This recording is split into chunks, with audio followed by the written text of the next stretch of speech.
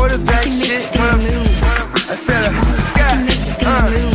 I said quarterback shit when I'm under the center.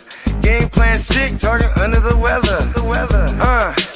You know what we doing? I need that all expense paid inclusive. I'm the plug, so I'm plugged into it. About money like with Jewish white Christmas. I'm Scrooge, bitch. My mood is on cruise ship. If you ain't tuned in, you ain't vibing with my moon man.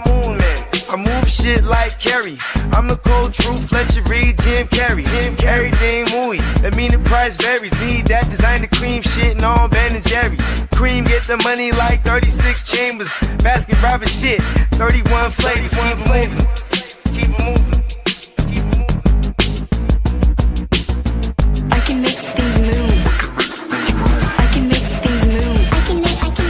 I can make things move. I can make things move. Everything on me. Yeah, tell him Bogart scot-free. Lottie-dottie. Like to potty. Fuck with clothes, shoot, trolling pop molly. Heard I carry weight, move packs like a dolly. And I stay fuming, clock me doing Godspeed. Business booming, back-to-back trips, moving multiple units. Got mules, got universal soldiers, getting money for sure. Yeah, we ain't shrugging shoulders. You think I'm lucky getting over, made it far, cause I'm sharp, fuck a 4-leaf clover. On my 89, minus the flat top. Getting packs off, smoking on the cash crop. Money talk, if you're broke, then you can't talk. Play a never-ending ball game, Sandlot. I can make things move. I can make things move. I can make things move. Getting money when I land there. Smoking all loud so I can't hear. And if your boys bring the noise, all y'all pussies getting scraped pap smear. Codeine got me leaning, pizza. Put your boy on point, pyramid of Giza. I'ma rock like this till I'm an old geezer. No pizza parlor, but we deliver pizzas. Ask Uncle Sam, I'm taxing.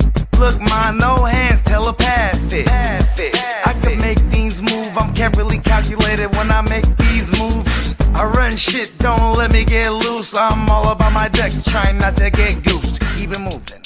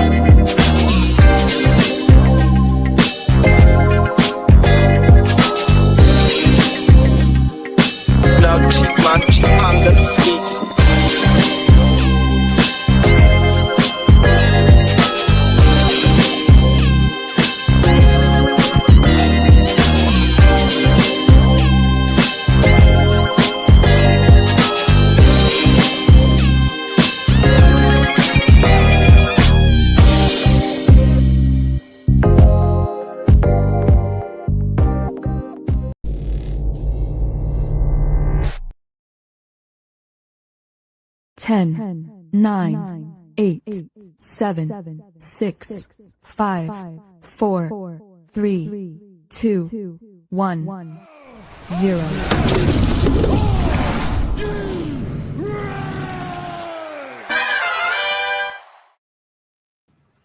Yes, sir. Yes, sir. Top of the top. Happy motherfucking Friday, man. Let's fucking go. Friday. How y'all boys feeling this morning, man? I'm doing fucking good. Yeah, you've been charged up for the last 2 days, bro. 100% talking about wish lists and all types of shit around this motherfucker. 100%. I know today's show is finna be on fucking fire, dog. 100%. Keep Lee away from the caffeine. I'm charged up for no reason. The Chargers are still the Chargers. I mean, that headline has not changed. Hold on. What happened? What did I miss? What did I miss? I'm just trying to throw some shade at Lee, to be honest. The Chargers are bad. The Jets have a fucking flat tire. What the fuck's up with that? Well, That's all right. they have We got- wings. They can fly, you know? They're fucking grounded right now. The FFA won't let them fucking fly. I'm Have you charged seen some up. of the Jets nowadays? Hey, man, I love it. Hold on. Hey, there's a lot of He's jet going in. work going on right now. You better respect. Motherfucker, he's not a fucking clown. That's a lovely thing for once. I'm charged up. Hold on. Did you know who that was before today, Lee? Yeah, he's a badass. It's Yeah, that's what he been calling him. He been Yeah. calling him badass. I said, bro, are you talking about Boozy Badass's cousin? Boozy Badass. He was like, nah, JD, I'm gonna spell it for you. BIADZZSY badass. Oh, that's what his actual name is, He Badass. was talking about, bro. Oh, everything. Yeah, he bro, was I like dude already. Hey, you got to get a badass jersey for real, though. Yeah, Mayberry said this is going to be his first lineman, his offensive lineman jersey. It's going to be the badass jersey. I remember I used to walk up to back in the days when I was the 49ers season ticket holder, right? I would always walk up to strangers at the tailgates that were rocking Staley jerseys and be like, right. You know what I mean? Because Shout out to that 7-4, man. That 7-4 Impala, Staley man. was the dude, right? That's that Motherfucker 7-4 Impala. Move you to the side like a crab. Come You know on, what I man. mean? He had that crab move. Joe Staley, Mike Iupati, and Anthony Davis and Daniel Kilgore, man, 100%. Come on, man. He had the crab move. Whole world. Get you in the claws. Hey, shout out to everybody in the motherfucking chat, man. 100%. Happy fucking Friday, dog. Happy Friday, y'all. We got the Prime Minister in the motherfucking building, man. Hey, Canada in this thing. 100%. We got the Orange Crush fella in the building. What's up, big bro? What up, Chase? We got King of the motherfucking LBC in the building. What's happening, big bro? Nah. Come on now. We got my dog, the Ginger Ninja, no hard motherfucking R, man. Top right. Hey, what up, Danny? Big What up, face King? building, mine. You already know.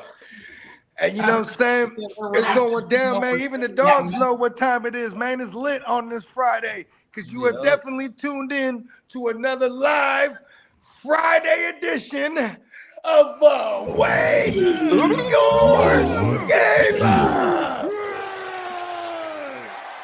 Top of the morning, everybody. Happy Friday. Top of the top. Right. It's good to be back. You're Imagine barely gone. being excited about the position that gets their balls tickled all game. Hey, missing one show is like missing an eternity. You know what I mean? It was a hell. Forward, right? It was. And he's it making was his triumphant different tunes return. Not sitting in front of the camera. I'm like, what the fuck is going on here? Hey, he didn't like how we ran the news on Tuesday. That's what he's talking about. He was in the I chat love I did my watching, best. very disappointed. Go, Peacock, y'all fucking killed it. I watched it. Peacock Hey, definitely he did didn't like kill how it we because ran the news, bro. He's like, this is my segment. I didn't know Peacock knows how to transcribe scriptures because that's kind of what it is. When you read Lee's news, you got point it. blank. It is facts. You know what I mean? Like Lee, when I see Lee read his own news, I'm like, oh, he flew seamlessly. You know what I mean? Because he speaks fluently. See that? Fluently. Fluently. Fluently and patiently.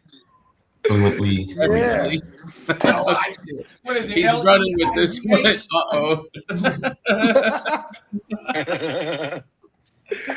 We're gonna see a shirt on Neo Peacock. That is a shirt right here. Blue It's and gonna Lee. have all these Leeisms. Oh my mouth. Yes. I like it. I ain't even peeped till now. That's funny. Yeah, I'm gonna get the pen and the pad. I'm gonna take notes because there's gonna be a bunch of stuff today. We got to come out with a comic book series type line where it's just like us saying shit in word boxes, like, you know what I mean, with our phrases. Speech Boom, bubbles. pow, kapow, kapooey. See that too. It's You know what I mean? called wordisms. And then There you go. the long awaited where it's Guccini and it's just a word about oh my mama. Come on. The long way. Listen, that'll be a hot selling item right there, man. Hey, in the 1970s Batman TV show type shit. Yeah, the bam. Oh my Yep. mama.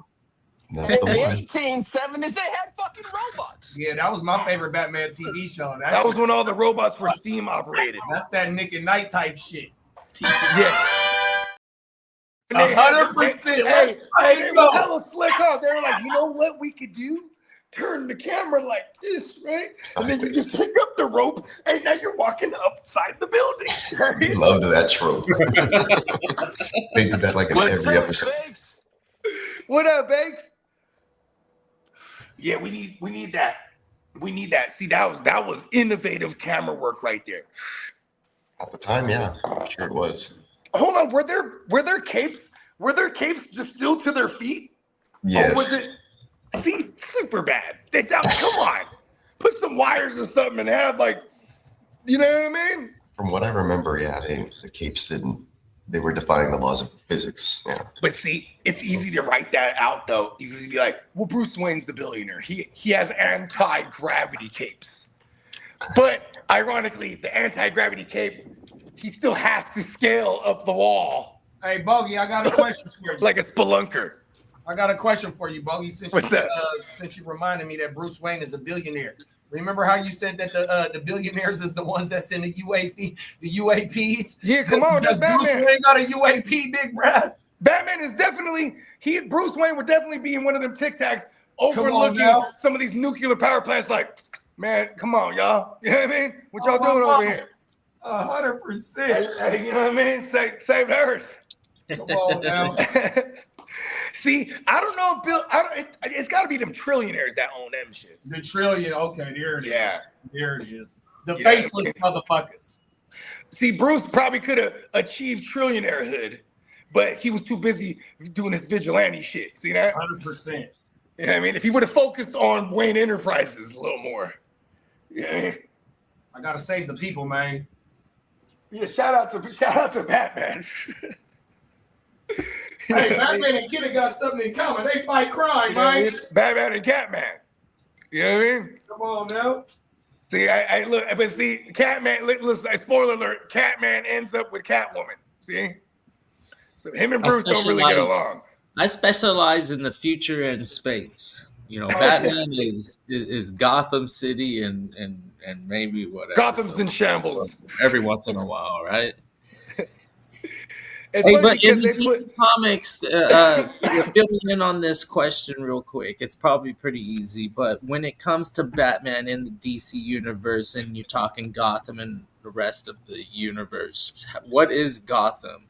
Is it like the capital of Earth? No, it's like it's just the in New New York York. City. Yeah. It's not like Marvel, where Marvel they put themselves in actual places. So like, you know, Spider-Man's in New York and X-Men Right. are in Albany or New York, and like, you know what I mean? Like you had the Avengers West Coast, they're in Frisco. Like, Shout out to Derek. What's up? what Yeah, up, Derek? DC Happy uses Friday. more Hey, Lee, fictional. that right there, Lee. So there's Like, no, you know, it's not crazy like Marvel with like I'm gods sorry, from other Brandon. galaxies We and got stuff him like for that. three They, years, $30 million. He's a badass motherfucker. Shout out to Brandon. That's like in the DC universe. I think Santa Claus is like OP. He's like overpowered, and he's an actual like, Yeah, he's an character. actual mutant.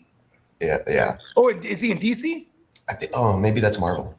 I think he might even be Marvel. I think that's Marvel. You're right. Santa Claus? Oh shit! Yeah, Marvel has Santa as a.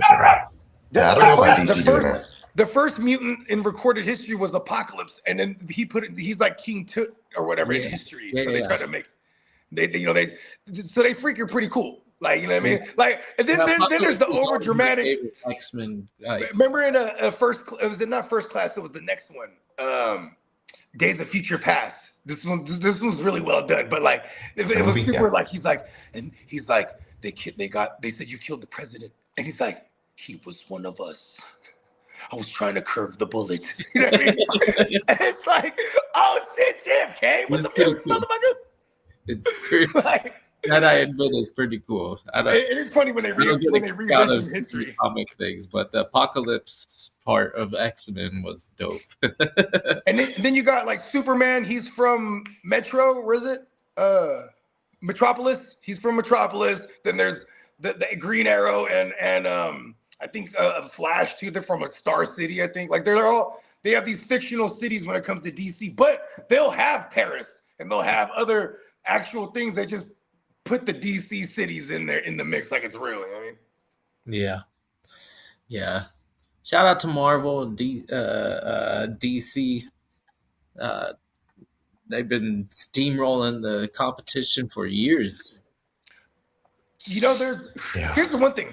What sucks is that when people don't spend money on something, it won't grow to be bigger than it was. Like, for example, Spawn. Spawn was one of that shit was badass for the 90s, right? And it was Todd McFarlane. Is it Image Comics or Dark Horse? Yeah, I was gonna say Image Comics. And that was like, boom, they got a player in the game. You know what I mean? They got their flagship character, but then it didn't sell well in the theaters. So then they just, you know what I mean? Boom, that's it. You know, that's they got a remake in the works for the last 20 years, but just nothing's ever come to fruition. Yeah, I heard Jamie Foxx was gonna be him too at one point. Yeah, I heard something like that. And it just never happened. Same thing with the new Blade movie. They're just like, nah, we'll wait till Wesley Snipes dies or something. Right? They're like, we can't. He's the first on-screen superhero, you know? He really is. Like they kicked off the Marvel Cinematic Universe anyway. Yeah, because even when you watch the credits in there, it's like New Line Cinema at the very end, and you see the Marvel logo scrolling up with everything else. And it's Did you know that Sony has to make a crappy Spider-Man related movie every 5.5 years, or they'll lose the rights? Yeah, and Disney, they're just waiting around. That's why you have all the Venom movies and the Madam Web and all the other crap that they've just been throwing out. I know. And you know what sucks is that they still have to stick to that universe. So they already ran out of all the characters, and it's like now you gotta wait to make a Spider-Man, and then of course Marvel's gonna be and Marvel and Disney nah, we'll just wait. You know what I mean? Because they'll count that as a Spider-Man property. You know what I mean? But Spider-Man does have proper villains, and they could do pretty good movies if they wanted to. It just sucks that they don't do them well. I mean, Sony doesn't. Venoms were dope, but the Venoms are pretty good. They're not. I think it's just because I also love Tom Hardy. Tom Hardy made those films because they were at times they were a little cringe. The voice of Venom, doing things. It was kind of I'm hungry. Yes, eat it. Yeah, that stuff. Yeah. Delicious. For what it's worth, I haven't really paid attention to it. Even the live action movies didn't interest me too much. But they want to get Alan Rickson or whatever that guy's name to play. I kind of admit that that little '90s cartoon that aired on Fox lasted a fucking while. The greatest. Hey, bro, one of the greatest they came cartoons. back out with it. You know they came back out with it, and then they already have one season, and it's super good. Really? Yeah, remember he's talking about the X-Men series. The No, we're talking about Spider-Man. Oh, yeah, the one in it was really fucking good though. That one was it was long running. I feel like there was so many. It was I feel like it was from 95 or 94 to 98 or 99. Yeah, but they definitely had 20-something episode seasons. Those seasons were deep as fuck, and they enough to take somebody who doesn't actually read the comic and then all of a sudden know. I was going to say their source material was pretty accurate. They didn't really steer away. You don't even need to do anything other than watch that cartoon, I'm sure, to understand basically what Spider-Man is. It was it was like college Spider-Man. You know what I mean? Mm-hmm. Was he in high school in that show? No, I think it was college. Yeah, because they had the professor already because they would go to lab. And he was at the university. It always starts the same way. They're in the lab. They had the electric guitar. That one was radioactive Spider-Man. Yeah, and he's swinging through the city, and it's virtual. They mixed in the animation with the computer graphics. That was very innovative because they got when he's web slinging through the city. That was a cool movie, I thought. For the time, it was innovative because they had that show Reboot. I don't know if you guys remember that one. That was mostly generated. It was half VR type of looking. Right. Yeah, they lived inside a computer or something. Reboot. What is it called? Yeah. Oh no, they made a reboot of Reboot, but I didn't watch it. Word. Yeah. I remember like Reboot was out when they had like Freakazoid and like who else was out? That guy during was time? wild. Freakazoid. All Real Monsters. Samurai Jack. Ooh, Samurai Jack is. You know, I got a song. I have a song on one of those soundtracks. I think it's the Samurai Jack 2. It's the one that RZA didn't do because they went and sought out producers. And like, shout out to my man Mac Nees. His family owns a barbershop, and one of the guys that would always come in and get his haircut for like decades. He had something to do with Namco and that the production of that game, the sequel. So we had like the direct shot to just throw hella music, and they actually chose some of our joints. And look at this. This is the first time I learned something, right? They go, oh, do you want the back end? Any on the back end? Is this published? And I go, yeah, it's published. It wasn't, right? They're like, oh, so we'll buy the whole thing off you then. If not, and it was like quadruple the amount. They were ready to give me like 300. Then they give me 1,200. And I'm like, I'll take the 1,200. So I don't have any credits on there, but my voice is on there. Nice. And they kept the hook. They took the verses out, but they kept the beat, and it's like it's during the game too. It's pretty dope. I've never played that game, but apparently the soundtrack, everything in the soundtrack is somewhere in the game. So yeah, probably like on a certain level. Because I think the first Samurai Jack was all RZA, and like Samuel L. Jackson even did the vocals. Right? Is that the one I'm talking? Do I have the right one? I'm not entirely sure. Okay. Yeah, but Samurai Jack was bad than a motherfucker. Oh no! Oh, am I confusing with Afro Samurai or Afro Jack? There was two ones, right? There, Afro Samurai was the one with Samuel L. Jackson. Yeah, so that's the one I did for part 2. Okay. There you go. Now that one's pretty cool. Yeah, because for the video game, because the RZA produced the whole first one. Nice. I was unaware of that. Yeah, the anime is pretty cool. Badass. Yeah, for sure. And if you like stuff like that, then I wasn't check aware of it. I had to go down the rabbit hole because I wanted to get into the mindset. This was back in like 2015, 2014. I was gonna say, and if you like stuff like Afro, was it Afro Samurai or whatever? What's up, Albert? There's one called Yasuke out there, and it's the story of the original true black samurai. It's based off of his story. Yeah, there's a little more like mystical, like demon stuff going on with the anime, right? But it's loosely based off of historical Hey, stuff. look, bro, that shit's all real, bro. The Moors had powers, bro.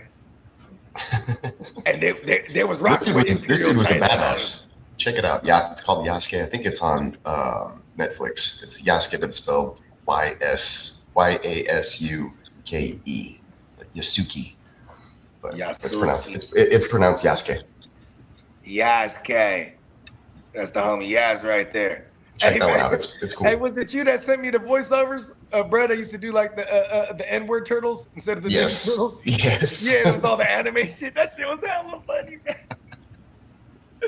All right, look, bro, I'll go outside with my samurai sword right now, bro. Hey, yo, blood, you got your katana on you? Those are hilarious. Yeah, Lee, you ready? that was charged up. Pressing ass.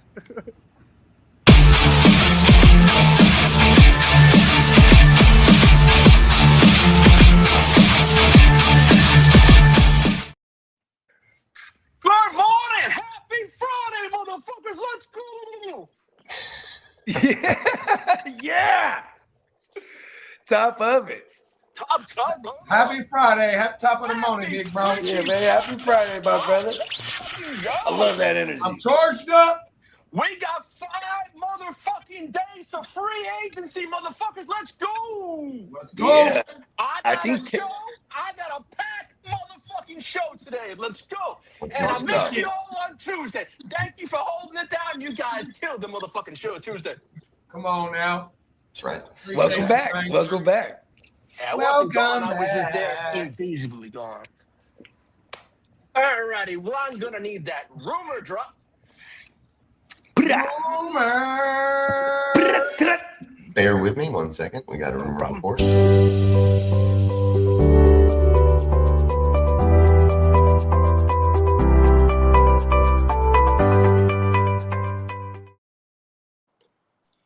Welcoming tweeting out about 5 minutes ago, the Dallas Cowboys and the Baltimore fucked up, clipped up Ravens are seriously interested in Max and that fucked up Crosby.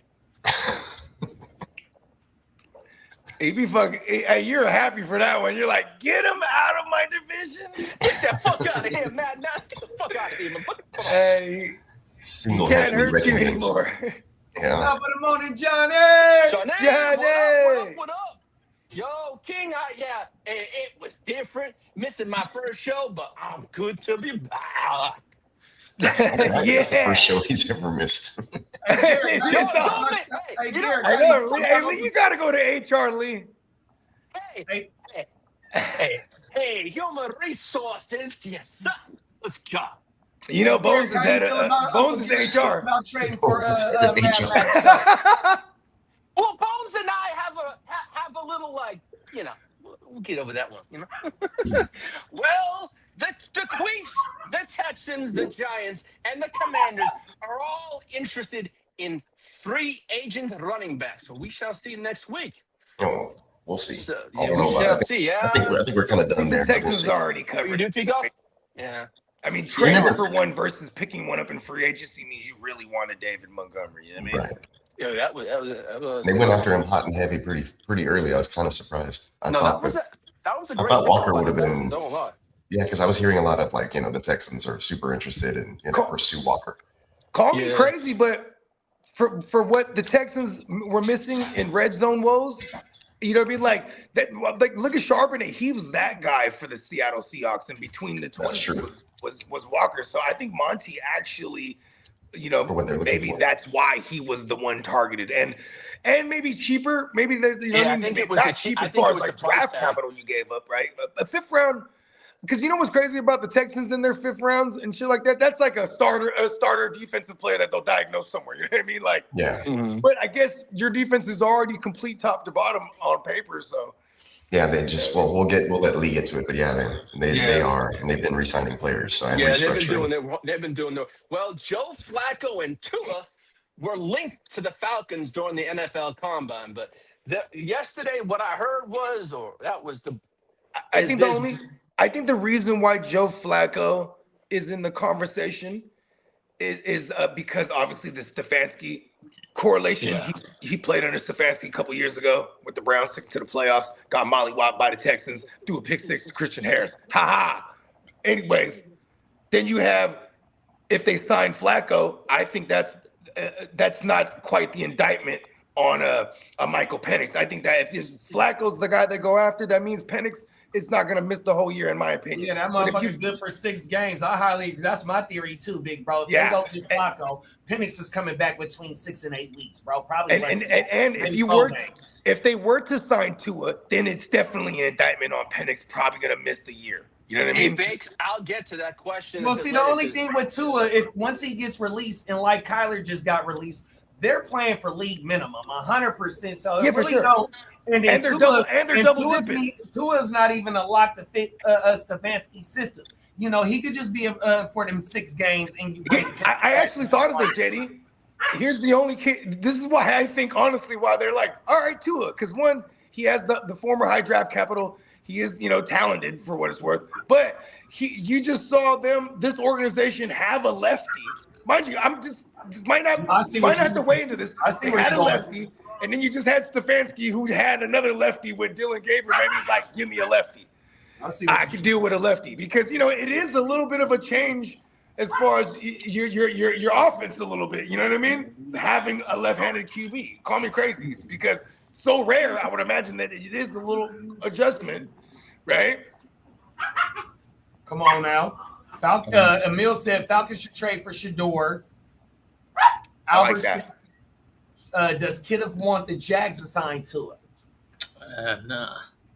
That's kind of.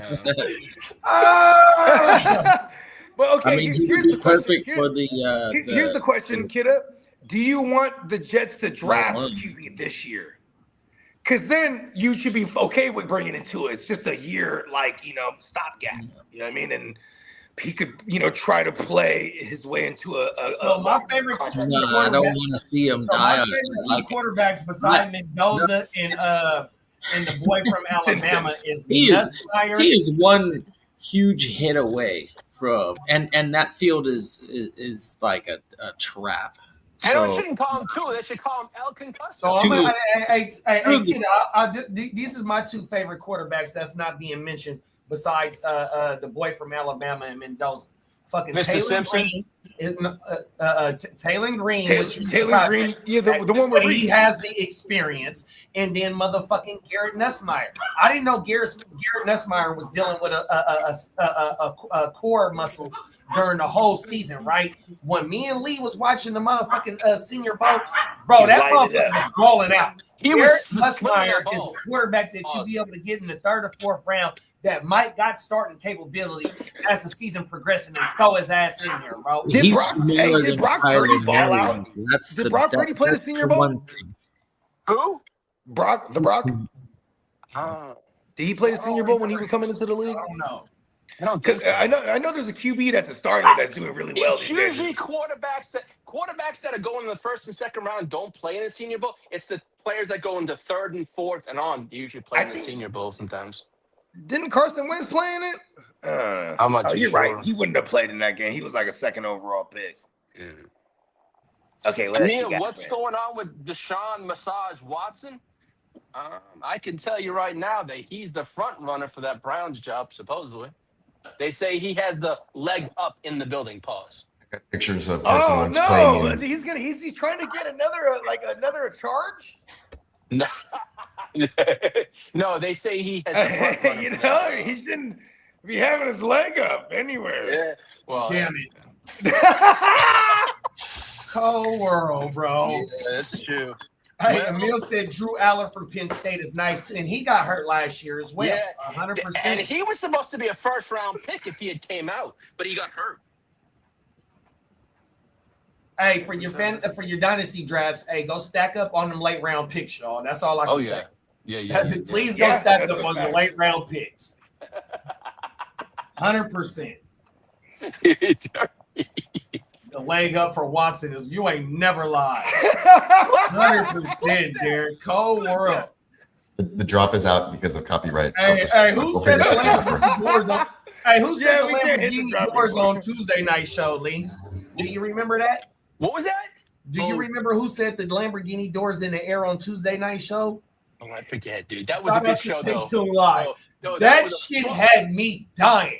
If y'all don't know what that is, please forgive me, but it relates to massage watching probably as well, allegedly. Lamborghini doors in the air. Oh no! So he had him field goal posts. Field goal post, Peacock, cold world. Oh no! Oh my mama. Yo, JD. Oh no, they're getting the salad toss. JD, that I just figured it out. I'm like, ew. Cold world. That show Tuesday was so fucking lit. Oh my goodness. I know. I was watching it at one point. I was like, man, fuck it, I'm gonna jump on. I jumped on that motherfucker late, like the last 20 minutes. Oh man. Oh yeah, and shout out to Dub too. I locked him in too. That's gonna be somebody. You know what I mean? Because he wants to get into doing fantasy content. You know what I mean? I was like, man, you can always come on and get your feet wet. You know what I mean? He already talking that shit. That's what we do, man. We throw alley-oops, man. 100%. Ain't no gatekeeping, man. You talking that talk, man. You just come and pull up. 100%, man. Shout out to the motherfucking Tuscan Raider, man. Shout out to the host still live. Andy from California talking that talk too, man. Yeah, man. Yeah, he's from the soil. 100%. He's a cool shit. Yeah, that's funny. Cold world. Let's get it, man. Well, the Cowboys could be a potential landing spot for Eagles linebacker Nakobe Dean. Ooh, that's like a obvious. Yeah. Because the reason I say is because Uncle Jerry, like anyone who plays well against him, because in his mind, America's team is the best team. Yeah. Oh, he plays so good against the best team in the world. He needs to play for the best team. You know what I mean? Yeah. That's why he brought in Mike McCarthy at one point. I feel that with them signing a pass rusher for free agency instead of giving up draft picks to bring one. I mean, in. Trey Hendrickson. Like, go get Trey 100%, big bro. Yeah, Like, well, why is the Cowboys doing draft that? capital? Because you still want your defense to get younger. I understand. And then, like, you know, if you want a linebacker, you know what I mean? Fucking bring it, because Nakobe Dean's gonna demand some kind of. It's so many draft. It's so many. One of my favorite linebackers, and I hate to say this, bro, is the white boy from Oregon. So you got a white boy safety that they talking about that's getting in the first round at the back end. Pause, and then go look at their middle linebacker. 100%. That motherfucker is nasty. I can't do the breath. Hey, but he's white though, so we're gonna be able to narrow it down. He's a white linebacker. Oh my goodness, that white. So he's gonna drop in the draft. 100%. It's reverse racism. Oh my mama, hey, he nasty. It's like when you see a white boy cornerback or a white boy safety, you're like, oh shit. Have you ever noticed all the reverse racism in Bloodsport? Like everybody's like, "Hey, American, okay, USA, hey, round eye." Like they on the Americans so bad in Bloodsport. Hey, round eye. That's hilarious. And it's funny because like, "Hey, American," and he's like, clearly he has an accent from Brussels, but whatever. Yeah, I mean, see, that's the thing too. Is like, I'm glad. Like, if I go to another country too, it's not until I tell them I'm American, then they give me dirty looks. You're like, oh, you're American. Yeah. Well, I always say I'm from Mexico, bro. I'm from Mexico. I'm from New Mexico. That's what I'm gonna tell them. They go, ooh. Well, they raise an eyebrow. Well, porn star Jimmy Garoppolo is on the Dolphins' radar. Whoa. Oh, we got a trade. This a trade that just popped off? Boom. Oh, shit. NFL? Look We at got Joe. Bates Look in the at building. Joe. Joe he's is using them moves. draft picks, bro. Joe done sold Lamar Jackson and Tyler. No, wait. No, Bakes sent Tyler Show. Yeah. And bought in on Olave. I haven't seen this trade. It just happened. Oh, right yeah, now. yeah.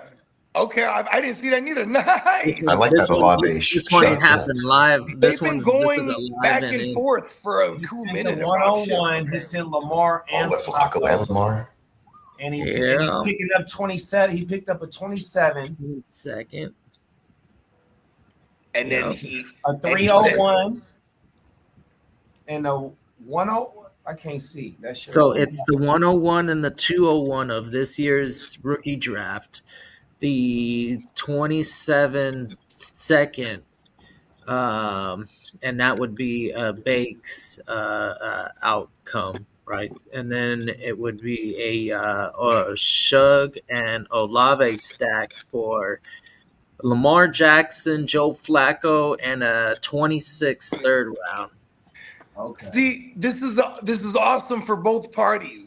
Now, with that said, I fucking hate it because I'm in that league. Because I'm in that league. Joe, fuck them. Joe, I got Jaden Daniels. I got Jaden Daniels and another quarterback from Bruh at the end before the deadline because he said he was trying to make a playoff push, right? And so he was looking at his team, and then looking at Bake's team too, because Bake's got quarterbacks too. Yeah. I was thinking about sending Joe motherfucking Jaden Daniels back. I'm trying to get rid of quarterbacks. I think he's trying to move. Look at Joe's moves. He had Lamar and Jaden Daniels at one point.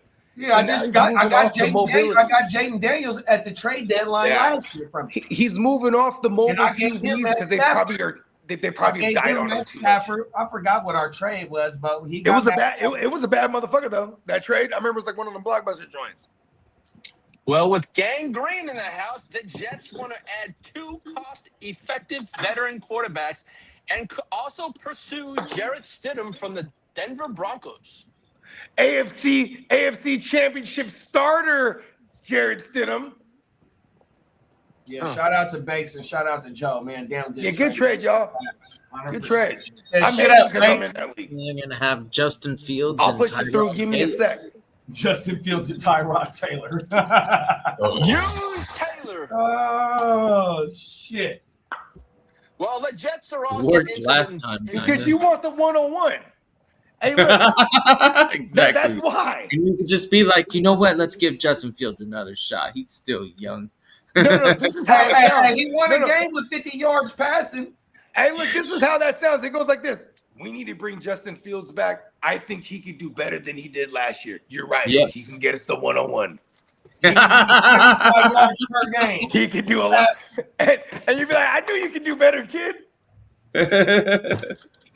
I'm the guy for the job. I think Jets fans at this point, if you're not on board with a total rebuild, Dan Orlovsky. is what you need to do to. Oh shit! Here you go, kiddo. It's a Justin Fields is new Dan Orlovsky. Hey, you about to get the 101 for sure. If Emil is right, heard the Jets is going with Carson Wentz as their starter. Oh man! Oh no! Mr. closes his eyes as he's throwing it. Oh no! And every time he closes his eyes, he sees that statue of Nick Foles. Hey, look at him with his head down right there, bro. I done fucked up. I threw a pick six right there, Peacock. I fucked up. Hey, Justin Fields' face is pretty much the same thing, you know. He's just like, I threw 5 pick sixes in the game. No. I'm starting to believe that Justin Fields is a sleeper cell. He's like, that's the look of a guy who's doing the job. He's like, yep, let's go. The Denver in Broncos fantasy, he always kind of like pulls, like pulls. I'm talking about sleeper cell, like he's there to tank. I'm talking about sleeper as he's gonna blow up. I'm talking about sleeper as a sleeper cell. Hey, Woody Johnson made that call. Yeah, bring Woody Johnson. Bring in Justin Fields. Hey, because look at what did Justin Fields and Tyler Badgett just do for them right before that? Got them motherfucking Caleb Williams. He's like, give me that guy. We need that combination right there. And then they got look at now. And then Justin Fields did the job. He got him the 2 overall. It's just the wrong year for the QBs. You know what I mean? Oh, world. He's like, we're supposed to get Mendoza, Fields. No, y'all. Hey, they don't want Mendoza. They want Reese or motherfucking Reese was probably the number one objective. They go from Brees to Reese. It's totally. I think it's just we got unlucky with McDonald and Jermaine Johnson being injured half their careers. So. Oh, my bad. Reese is a pass rusher. Yeah, he's my fault. That's right. I was confusing him with a running back. Yeah, because Love is the running back. Arvell Reese, they're comparing him to Micah because he plays multiple positions in the front seven. Abdul and you guys are going to have a need at linebacker, I'm sure, as well, because like Quincy might be on the move, and you know what I mean. Like you have a bunch of like miscellaneous youngsters, but like it's just really Sherwood. So he could be he's kind of like the Jihad Campbell of this draft class, huh? Because Jihad went at the end of the round. These boys is top 10 picks. Guys like I'm talking about as far as like, oh, you're right. Because Jihad, I was talking about as far as like, a motherfucker coming off the edge and you can play inside and outside linebacker as well. You know what I mean? No, for sure. I see what you're saying, but these boys. But these boys, if you a top 10, might go 2 overall. They think you generational talent, 100%. Oh, the Jets need that. The Denver Broncos are expected to make a splash. He's Vontae Mack. Talk that shit. Shout out to the program. Yeah, for the motherfucking. Oh no, it was the draft day. Oh, draft day. I thought that was. But you had it right though. It was a movie. Well, the draft day. The Denver. Rest Broncos in peace to Brett. That was what's his name? The Black Panther. Chadwick Boseman playing. Chadwick Boseman, yes. Go ahead, Lee. My bad. That was my fault. No, it's all good. The Denver Broncos are expected to make a splash at running back next week, and the name to watch is no other than Kenneth Walker Jr. Oh shit! Who is this? The Denver Broncos. Man, that's hella annoying, dog. Just bring in Kamara and leave RJ alone. Nah, they just restructured Kamara's deal this today. Oh shit, Kamara ain't going nowhere. Yeah, they restructured it. I want to say all the way to signing bonus. Hey, you know what? I love that he's contracts yesterday. You don't want to move far from home, bro. He's an Atlanta boy. Yeah. Well, Peacock's. Yeah, that's crazy work. Right, it is, big bro. I thought he was going to definitely be on the market. For real, dog. And I thought he would end up with like if not the Broncos, the Chiefs, or you know what I mean? Like he would just like do that portion of his career. I guess motherfuckers don't be capped for real all the time. Here's what I'm saying though. It's because maybe he wasn't capping when he was like, look, I'm a Saint for life. You know what I mean? Now, coming out this morning, the Chiefs are going after a running back, but it cannot be over $8 million. They have a cap limit of $8 million for running backs. They don't want to go. Does that put them out of the Kenneth Walker? I don't know. Hell yeah, that put them out of Kenneth Walker. Kenneth Walker get over $10 million per season. Exactly. Now that's under 11 is friendly. It's more like 13 right now, 14 for the ones who's really trying to get the bag. And then when he's talking about under 8 million, that is bargain shopping. That's that's like having Javonte Williams last year. You know what I mean? 1 year, 3 million. And that was on the high end because I think Javonte got like 6, right? Yeah. It was a 1 year, $6 million deal. Well, so that's bargain shopping. So my point is that they're trying to bargain shop for them. That's how America does it. We bargain shop and we turn them into surplus certified stars. Come on. Well, the Houston Texans and All-Pro guard Wyatt Teller have mutual interest. Wyatt Teller. Wyatt Teller. I like it. I'm just trying to think who that is because he's his name's bounced around a little bit, but. The main thing that matters is he's one of those white cornbread guys that I was asking for. Yeah, you ain't lying. We need them motherfuckers. He has white in his name even. Yeah, he's from the Browns. From the Browns. Oh, yeah, the Browns guy. Hogs up there, bruh. Yeah. The Browns always had hogs. I'm talking about, from Joe Thomas, Hall of Famer, and all those years that he played, even with life after him. With Jack Conklin and Shredder, badass name, and Bruh's one of them. That's right, Wyatt. Bruh, what's his name? Wyatt Teller, yeah. Wyatt Teller. Wyatt Teller. Wyatt Teller. Look at old Whitey. Fucking business. you just call him Whitey? Whitey. Oh, Whitey. Whitey. Cold world. Hey, that's like on the Chappelle show. Remember they had the Niger. Yo, man, our Friday shows are always fucking lit. They had the white family was named Nigers. Oh yeah. Oh yeah. Oh my mama, you remember that? And Dave Chappelle was the milkman. He was the milkman. Well, my mama, the Nigers. I ain't gonna say, you know what I mean? Yeah. I remember that. Y'all bringing some chicken? Yeah. Well, the Green Bay Packers are preparing. Yeah, that was so racist in reverse. Well, the Green Bay Packers are preparing to lose team captain linebacker Quay Walker to who they feel is going to depart in free agency. Oh, my God. New England? No, that's Green Bay has Quay Walker. But no. New England finna acquire him? No, I haven't seen it. Total selective hearing. I'm sorry. Nobody said New England. I know. I apologize. I seen the Cowboys this morning are interested in him. There you go, Cowboys. Do that, not Nakobe Dean. Do that, Cowboys. Well, Aaron Rodgers on Tuesday on the Pat McAfee show said he has not made a decision on his future and no announcement is expected just yet.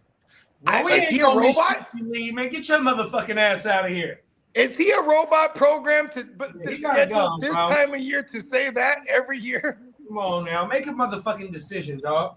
I think he's coming back. I really do think he's coming back, but I mean, I got a question for y'all. Yo, does Mike McCarthy does that help convince him to stay, or do you think that hurts their chance of Aaron Rodgers staying? Because I don't know how good their relationship was or is, or it was kind of rocky. I thought it was kind of rocky from what I heard, but I don't know too much about that. Like, I feel like that's the Roonies over there trying to be like, you just like Aaron Rodgers in the room, and then they're, oh, hold on, someone's at the door, and then it walks in Mike McCarthy. He's like, what the fuck is going on here, man? Hey, look, had to get you guys together. You know what I mean? Pretty sure there's some air that needs to be cleared. You guys are hugging out. Right? It's like you getting two exes together. They had no idea they was about to get together. You know what I mean? The fuck? Yeah. Reunited, Well, it feels so You know what I good. mean? Hey, they walk into the room. They run in the film of all of them winning the Super Bowl together, hugging and shit. Come on, remember the good times. Look, and they beat the Steelers in that Super Bowl. Cold world. They're like, come on over here. Phil. Well, coming out late last night, one team reportedly is considered taking on Tua's contract if Miami included a first-round pick in the deal. Damn, that's fucked up because other organizations view Miami as dumbasses. Yep. Why would they ain't they picking in the top 15 picks? I think they're top 12. They're like, we'll take Tua and his entire contract right now. We need your first. But we need your first. What? Who would do that? Like, hey, that's strong arm robbery at its finest. That's straight up. They're like, we know you dumb. Hey, what E40 and them say? Go dumb. Oh, world. Well, could someone pull? I need that extension drop. Pause. He said, can someone pull first?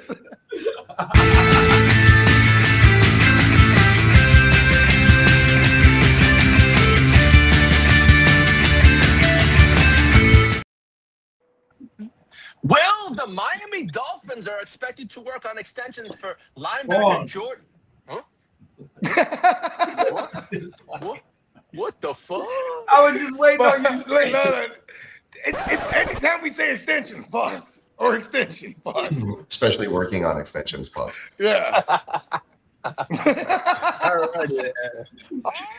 Hey, that threw him off right off the ring. He threw it right off the train track. Flip it. My bad ears. The Miami Dolphins are expected to work on extensions for linebacker Jordan Brooks and center Aaron Brewer. Ooh. Oh. Shout out to the deal, man. That's okay. I'm starting to think of these little correlations here now. Why are they talking about bringing in a Jimmy G, right? It's because they want to retain some of these keystone pieces on both sides of the ball. Then they also just brought in Zach Robinson, who's coming over from Atlanta, who also came from the Niners at one point in time, was with Jimmy. So I just realized the correlation why. Like, I was trying to figure out why because Miami, like the Jets, in my opinion, aren't trying to target any of these QBs in his draft potentially, and maybe Miami could be looking at, if they are looking at QB, it could be Ty Simpson, and I Jimmy think that's could be the the bridge QB. You know what I mean? Yeah. That's Well, crazy. Can we really see Jimmy G on the field, bro, throwing in 2026? That's Jimmy. Look at where Jimmy's been. He's either in New England, right behind arguably one of the other, as people say, not me, but people say they were the handsomest duo QBs. Yeah, Tom Brady and Jimmy G, right? And then Jimmy becomes porn star Jimmy when he's with the Niners. Then he goes to Vegas, which is like he's got the triple black suit. He's walking through casinos. He got the stunners on at night. You know what I mean? Then he's in LA, Hollywood, right? Wouldn't he not go from Hollywood to South Beach? You can see Jimmy with the Cuban links on, you know what I mean? And just, hey, I'm in South Beach now. Hey, Bogey, throwing 7 times a game and handing the ball off to A-Chain 50 times a game. Come on. Oh, shit. And then Waddle's going to catch like 90 balls, and he's going to have 4 yards A-dots. Yeah, boss. 4 yards of A-dot, though. Oh, shit. Hey, Waddle going to turn into the Jarvis Landry in 2K26. Come on. Let's go. Hey, I like that, bro. I really do like that idea, actually. There you go. Well,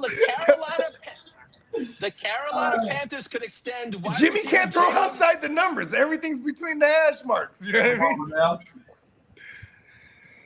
Well, the Carolina Panthers could extend wide receiver Jalen, Mr. Cokehead, Hey, the cokehead, man. They just put it like an exclusive tag on him the other day. I seen. Why is he Yes, sir. available already? Was he They gave him he's the- an undrafted guy? They gave him the minimum, like he can only earn the minimum or something. Yeah, exactly. That's And cold. Yeah, that's weird. Give him the money. It's The because he Bucks- has a problem, Because doesn't they he? get to hold his rights for one more year. That's the thing, though. Because if you remember, he started to ball out last year. It's They ain't trying to let that boy walk. Especially because if he has started problems. to develop. If he started to develop, you can't let him walk out. And especially if Peacock said if Brez's an undrafted player, hell yeah, that's just like Jordan Mason. Remember, he was an undrafted player, and then when we sent him to Minnesota, It was a $7 million tag. Yeah, they had to give him a contract. So we got a player. I mean, we got a pick for an undrafted player, and that's what they don't want to. There it is. We will take Jalen Coker for $7 million. Well, the Baltimore Ravens plan to pick up wide receiver Zay Flowers' 5th-year option. Yeah, because they drafted him in the first round for like nothing. Like why? Like why? He hasn't really done much. I don't know. I'm not a Zay Flowers guy. Am I hating? As I'm starting to look at this draft, dog, my 3 favorite spots for Kenyon Sadiq. We know how Baltimore love their tight ends, and likely is on the is a And look, they brought in Todd Munkins over there. 100%. Not Todd Munkins. What's his name? Mentor. Baltimore is one of my favorite landing spots. Of course, the Niners with the Yak. And then, damn, who else was I thinking about? It was somebody else I was thinking about. I want Kenyon. Oh, the Eagles. I want for fantasy purposes. The fucking the Eagles, the Niners. And who else is gonna go to the Patriots? Now, don't be. I ain't gonna. But Kenyon Sadiq is a fucking weapon, bro. And for fantasy purposes, them is the 3 teams that I would love to see. If he's there at 22, I would take him in a heartbeat. Because if we can take care of the offensive line in free agency, I'm all over Sadiq. You don't want Sadiq. You got Gadsden, man. But we'd have the They're not gonna do that. nucleus of tight ends in the fucking league with those two. I don't know, man. But hey, who the fuck knows? I don't know. Hey, look at this. Hey, Lee, the moment Sadiq gets drafted to somewhere else, you're gonna hate on him. No, I'm not. Because you know what? I'm not gonna hate on him. I'm looking forward to seeing where he lands. Hey, what if he ends up with the Chiefs, man? Fuck the Chiefs.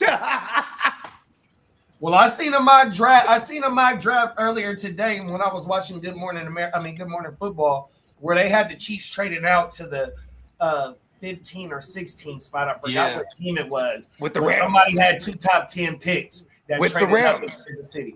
Well, the Chiefs it wasn't the Rams.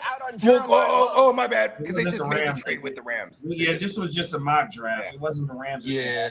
Well, the Baltimore Ravens. The Rams are at 16. My bad. They're not at 15. No. Well, the Ravens will also like to complete a new extension for Lamar Jackson very, very soon.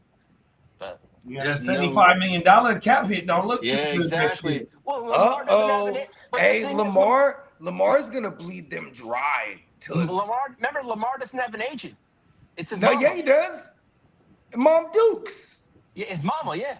Yeah, come on. Look, he has an agent. And she's gonna make sure her son they do right by her baby. Exactly. Well, the Jets guard Elijah Vera Tucker is projected to sign a 1-year, $13 million deal this offseason. That's who I want. I want Elijah Vera Tucker, bro. Even though he's been injury prone for the gangrene Jets, but I do want, bro. He has 2nd-round draft capital coming in when he got drafted.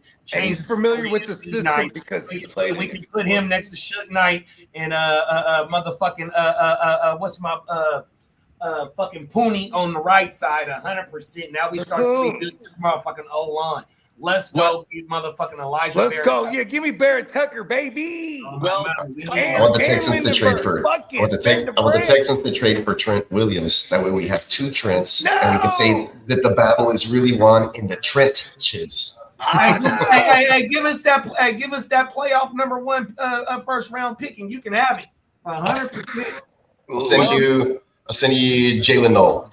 No. Oh well, you got multiple 2nd-round picks, don't you?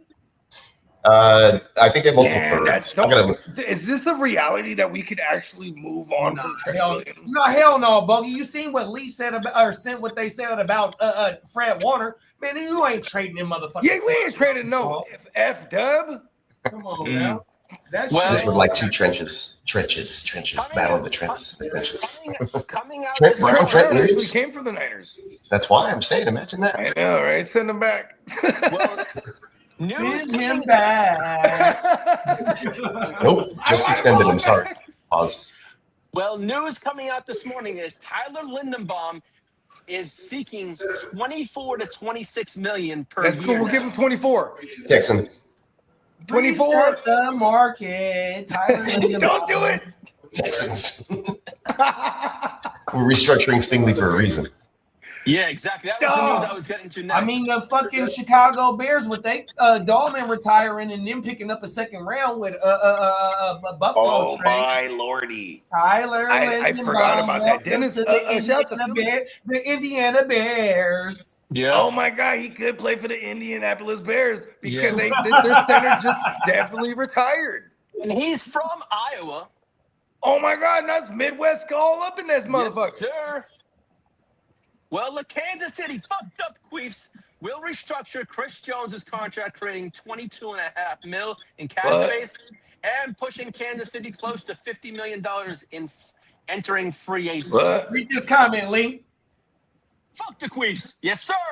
Shout out to Jay Breezy, man. What's Yes, up, sir. send trades? Shout out to Hey, Jay Breeze, Breezy, man. Send them trades, man. Raider Nation in the building. Send them trades, With the- big bro. And with the Houston Texans' #1 fan in the house, the Houston Texans do plan on restructuring Derek Stingley Jr.'s $113 million deal for cap space. What? That was fast too. Yes, sir. They're That's a hoping quick to make restructure. at least, Just- the restructure. They're hoping to make $16 million in cap space. Yeah, What? they just well, I don't know if you mentioned it, but they probably will. They just re-signed Daniil Hunter, so we got Nightmare Fuel Yeah, 2.0. I haven't gotten to that yet, but I mean, you're talking about the Texans. Yeah, Just mention and it. while we were on the Chiefs as well, I mean, or do you have it in later on the trade they made?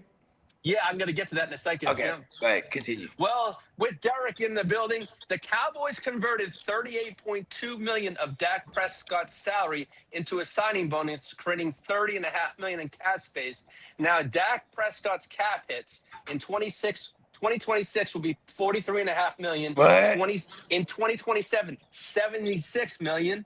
And In that's when they move on from him. Hey, they still ain't gonna pay GP before training camp. Yeah. Jerry, you better get that motherfucker his motherfucking money, or I'm gonna come up in that motherfucker and we gonna have some problems. in GP, We are gonna you have with some me? problems, man. Hey, In GP, 2028, are he'll you be. with me? And in GP, are you with me? In 2028, he'll be $86 million. In 2029, he is 24.4, which is a void year. Which I think the Cowboys get out of that one fast. What's Brett's name again? Kurt Prime something? Minister. I don't What's think his Brett name? gonna last that late. Brett ran a 4.39, bro. In my opinion, he's a top 15 pick. 100%. Word. That boy is a weapon, dog. 100%. And he had to play behind Ferguson that got drafted by the Rams in the second round last year, bro. Yeah. 100%. That was his first full year of being the full-fledged tight end, starting tight end. And now he's trying to cash out. Yeah, that motherfucker, he gonna be a top 15 pick. Oh my mama. Shout My out to the bad, kid. y'all. No, it's all good. Well, that we were talking about the Kansas City Cuckoo-Weevils. Well, the Los Angeles Rams traded with the Kansas City Chiefs. Well, They- A good trade for the Rams. Good trade for the for the Chiefs. Because Yeah. in my opinion, I think the Chiefs is gonna trade up and go get Jeremiah Love, bro. He's not gonna last past. He ain't gonna last past the 5th pick. 100%. And y'all remember this last couple of weeks too. I was saying, if you just they're not finna pay McDuff. You know what I mean? They don't pay their corners. You know, JD, let me say something. That came out Legarius this Need morning. to Travarius Ward. You know what I mean? Like this is business as usual for them. So to cash out and get a first round, which they spent on, look at what they got. They got the 29th. I want to say they spent the 31 or the 32 one of those years on McDuffie, bro. So And you got a Super Bowl out that motherfucker. and you got a Super Bowl out of them, bro. Man, shout out to them, bro. Like the Queefs be doing their 100%, thing. big bro. They know what they doing. Oh Yeah. my mama. Same thing with Les Need over there, right? Like boom, they just They just cashed out their first round pick, and because they had the 29 Falcons in the back pocket. You went bargain shopping and got you a starting Pro Bowl corner, dog. Yeah, and he's you still on a got rookie the 13th contract. pick, and you got the 13th pick. If you Is it hoping 13 or that the 16? safety from Ohio State is there, you hoping that one of them top corners is there. That ain't the one you get the first corner off the board, bro. Hey, shout out to Les Snead, bro. On my mama, they be working, bro. 100%. I hate them. Come on, Well, now, talk that JD, shit. coming out this morning about 7 or 8 minutes ago, All of them. The Kansas City Chiefs feel they're out of the market for Jeremiah Love because he's already going to be gone, they feel.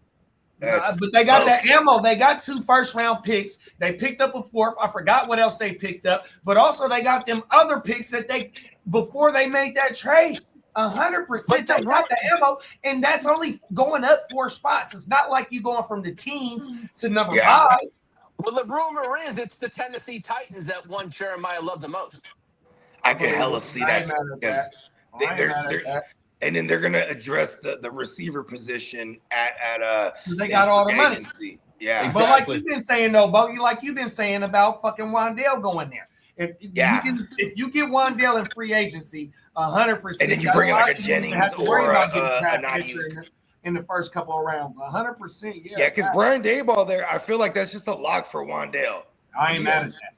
And because I don't see Wandale going like, oh, let me go get the biggest bag with the Jets. No offense to the Jets, you know what I'm saying? But like, you know, like spots where they need a dominant slot presence. 100%. Right? Like, And then we got to remember, they took 2 wide receivers in last year's draft. Shamiri DK, he started to shine last year. Yep. And even though we didn't see the boy A.O. Maynard, even though A.O. Maynard might still be taking a little time to learn the NFL game, some receivers just don't boom right off the first season. So they got some weapons over there that need to progress. But you bring in somebody over there as a free agent to help them grow as long as with your quarterback. And if they get motherfucking Jeremiah Love to help with that young quarterback, man, that's some cold little weapons over there, bro.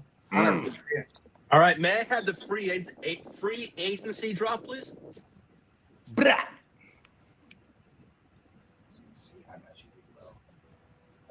Free.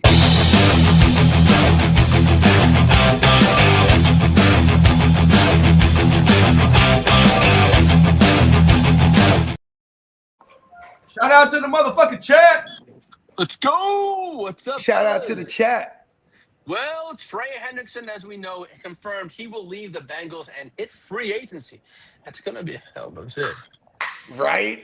Give me the money. I'm one of Come the to the Niners. We need right. you. And we love white pass rushers at the Niners. Come on. Come on Now we the need New you. England Patriots have interest in Hendrickson at the right price. Of course they do, because everyone knows New England, It's cheap. they were the Super Bowl supremacists for the longest. You know what I mean? That means they had all the best white players too. You know what I mean? And from Amendola to Teddy Edelman. Bruschi. Even one of their best running backs in one of their Super Bowls. Danny His name was- Woodhead. His name was James White even. Yeah. He Now- was black. Now, Oh my His name was goodness. James White. now Trey Hey, Hendrickson. another one of their best quarterbacks is Julian Edelman. He's thrown touchdowns Yes. in playoff games. Right? Super Bowl MVP, Jules. Come on now. Well, Trey Hendrickson said his preferred destination is the In Tampa Bay San Buccaneers. Francisco. Let's go. My bad, Lee. He loves the West Coast. No, but you guys said it right on cue, though. So, That's right. My bad, Well, Lee. Go ahead. Trey Hendrickson said his preferred destination is the Tampa Bay Buccaneers. Oh, we don't like that. Florida. He's going to the wrong bay. Hey, that motherfucker wants to save taxes, bro. Oh, Exactly. my God. Hey, All he's a right, smart Trey. motherfucker. You either want to go to Florida or Texas. Hey, that's really specific. Well, huh? He's like, hey, look, Dude, I want to I go do- to Tampa Bay. now, as He didn't say JD knows, Jacksonville, did he? I was Or Miami. He's like, I want to go to Tampa Bay. Come on now. He knows I they was- need him over there too. Yeah. They tried to bring in Hassan Reddick, which was a reunion with reunion with. We're gonna go with it. It was a reunion with Todd Bowles because he had Hassan Reddick going all the way back to the Cards. You know what I mean? So, but they don't really got nobody there. at pass rush off the edge? Nobody. Well, They fucking their defense is terrible. Well, Yeah, I love it for the Hey, linebackers. Bogey, hold on, Lee. What you say? One of the reasons why we always love Baker in Tampa, bruh? Because he be throwing that rock because they're playing from behind because that defense is giving up points. Come on now. Let's 100%. go. well, JD knows there's a player I was pushing the Chargers to sign was Connor McGovern. Connor McGovern has not heard from the Bills GM Brandon Beane and believes his name and his time in Buffalo is over and done with. Well, he got a damn good market for him, though. 100%. Come Yeah, to the he does. Niners. They got If you can't get McGovernor. if the you can't governor on my mama. if you can't get Tyler Linderbaum, McGovern is just No, bro. But look, in my world, we get both of them. Well, one what's at going guard. on with Trent Fuck it. Williams, though? Exactly. You put a center at the guard. Hey, look, the center make should him be able to play multifaceted. guard. He can kick inside. He's already playing inside. Shit. And then we get Lindenbaum at center. Fuck it, we're doing it all. Fuck it. Yeah. Let's All go. of it.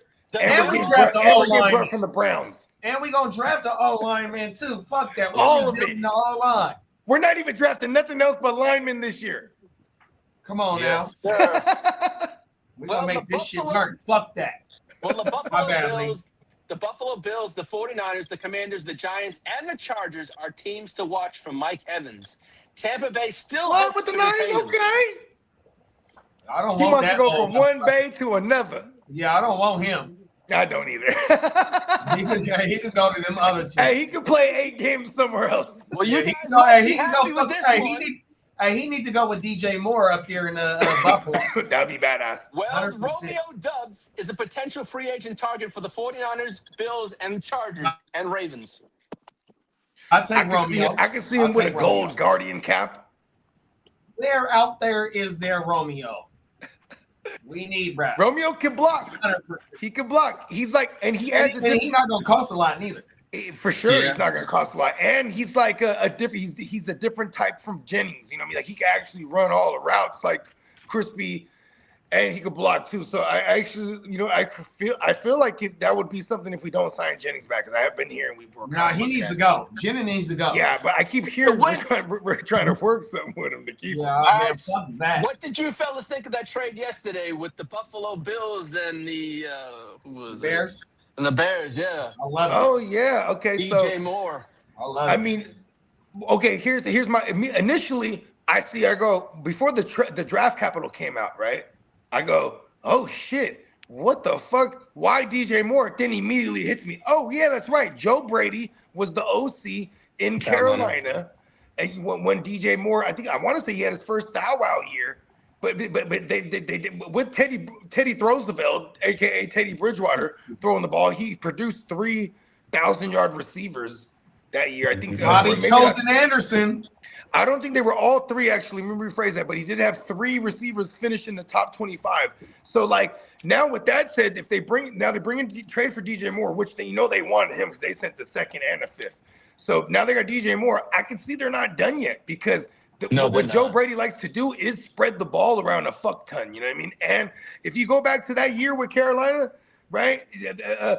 Even Mike Davis and CMC, when CMC was healthy, they both were eating like shit in the passing game too. So now you got James Cook over there. I think they're not done yet. So maybe the Mike Evans and or even Romeo Dobbs still could be a landing spot in Buffalo. You know what I They mean? still got their first round pick.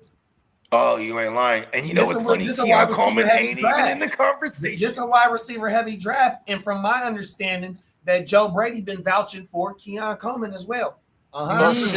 Shout out to Dom 4826. What's up, Shout- Dom? Shout out to Don, man. Hey, That's my Brody partner. said, hey, Bogey, that motherfucker said, yay! Yeah, Let's get that's it, my man. partner, man. He's from the soil, man. That's my partner from the east side. He Fuck out there in the that valley shit. these days, man. Shout out East to up, my guy baby. John, man.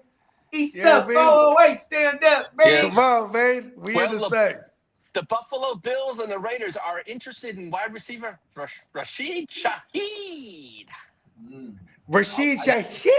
Damn it, the Bills can pull that Hey, off. and okay. Remember the green bean, string bean, chosen Robbie Anderson. Mm-hmm. Remember What him, about Brady?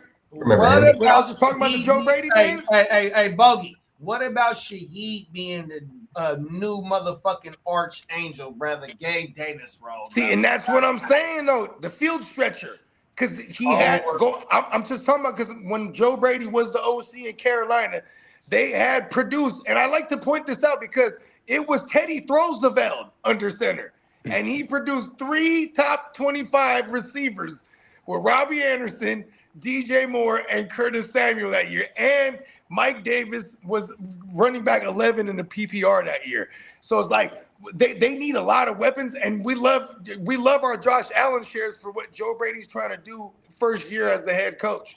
They're going in. They all in, bro. 100%. Hey, you know what? It's not even. It seems like expensive for a 2 and a 5 for DJ Moore. They spent the 2. No, it's not because they spent the 2 on Keon Coleman last year. So like I said, like how we've been talking when we talk, bro, and you said that you've been writing, so I've been writing, bro. I'm gonna tell you like this. It was. Hold on, I got this shit written down. Yeah. That motherfucker really right. Here go the pass catchers for the Bears. This is why DJ Moore didn't have a boom season, because DJ Moore was one of the players I said draft. Also, I had DeAndre Swift as a hat. Here we go, right here. So Romeo was the leading target getter, and he only played 12 games with 90 targets. DJ had 85 targets, and he played 17 games. Colston Leveling played 16 games, 82 targets. Olamide Zacchaeus, 16 games, 65 targets. Luther Burden, 15 games, 60 targets. DeAndre Swift, 16 games, 48 targets. Cole Kmet, 16 games, 48 targets. And then Manangai, 17 games, 30 targets. So you had 7 players with at least over 45 targets. Nobody had over 100 targets, and nobody had over 60 receptions. Nobody had 1,000-yard season. So Russ spreaded the ball around. And now DJ Moore gone to where he's going to be able to get a more of a target share. You know what I mean? And he only 28 years old. Hey, look at this too, bro. At running routes, bro. DJ Moore fell into a perfect situation on top of the Bears passing situation. Just lost somebody that everybody is going to get elevated because you got vacated targets leaving. 100%, bro. Now with the Seattle Hold on, Lee. DJ Moore is going into year 9 of his career, and he's only 28. That's fucking insane, right? And so now he's in his, not only his prime, like you said, tactician at running the routes. And it's crazy because when you point out all the numbers, look at the year prior. Remember, we were hyped on Caleb Williams. Man, he was killing last year. That's why he was winning by much drafts in 2025, bro. And he was able to do all that. 100%. Look at this. Look at this, JD. The year prior to that, we saw it with Caleb because he had 3 receivers that had 100 targets or more. Remember that? And then so now now they dibbled that down. No one's getting over 100, but he's spreading the ball around. So Caleb's going crazy, one. But then that also means that they're running a fuck ton of plays while being one of the most rushingest teams in the league. This is some Ben Johnson shit immediately. It's pretty dope when you look at like Chicago immediately. I mean, let me turn my camera on, bro. So like I said, I've been in the lab cooking, bro. Right. Here we go, right here. 100%. That's the Chicago shit. And I hate to give some insight on the shit that I've been trying to cook up. 100%. All right. No. Hold on. It's all good. You rushing me, bro. All right. With the Seattle Seahawks. That motherfucker said, all right. Hey, I'm just trying to be what's on, bro. Let that shit breathe, bro. Oh, no, bro. Yeah. All right, go ahead, bro. Damn, what is it? Do we got breaking news? No? Okay, go ahead, Lee. I mean, go ahead, JD. Bro. Get your shit on, man. With the Seattle Seahawks potentially losing Kenneth Walker, the Falcons are keeping the Seahawks are keeping a close eye on Algier monitor. That's what Al-Boo-Boo. Yeah, that was and Kidda called that one when he just drafted him in this draft we're doing, right, a couple rounds ago. And he was like, I was like, well, maybe he ends up with Tennessee or something. He's like, I'm thinking Seahawks. And I'm like, oh, shit. So before Hey, you couldn't popped be in the kidding Allen and backstage, shit, though. before you popped in the backstage, he had the motherfucking draft board up and he was showing me his team and he had Al Boo. I'm like, Yeah, look, he just if took he Al landed Boo in like the 3 or right 4 spot, rounds you ago. might be able to send off one of your top running backs because he done landed in the motherfucking right spot, dog. 100%. Yeah, that's a fact. Ugh. Bro. Shout out to Al Boo, man. He deserves and a you know starting you role. know why Al Boo is why they're looking at him too is because life after Clint Kubiak over there, they're gonna elevate somebody who's gonna basically adopt the system in place, right? And then, so when you bring over an Al Boo, he was drafted to what was Arthur Smith. He was drafted to Arthur Smith, who's a Matt LaFleur ripoff. He played under Matt. He coached under Matt LaFleur, and it's all the same. Is what I'm saying though. That's why Al Boo. And he hit 4,000 yards under Arthur, right? Right out the gate as a rookie. It was only him and Ken Walker that year as rookies, who were the only rookie running backs that year to go over 1,000 rushing. Mm-hmm. So it was kind of interesting.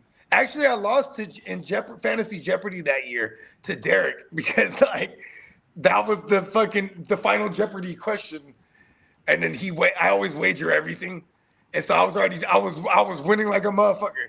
But I wagered everything and I got that one wrong, and he had because I couldn't think of the second one. The second one was Ken Walker, but he missed time early in the year and still strung together 1,000 his rookie year. So it is it does make a lot of sense now in hindsight, coming full circle.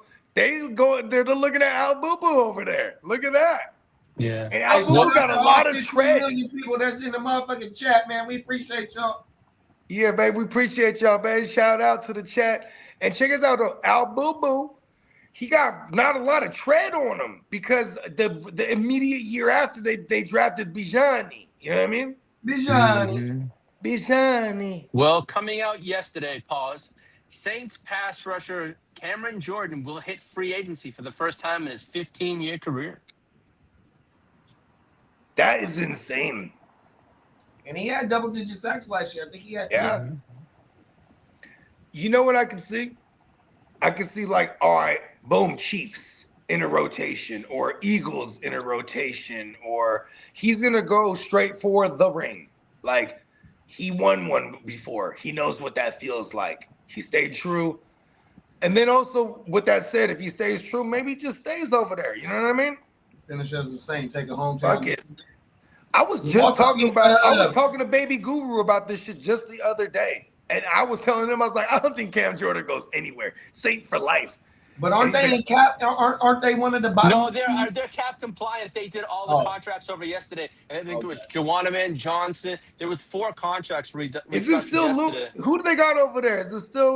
They still got the same GMs forever, man. Mickey Loomis, yeah. They got Mickey Loomis, and they even brought over squinty-eyed Ryan Pace, who used to work over there for him back in the days. Did you see me hire Eberflus?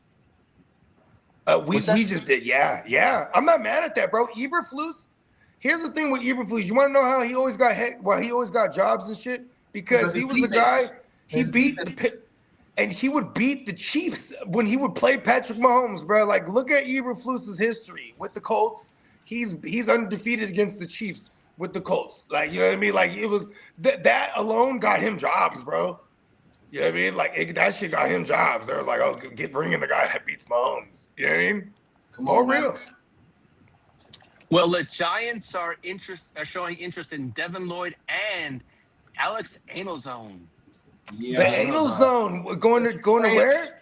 But to the Giants. To the Giants. Last Friday's show, Lee said that they're releasing Oriki. So they did. But also, also the rumor was when Lee was talking about the fucking Fred Warner shit, it was linked to the Giants. So they have to go get a motherfucking inside line. Hey, look, I'm about to dead. Okay, the Bobby Okereke shit. After that, on that same show, I was like, they gonna get Sterling, bruh. Who? They're going Sonny Styles, bro. Bro, they're going Sterling, bruh. On God. Gotta be I'm nasty. saying it right now. That's who they're gonna draft, bro. Big bro. They go get Sonny to go with Burns and Abdul and Dexter. All of them, bro. Yeah, Now, All as of them. the- And then I can see them bringing in like another linebacker that's floating around right now. Like I could see them bringing in the Kobe Dean after that. So why is Dre Greenlaw being rumored to come back to us? Pause. Is he Okay.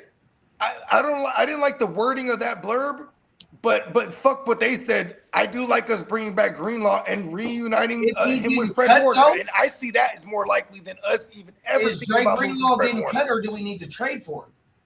No, I think he might be released, bro. They say he could be a cap casualty. Yeah, because they overpaid him to do nothing. He's gone. He's gonna double dip. So that means he will come back home where he still owns a house in the Bay. If we can bring Dre Greenlaw back, bro, that'd be some nasty. Come on, bro. Because I wanted the linebacker from Atlanta to come back with Raheem. Pause. 100%. Yeah. Oh, Caden Ellis, I'm with that. The Ellis boy, yeah. I'm with it. Well, and Greenlaw, all of them. Come on now. Well, there's all of them. There are 4 teams willing to break the bank for offensive tackle Rashid Walker, and it's the Patriots, Chiefs, Giants, and the Browns. Is that the boy from Green Bay? Rashid Walker, I don't know. Ooh. Rashid Walker. Rashid Walker. He had the motherfucking 100 the free agents up too. I seen Bruh's name on my mama. Yeah, there's hella linemen. Either from Green Bay or from Pittsburgh. Now, the Patriots are very interested in Alex Pierce and are expected to make a strong push in free agency. Pause. That is such a Patriots move. That's my hey, favorite. he can block. He's looking at a 4-year, $130 million contract. Hold on, Lee. Alec Pierce, I swear to God, feels like a Patriot move. That's like bringing Chris Hogan in, but like back in the days, remember that? Like, the lacrosse player. Yes, and Alec Pierce is a motherfucking blocking machine. He'll never leave the field, and he's like so athletic. He blows past defenders routinely. Okay, Who goes down the field? Who goes down the field routinely? Mayday. We got it. Hey, one more thing, Lee. Hold on. Let me get some shit off real fast because Peacock got some dress with shit.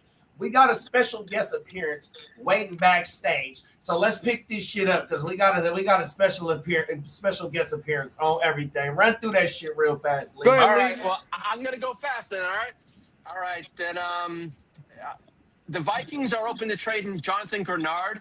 What? He been linked to the Niners. Yeah. The teams believe Minnesota seeking a day 2 pick for that. The Giants have received multiple trade calls for Thibodeau. We know about the trade between the Rams and the Chiefs. You know what? There it is. Bong, bring them out. Let's do it. Let's go. What do we got? We can bring on our guest. Oh shoot! Well, let me text him. he was in the backstage. He was just chilling out. Okay, he left. No, well, he would just text me. He was like, "I'm chilling by my piano. Like whenever you guys are done." I didn't know how long we needed to go or whatever. No, I'm good. Yeah, he was letting me know that. He wanted to kind of kick it with us for a little bit, just kind of go over some stuff that he's been going on. We can kind of promote some of the deals that he's been doing. I've been doing some graphics for him. I think I just picked it up in the Force. Who it is? Let's go. Hey, I got it. Hey, I got him coming. Hey, pause. I got him featured in my next video up. Oh shit! I got it from I got the scene from the movie that bruh featured in the next video that I'm going to see. The Force. I am correct in the Force. Yeah. Facts. Yeah, and he hit me up. We're gonna get a special guest on here, so we're gonna get it right back on the line. Very awesome, dude. He's a friend of the show. You guys are gonna. He's an oldie but a goodie. You guys have, and I say that not because he's older than me age-wise. I'm talking about because you guys have seen him before on here, and this is badass. I'm excited. Yeah, he just texted me like 5 minutes ago, so hopefully he sees this text. I could get off. Oh, maybe he's getting a call because he just got sucked into the Matrix. Yeah, Nelly probably called him. He's like, "Hey, brother." That might be it right there, man. Yeah, so we'll see what's happening with that. I got that scene already edited. Like how you sent me the video about the Sonic the Hedgehog shit. Oh, yeah. I got his scene in one of my shits that's coming up, bro. No lie. That's what's up. Yeah, we were talking about I think one of those particular scenes yesterday. He said he wanted to, because it's gone viral a couple of times. So he's like, I'm gonna try to push that again and see what happens. So might do some editing for him in that regards. Come on now. I'll see what happens. Bro. Oh my God. Yo, the commish. Let's link him up. Let me see if I can get the Crooked. let me see if I can get the link for you. Okay, Out the cool. crook, man. Well, we have 167 days to the West Side draft. Oh, shoot. That's West awesome. Side. I got the. Hey, I'm having the belt on the whole weekend, bro. Oh my mama. The motherfucking championship belt, man, gonna be around my motherfucking chest, man, strapped over like it's a Gucci fanny pack, 100%. Oh my mama, West Side, bro. There not be no trophy at that motherfucker, because I'm gonna be walking around with the trophy as well. I'm coming with my own championship belt. Oh my mama. It's called the Guccini belt. I need to get one. Okay, Crook, I just sent check the group chat. I just sent you the StreamYard link. And same thing for Nelly. He said that he was going to call, actually, I think his director or producer that was on one of the films for him recently, see if he could join also, so we can get some Hollywood talk up in here. Cold world. Yeah. We about to get blessed with some real game. No problem, Crook. And Crook, I saw you were at a game recently. Maybe you can let us know what's up with that when you're on. I wasn't able to peep the scoreboard to figure out where you were at. It looked like a basketball event. And the motherfucking WBC out there right now. I think we play Brazil either today at 5 o'clock my time or tomorrow at 5 o'clock my time. Oh, look at that. The Bills just released Curtis Samuel. Oh, wow. 50 Cent Jackson. Got him. Gotta go, bro. Dolphins are to release Jason Sanders after 8 seasons. They're going to be looking for a new kicker. Shit, our kicker want like $5 million. Pinheiro. Oh, yeah. That motherfucker want like $5 million, bro. I'm pretty sure the Texans locked in Fairbairn on an extension. Let me double check on that. Kiami. Fairbairn contract. Pretty sure he's signed. He's restructured his original. Hey, Danielle got that 40 million, bro. Hey, Danielle not playing. Hey, I'll take a 1 year deal for 40. Are you serious? That put me at the top 5. 30 guaranteed, yeah, for Danielle Hunter. Yeah, they restructured Kaimi last year. Perfect. Yeah, Texans know how to do it. Extend the guys early, pause, restructure a year or two later, make some more room, because the cap, like I always say, it's just a made-up number that doesn't exist. Bro, if we can get that old line fixed over there, bro, CJ, bro, it's too many. Bro, and look, fucking, you got to go watch the Steve Smith breakdown on Jaden Higgins, right? And him and fucking Palmer, they veer off and they get to talking about Tank, bro. And then you know how Steve Smith is. He don't take no motherfucking shit. And this is coming out of him. And the words that he heard in that locker room, that Tank is the alpha of the wide receiver room, bro. And he moves helps well. everybody when he's on the field, bro. I mean, I've looked at a lot of his routes when he's healthy, and if he can get, kind of close to being back to that. Hey, we got the Cricket Commission in the house. What up, Cricket? What up? As I was saying, though, if Tank, can just kind of get back to some of that, he gets open. Like, the guy knows how to get open. He's twitchy. He's quick off the line. So, if you can a quick 3 or 4, just an extension of the run game. You have a pass play that's like a quick 3-4 yard hitter. They missed that. If it's not a slant to Nico, which they don't call often, you weren't getting that. You were getting like a late wide pop or a late dump off, or by that time CJ Stroud didn't know what to do with the damn football. He was getting sacked. So I feel like somebody like Tank, who wins off the line of scrimmage quick, you can get him with some quick hitters, a quick out route for some cheap yards, and pick up a first down on a 2nd and 3. Like, that shit worked for them when he was healthy in the lineup. So, just a chain mover, a chain extender, and then somebody who once in a while, when it turns into backyard football, he knows exactly what CJ Stroud wants to do, and they find each other on those broken plays. So I feel like he's been a big part that's been missing the last couple of seasons because of the injuries. Now, staying healthy, that's a big thing. Yeah. I mean, the dude is as big as I am, so it's I'd have trouble, I think, staying healthy in the NFL too. For sure. Y'all Well, definitely- thanks guys for having me on. Of course, bro. Hey, you're a fucking playmaker. What you mean, man? Where was the game at? Where were you at? See, and I was at the Bulls game last night, hence why I'm still wearing last night's clothes Oh, and stuff. shit. It was, Nice. yeah, Oh, they was the playing my sons. Bulls by two here. Was And that they was started. Booker playing last night? Booker was Crockett, playing. Turn your sucker out. There you Very go. nice. You need to mail that shit to me. Yeah, There you and go. over my dead boy. What do you call it? The Bulls started the damn JV squad last night, man. I didn't recognize any of the starters at all. So, and they still. Who they They trade pretty Vucevic to? Boston? What's up? Who they trade What Vucevic to? that? Boston? Yeah, I believe so. That's where they got like the Simmons kid from. Motherfucking, what's the dunk champion? He was in Sacramento. I can't think of his name. Oh, Zach LaVine. We got LaVine. I don't say we, but Sacramento got Zach LaVine. Like last year, I think that was. Or maybe the year before they got Zach LaVine.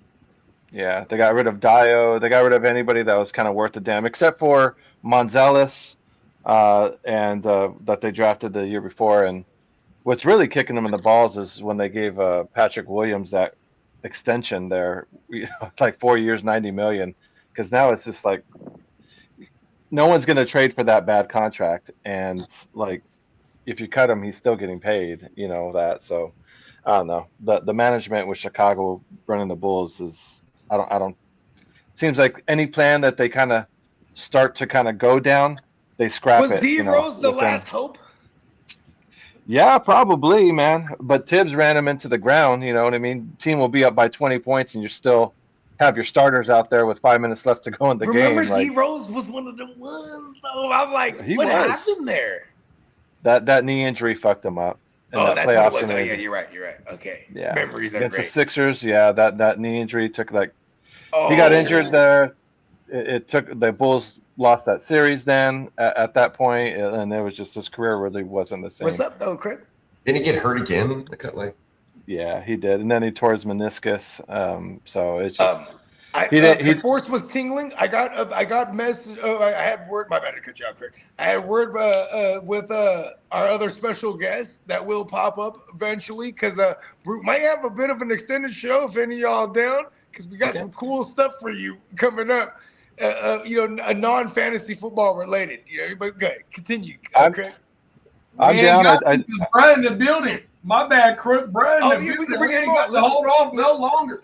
Let's bring him on so we can get a mic tested too. Pause. sounds good. Without further ado, welcome to the studio. Welcome back to the show. Welcome back to the GWN Network. Our good friend of the community and actor, musician extraordinaire, Mr. Nelson Tynes, everyone. There he Yeah, is. and writer and director even. He does a lot. Yeah, he does it all. How you doing, Nelly? Oh, you're a little low. Let's see. Oh yeah, go on to Scarlet and turn it up. Turn it up on your Yeah, interface. Let's see I that. can do it. Hold on. I can also Oh, okay, crank you up turn the up. volume down here. Is that better? You getting bit. better? Up. On your end, Nelly, can you turn it up on your Scarlet? Yeah, I just did. There it is. Yeah. Let's get a little more. Let's get a little more juice. A little more? It's Yeah, like just a 3/4. little bit more. Where you at? You over That's good. 50? That's good. Oh, that's crispy. I'm like 2/3. Okay, 2/3. two-thirds. That Okay, sounds- pause. Sounds good. It's funny because when I was doing the podcast with you guys, I did this on my own, but I'm rusty right now.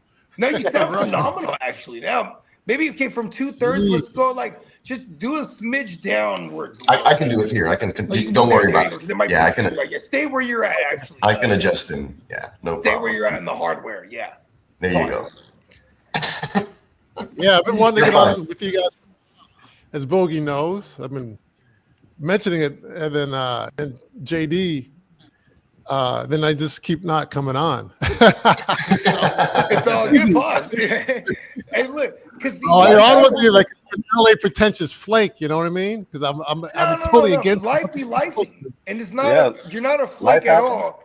We actually pride ourselves on, for our guests as well as ourselves, content at convenience. Like no one's forced to do anything. Like at our convenience, and like even this time, like when you got something to promote, anytime that we're on, you know what I mean? You always got a platform for that you could utilize, you know what I mean? Because we're also trying to build a platform at the same time. You know what I mean? I love that. Yeah, I love that. Why not? And we'll Yeah, see. man. What's up? Good So I've been looking out. working on the film. Yeah. So I say, yeah, I've been Nelly, working. what you got cooking right now? Well, I'm an actor by trade, right? But I've been scoring these films lately because I play piano. I've been spending more time on doing that, and I think I like that a little more because the young Sheldon guy used to make food for him and his mother, and it was training him. Actual young Sheldon, for those that don't know. Oh wow. Yeah, this is a Hold on, nickname. hold on. It's the Hey, actual Nelly, young Sheldon. Nelly, tell him, vouch for this. I was talking, so Nelly will call me, and he's in motion, right? Oh, yeah, Nelly's yeah. doing Nelly things, and he's like, yeah, because he's also by trade an actor trainer and or mentor as well. So in this case, he's got a hired gig. He's like, oh, where are you going? He's like, oh, man, I'm gonna go train my guy, and he says the name. I go, how do I know that name? That's young Sheldon. Really? He's like, yeah, I'm right here, walking in through his door. Puts me on the phone with young Sheldon. No shit. That's dope. And I said, bro, your show is awesome. And he said, thank you. And I heard the young Sheldon voice. I was like, oh, shit, it's him. He said, actually, it's very awesome. I did the same thing to my mom. It was her birthday, and then I put him on, and she didn't know. She's like, "Oh, young Sheldon," no, because she watches the show. You hear that voice, you know it's him. Was my son's favorite show for a good period of time as well. I really like that young Sheldon. It's funny, and it's based in Texas. The character's from Texas, so there's some relatable things. It's pretty funny. Come on now. Yeah, and I brought him up because I was gonna say he asked me. He said, "Nelson, if you had to choose, we're working out in his basement there." He said, "If you had to choose between acting and music, which would you choose?" I'm like, "I like both of them." He says, "No, you got to choose one." Glad he didn't have a gun on him, So Right. I said, if you're gonna say it like that, music, because it's more. It's just. I mean, I told him it's kind of a little more skilled than acting. No offense. Ian, but he didn't take offense. He said, "Yeah, I can see that." Music's hard for me. It doesn't come easy. So. No one can act like a musician. Good point. Good point. Oh, good point, Bogey. Bogey's dropping some gems right now. I didn't realize I just said that out loud. Yeah, that was pretty tight. I've seen actors I can try to go do in there it. and act like an actor. Who would I need? Would I need to be a 1920s fucking bank robber? Hey, look, Shay. You know what I mean? Boom, nailed it. I mean, even You to the can't content, be like, oh, here, play this bass guitar. even to the content that we're previous to doing and who we cover, we see athletes trying to jump into the musician world, and a lot of them, bro. Might not work. You better actually have the talent. Do you remember Like Antonio Brown. Whoa. You gotta be in Whoa. Right, what was the right, receiver right. Moncrief? Dante Moncrief. He Oh, yeah, actually the receiver played for the the Colts. bass. Yeah, he actually played the bass. So when he scored a touchdown, that was his. Slap the bass. Oh yeah. Yeah. That's like the Kings player. He's a jazz musician, not Odin Polynice. His name is but he's a well-known jazz player, bro. I can't think of his mouth. He's well-known. Coldplay? I'm gonna Google his name. Coltrane? I mean, I said Coldplay. No, that's for the CEOs. That's I've the had a CEOs few- get busted with their affairs. You're thinking of the wrong thing, my friend. Yeah, okay, go. Hey, Nelly, Bogey, so- hold on a second. Go ahead. These The stage is yours. Go ahead. No, these two guys, I've never met these guys, so we have to Oh, yeah, introduce ourselves. The Chargers yeah, guy. Nelson, I'm Lee. Pleased to meet you. Yeah, that's Yeah, our guy Lee. here to the streets, Lee. He's one of our brothers Lee, okay. from another Nice mud to meet you, drip. And then we got our guy, the cricket commissioner, our guy Tony. You know what I'm saying? I don't think no one calls him Tony, actually. I don't even know who that was. You said it And he's too. he's also our brother. He looked from around like, another mother. What? Somebody new to come in? Don't call me by my government name, damn it. I was gonna say. No, That's it's like Fuck when people Tony. call me Miles. It's like Real name. nobody calls me that. His name is Fuck Tony. Hey, It's fantasy, but then I remembered it was his fantasy op. Shout out to the mouth. Oh, his name is Wayman Tisdale. Orange His juice. name is really fuck Tony. in Hey, his hey, sleep. brother's name is Wayman Tisdale. He's a famous jazz musician on my mama. And he played Tisdale, yeah. Tisdale. Wayman Tisdale on my mama. Brother, What were you saying, Nelson? He's known in the music industry. Get research on that, JD. On my mama. And you still doing OJ and a blunt on the Saturday mornings, right? No, we put it on a pause. We're on an off we season. didn't completely end it, but it's on pause right now. It's in the back burner. It's because we had to reiterate because they started being really difficult with letting us use free stuff. To me, Nitpicking. to me, in my opinion, they're starting to censor us. We got to talking about too much real shit. So I got a copyright strike for some bullshit that's like public freedom of speech like type shit. Oh, like stuff that we were saying and phrasing. No. It was the use of a video, and then the original people who shot it as a third-party company, they sold it to the. They red taped all that. What I also seen is motherfuckers can do. Just if you don't like what you're saying, they can strike your shit because it's they shit. Yeah, that's what I'm saying. Like verbiage. Yeah, the Matrix is real. The Matrix is real. Bro, he talks about it all the time. If I'm saying like cock, pause, I might be talking about, but what I'm talking about like cock-a-doodle-doo, like a rooster, you know what I mean? Like there's certain things. I'm just saying. That's why you gotta say corn. You gotta say corn. Pause. Either way, regardless. The pause and allegedly probably save a lot of means something. I might be talking about a rooster. So, and I've been saving stories. So I'm glad you asked that too, Nelly, because I've been saving stories like for the fellas. I don't know if y'all been too hipped up on the Terrion Arnold shit. What's going on with Terrion Arnold? The cornerback that plays for the Lions? Yeah. Oh yeah, the robbery. Yeah, he got in a string of robberies. Not him, but the people's that's related to him. That's related to him. They allege, never mind. We ain't gonna talk about it, but I've been saving shit for us though. I ain't gonna lie. Okay, so here's what I think that OJ in a blunt for breakfast can morph into, because Nelly was an unofficial member too, because we always wanted to incorporate Nelly. And like here's what I would say is like instead of showing the clips, we could just read the articles. You know what I mean? Because there's nothing wrong with that as long as you're always giving credit to the writer. Yeah, you can pull up the article and say like, this is an article from so and so from the whatever Gazette, and then highlight right here. They talk about blah, and blah, then blah. activate reaction. There's ways around stuff, but they're just making us want to work harder, which is awesome. Listen, no one can outwork us. Bones is the one that tells us, listen, I done died 1,000 deaths. No one outworks us.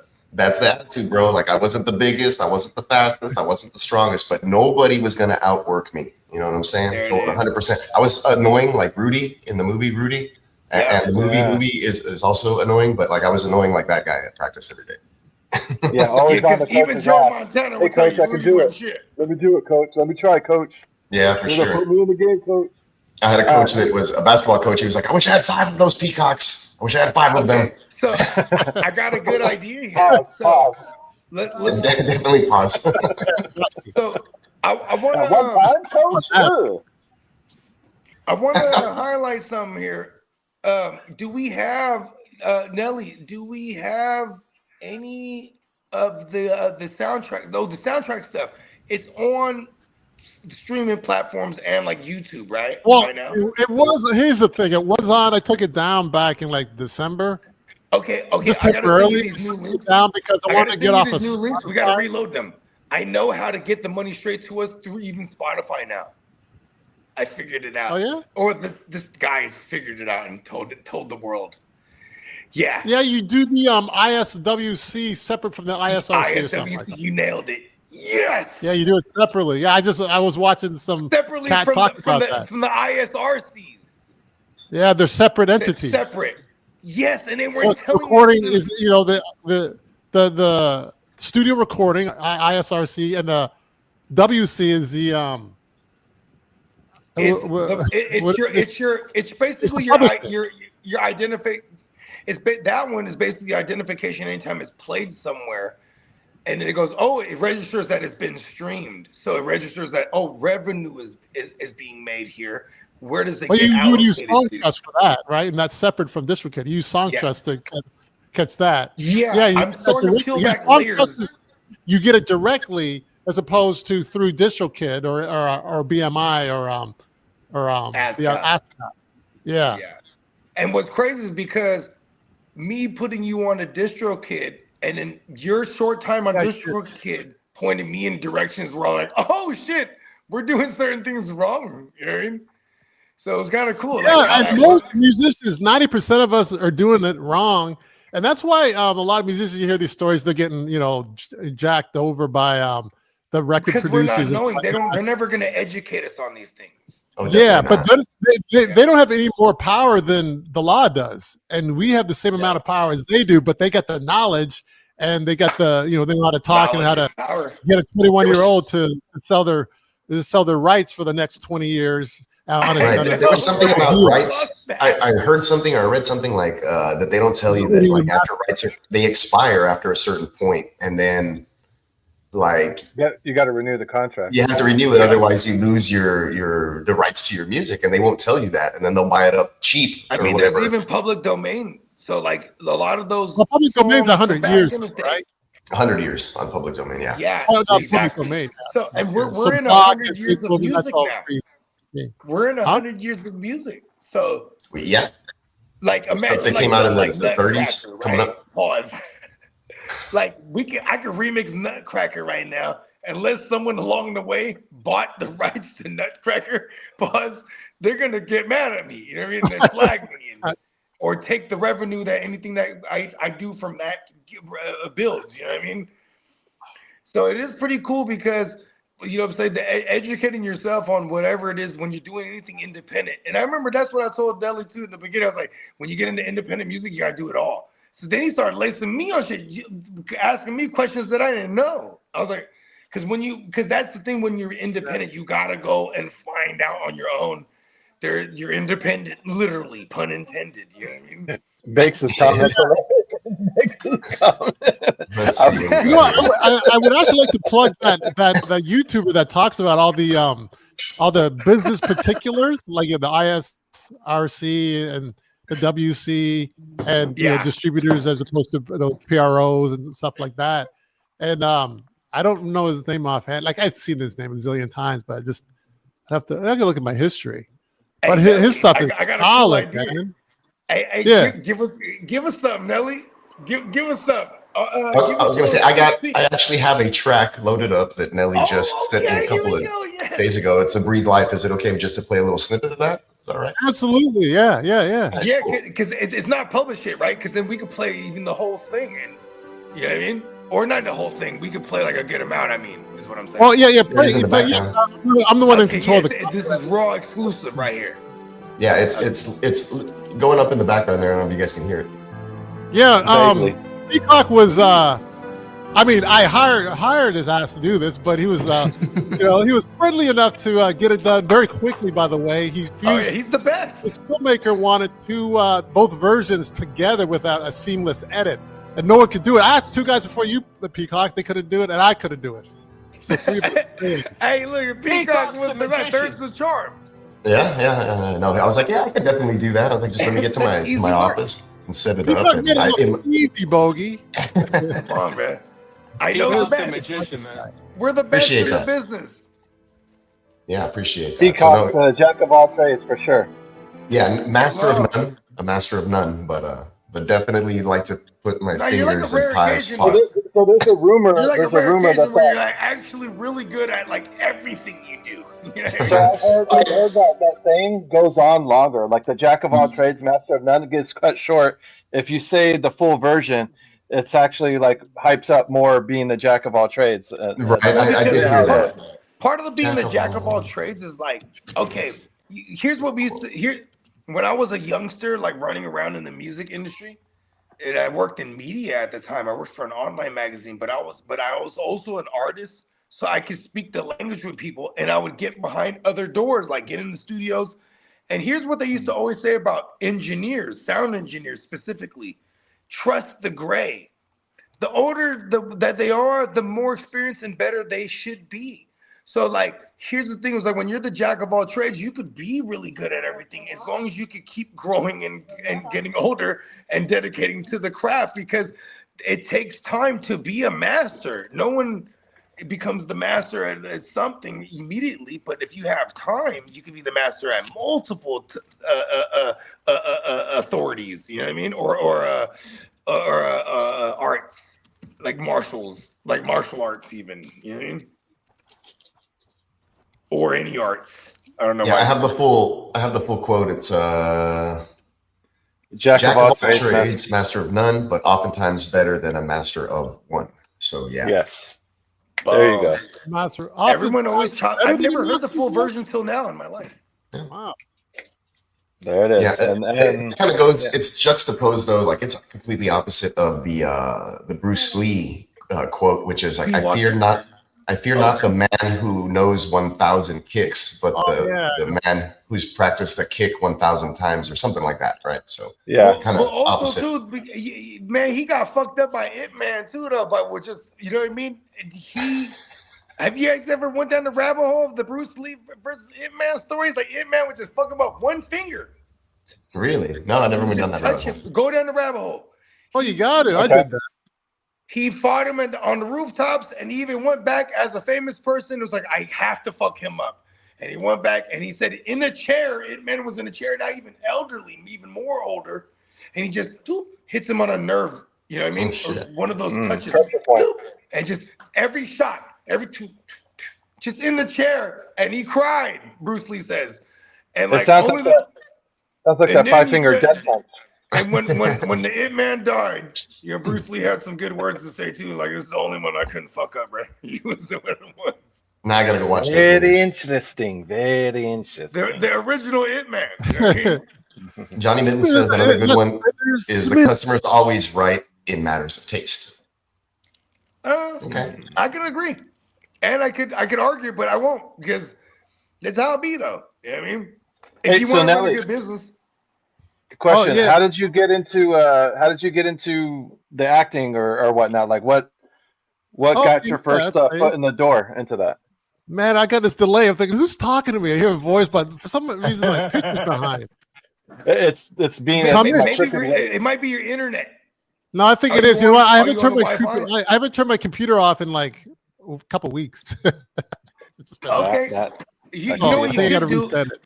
Yeah, go ahead and refresh, because we got some good questions for you. So go ahead and refresh. Well, it's only behind by like half a second, like a second. No, it's not too bad. We can wait. We'll pause after. Yeah, Cricket was asking how you got into the acting business. Yeah, you know what? Well, I started acting when I was 8. I was interested in doing it in 3rd grade. I remember doing a play, The Wizard of Oz. And you know, Keith David? I read Keith David's bio, and his first play was The Wizard of Oz. And I used to think I'm lying now. That you know.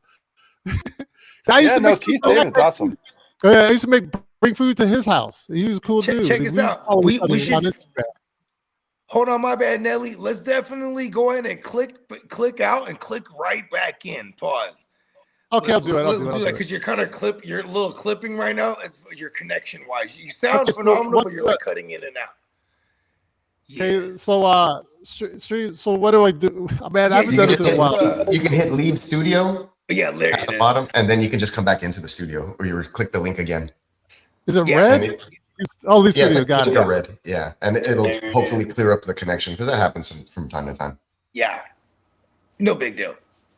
Derek, you're right. IT man, that dude. I love that dude. He said that dude loved the man's movies. The Ip Man movies. I have not seen those. The Ip Man movies were based on like as a tall tale, and it was some other guy. It was some other actor playing Ip Man, but the actual Ip Man is what I'm talking about. Who it is based on. Those movies were based on his lore, because he was the crazy rooftop fighter. Had the Wang Chung style master, you know what I'm saying? And he mastered the one finger shit. Like, he would fight you one finger. Because also you got to remember, these motherfuckers was in touch with their chi, bruh. You know what I mean? Like, Yeah. They would not have sex for like years on end to build up power, even. You know what I mean? To just finally in any moment of battle, Saving up the chi. That's dedication, bro. I thought I was Tantric energy. Mm-hmm. Good That's for them. the dedication, bro. You know what I mean? Gee, for real. Shit, that's a commitment that I'm I fucking, cannot. bro, and I'm getting that my I ass cannot sign kicked. on Fuck to. it. I'm sorry. That's not for me.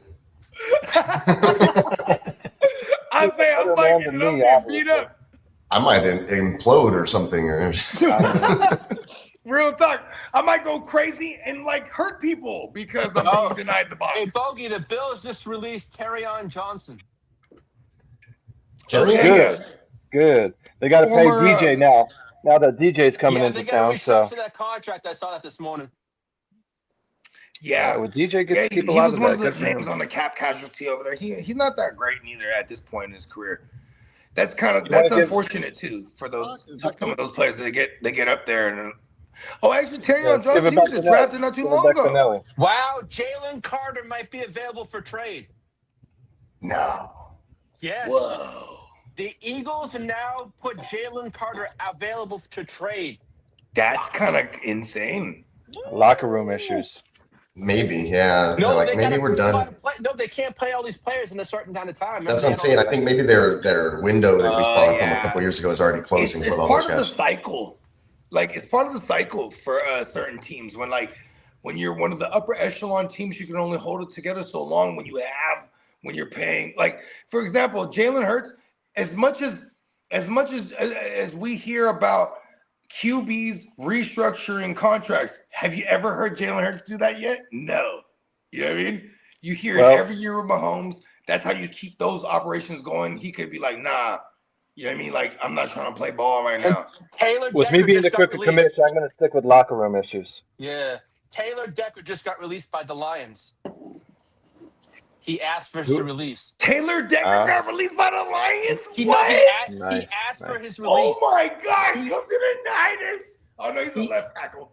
He asked for his release. All right. The contract talks broke down, so he in asked for his real release. time? Yeah. It's right now the free agency is about to kick. It's like days before like this is why we call official, but we're hitting all the rumors and connecting the dots and stuff. This is why we call Lee the ear to the streets, because that microphone that's right there, like he's the Adam Scheffner of this group here, where he's always watching, always checking his phone and being like, oh, what was that? Yep, it's official. It's official. That guy fucked. So yeah, Lee's got all the intel. Hey, Crooked, why we got you in the house? Do you think your Bears are gonna sign Tyler Linderbaum or what? Man, that would be a nice upgrade if they do. They're clearing cap space. $26 million a year. It ain't going to be cheap. It's going to be one or the other, man. They're either going to spend the money on the center or spend the money on another defensive end. If you can't get Linderbaum, go after Tyler McGovern from the Bills. Yeah, we'll see. We'll see what happens though. But I want to give it back to Nelly and his story. My apologies. My bad. No, it's okay. I was thinking about that $26 million a year. That's a lot. Like, what did he do with all that money? You know? Well, like hopefully they invest. The cap went up. Hopefully they invest. Hopefully they have some charities. They pay off some bills. Hooker and blow. That's what they do. They go ski. I would make my bills nice and small, so I have even more a money. little compound, maybe with like 3 or 4 homes within the property. That way, my family can come in and move, like my close family that I trust. Yeah, have your little own cul-de-sac there. Yeah, exactly. And then like make sure all those things are paid off, and then buy some rentals, property, or whatever. That way, have passive income. Invest the rest. Maybe get a financial advisor. Boom. I'm doing smart. So this is what you just said. I'm doing that on a microcosm, right? Where like, okay, I got this other rental property, but now I realize I go, oh shit, they're charging me to having a rental property, but I'm renting it to family. So I go, you know what? I just own this property because I actually do. And then you guys just live here and then pay me and I don't have to pay taxes. Exactly, yeah. Right. Help me pay for the mortgage or You whatever. have family that are already renting in these fucked up rent markets, right? Like, listen, just rent for me. You know what I mean? Yeah. Because man, the last 2 years paying the passive income, like the tax I was like, well, I'm not making money off that actually. Like I pay for that. because it's not tremendous. Like it's more closer to the rent to market, or what do they call it? Rent to debt ratio, or not rent to debt, debt to Own? Death to ratio. something debt to loan ratio. There's a certain term. There you go. For that. I think that's it. That's Yeah, the I've one. heard the Yeah, term. I'm dancing around. I've had a few, but yeah. So yeah, that's one of the things. I'm like, oh shit, if I'm gonna rent it out to my family, might as well just be like, listen, you live in my house. You know what I mean? And you pay the mortgage now. Debt to owner equity, something like that. I don't know. There it is. Thank you. You can probably Google it. Yeah, I think that's what came up when He was in the ballpark now. debt to owner equity ratio. Or And there's a debt to formula. There's a something formula ratio. for it. Debt to Equity. Debt to equity. Debt to equity ratio. There it is. Which is the total debt divided by total shareholder equity. See, and then because I wasn't charging hella crazy, I'm only charging market value, but the mortgage on the house, you know what I'm saying? So the overhead was very little. And like, oh, I have to pay for this shit now too, even? I think I lose money in the end. It's not lose money, it's because they're like, oh, I need to take a lot of what you made. I'm like, what? I spent it all away.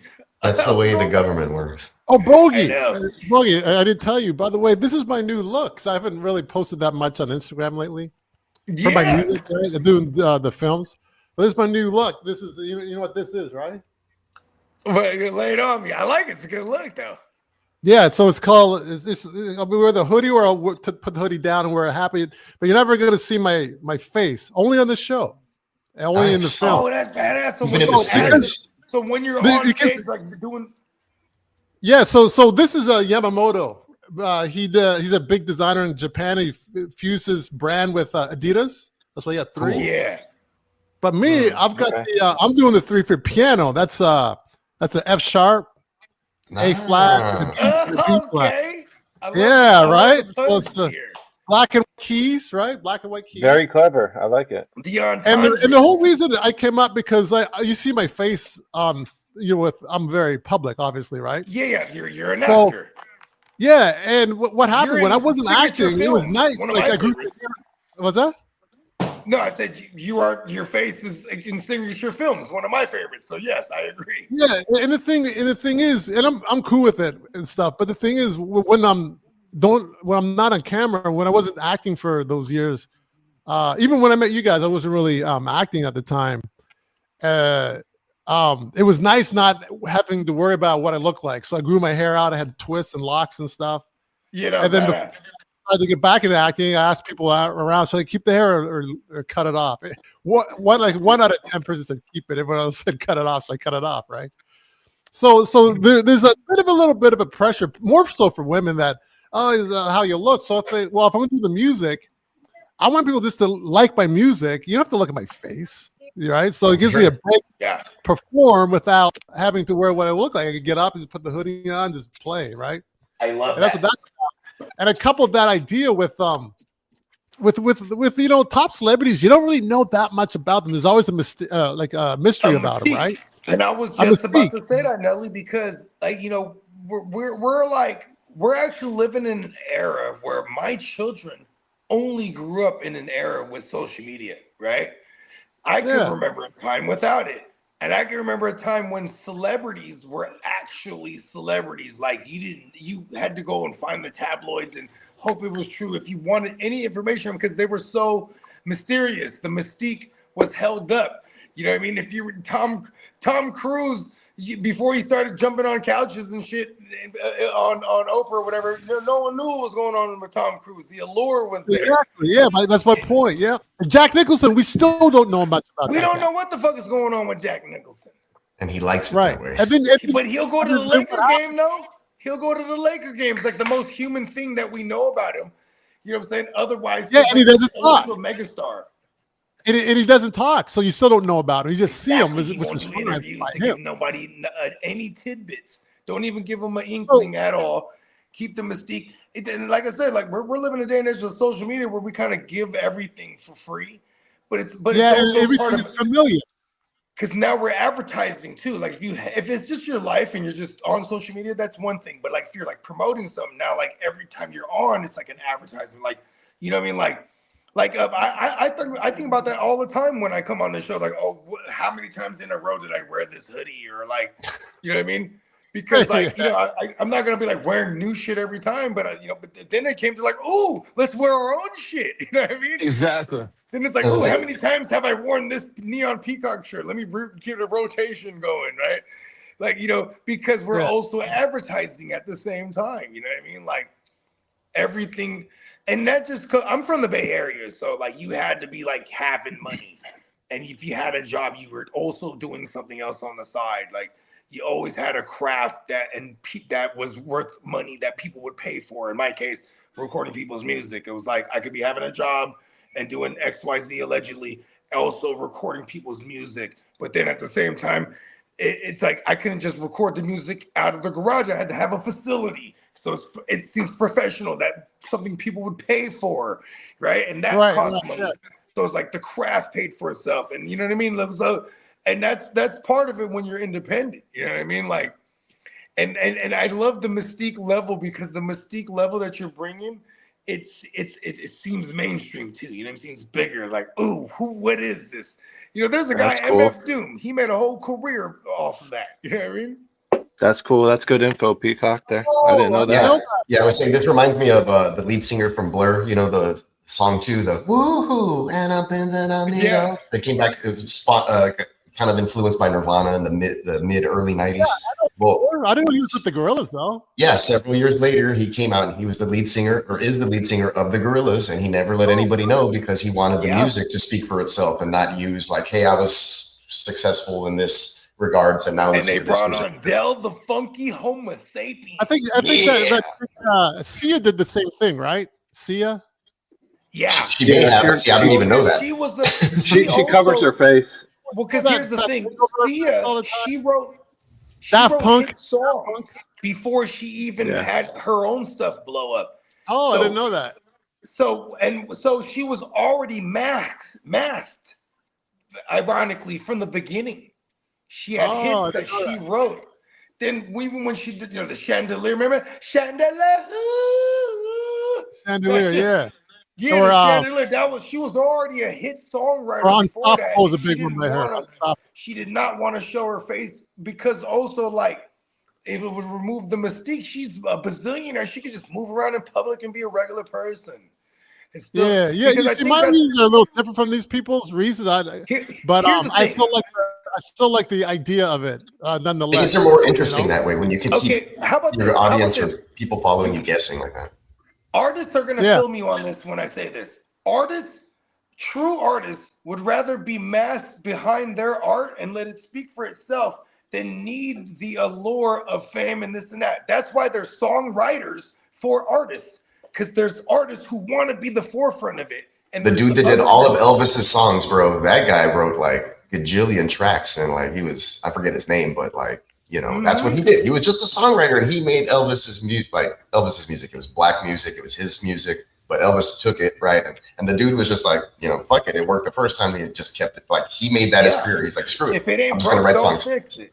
Exactly. Which is wild. Cool. And it just depends on what you want to be, right? Like what you want to, like, you know, like some people seek, like we're actually living in a day and age where clout, they're the youngsters, and God bless the youngsters, you know what I'm saying? I pray for them, because I have youngsters myself. But you know what I'm saying? Like to be like clout is currency now. Like, you could be known and have a bazillion followers, but if you're broke, that don't matter to me. You know what I mean? Yeah. Like, everyone knows you, but you're broke. That means everyone knows you're broke. That's how I look at it. You know, I used to ask me, what's worse than being broke? What's worse than being broke? Is being famous and broke. Yeah, everyone knowing you're broke. Yeah, and then imagine this, what it does to the psyche if you live the lifestyle. Now you're trying to keep it up, or the look of it, and like keeping up with the Joneses. Yep. Yeah, so you know, a lot of times true artistry, you'll see it from the beginning of what they want out of it. Like, you know, like, listen, do I want to be like super seen and be out in the forefront, or do I want the actual art to speak for itself? Like, I feel like we're actually in a good era right now where true art is speaking for itself again. Like, even in the mainstream, the whole Kendrick versus Drake thing. I thought that in a metaphorically speaking, that was great because like great music lyrically and with thought put into it and thought provoking music with Kendrick defeat the commercialized structured mega machine pushed Drake. You know what I mean? Mm-hmm. Yeah, because now Now you're Bad Bunny. and I, you know what's crazy? I don't know. Bad I don't know Bunny? anything about him. But to be Well, here's honest with what's you, dope about Bad I know Bunny he is performed at the like Super Bowl. That's all I know about him. okay. Remember back in the days we had the British invasion. Why did they call it the British invasion? Because they blew up in America. Because back in the days, I got. it was I actually got to jump off. I'm going to go to the Cubs spring training game. for All sure, right, Chris. Commish, take I care, see man. you. Great content. I'm looking forward to seeing. Commish, Yes. We'll see Hey, what- nice to meet you and whatnot. And I'll look out for you more of your work, Nelly. So it was a pleasure meeting you. He's Man, in appreciate paid it. in full. Yeah, he is Big, definitely in paid in full. Go back and rewatch Paid in Full. Great. All right, Yeah. One of Commish, the have a lovely classics. weekend, man. Enjoy. Hey, have a good time out there in training. Hey, Yeah, good man. luck. Shout out to you, You Chris. too. Appreciate you. Take an umbrella and some sunblock. Be safe. What's Be JD safe. doing? I'll drink a few for you. He's from Arizona. He's working in the shadows. You got it, bro. He's gonna find his shadow somewhere. Now, JD's probably he had a whole bunch of pups, so he's probably doing stuff with that. Where'd JD go? He was handling a couple of the puppy action going on. He just had that's part of his. He has a business where he does he has litters of Rottweiler puppies. So he's going through he has a litter that he's attending to more than likely right now. Oh, okay, got it. Behind the So if I was scenes. to ask, wait, was that Commish who asked me about how I got into acting? Yeah, lay it on us. I've never asked you that either, actually. You started when you said I didn't remember. I wasn't aware that you had done some stuff when you was child too. No, that was just in school though. But I was gonna say that going back, we're talking about the mystery of things was another thing to add to what I like about the mysteriousness of actors. And like the real big actors, you don't know much about them. And then you got ones like remember J-Lo and Bennifer. Remember all that stuff? Yeah. When they start Ben combining Affleck was with J-Lo, for instance, right? Yeah. The I'm just thinking an arbitrary And then couple he where was they both not with her, and then he was with her again, and then he's not with her, and then I think now they're back together. I don't know.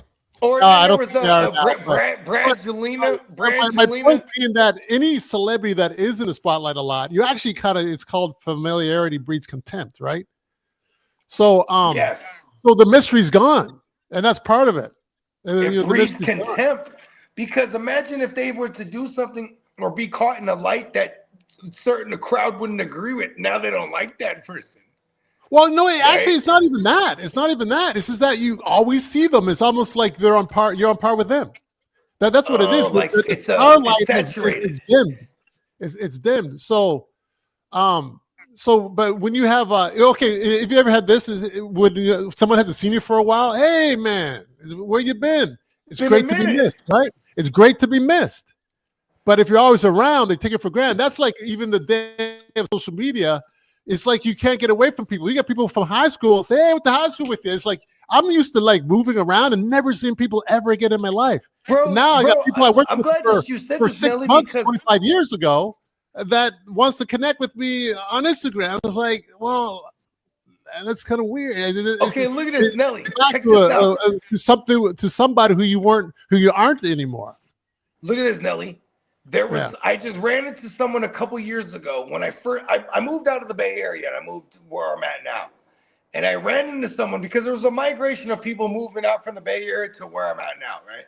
So like I had ran into someone that I know, but I went to high school with him. I never kicked it with him, but we have been following each other on social media. So when I saw him for the first time in 3-dimensional space, it was like, hey, what's up, bro? Like he sees me first. Oh, what up? Well, what shit? What up? You know, we don't even really know each other like that. But then he says, oh shit, you just came back from such and such from Vegas. Like, yeah. No, you just came back from Greece. Like, yeah. We don't even fucking know each other, but we fucking see it because we're broadcasting what we are doing. You know what I mean? Right. Even though I haven't physically seen them since high school, and we just happen to be of the same mindset along the way, moved to the same, geographically relocated ourselves here, run into each other at Target to act like we actually know each other when we encounter each other. Isn't that kind of crazy on the flip side of it?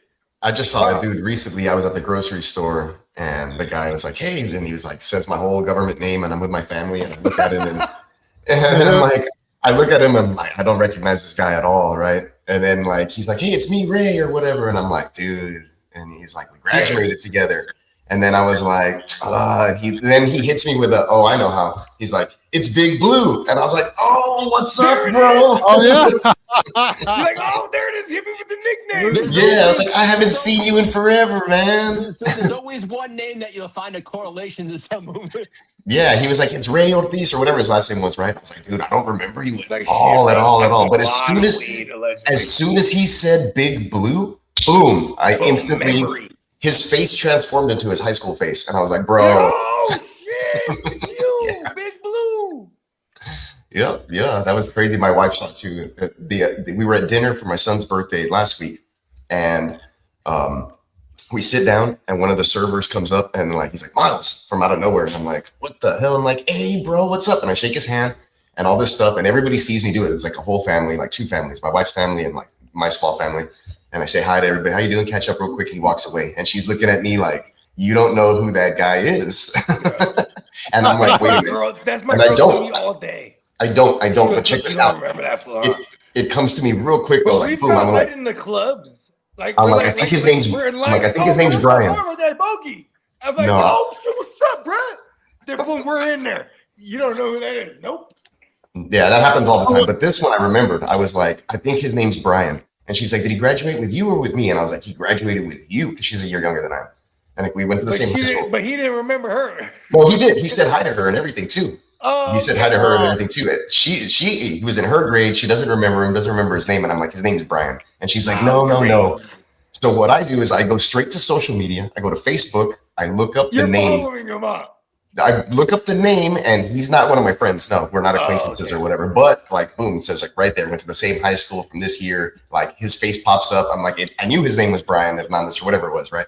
And I was like, I knew it. Boom. So anyways, something happens. We need stuff later. He's not our server, but I call up to him real quick, and I was like, "I'm gonna do the check." I'm like, "Hey, yo, Brian," and he turns around. I'm like, "Yes, boom, nailed it." Right? Oh yeah. That was the test right there. Yeah. Okay. You strike. All the pins went down, I'm a man. true All 10 of them. I'm a true dickhead, not on purpose. You know what I'm saying? So like, I might run into someone, go, "Oh shit, what's up, Bogey?" You know, I'm in several businesses, so like, I'm gonna read people, and I'm also already cautious if I don't immediately remember them. You know what I mean? But "Oh shit, what up, bro?" And then if I am not sure, "What up, bro? This is my lady right here, Cecilia." Then my girl, she's already on cue. "What's up? I'm Cecilia. What's your name?" And then that's how I can process it. Oh, the worst is if I have the actual reaction. "Oh, that's you." Because when I'm not sure, man, I just need to hear them. I've tried to do that before too, where like I'm like, this is my keeps going back and forth. I'm like, "Hey, this is my wife or whatever, you know, and these are my kids." And My wife. but homie won't introduce himself. He'll just shake their hand. I'm like, "Fuck." You lose, Still Peacock. left at the You same lose. spot. And you know what's funny is like I was always taught being honest is the best. The honesty is the best policy. You'd be like, "Listen, bro, what was your name again, bro?" "Oh shit." You know what I mean? You're still gonna get the same reaction because it is like, it's not our fault if we don't remember. In the same way, if I ran into someone, they didn't remember me. You know what I mean? People usually remember me. bro? It's weird, but they always get my name. Because the name sticks somebody out. could have seen thousands and thousands, tens of thousands of faces since the last Hey time guys, seen you know what? them. You just sparked a memory. Going back to high school, I still remember this. During graduation, you know, when the parents go, you have the dinner and stuff. Not the prom, but, and then there's a walk around where everyone's walking around. Everybody that graduated, right? So everyone's wearing tuxes. You brought a date and everything, right? Oh, cool. And then we're all partying after, like and a banquet. And then what? Like a banquet. Like at a banquet hall or whatever. And then I still remember because our graduating class was like around 350, 400 people in each grade. So it was pretty. Not everyone knew everybody, but we were pretty much familiar with faces over the 3 years of high school, right? So I remember this guy over adjacent to us. I said, "Hey, happy graduation!" And then I was like, I didn't recognize him. I go, "Oh, so were you here just the last year or something?" Because I've never seen you before. So no, I was here all 3 years. I go, "What's your name?" I don't know, he's Doug or something. He said his name. I go, "Well, anyway, happy graduation." Say hi to his parents, and then I go back to like 5 of my friends, right? And I go, "Hey guys, have you guys ever seen this guy before?" Everybody looked at him and said, "No." No. In the 3 years we went to school, no one knew who this guy was. Wow. No one knew who he was. And we're all looking at him like, "Yeah, I don't know who the guy is. I don't know. I've never seen him before in my life." Splinter Cell. To this day, I don't know who the guy is. I can look at it. I know everybody in the yearbook. He wasn't in the yearbook either. This is bizarre, we talked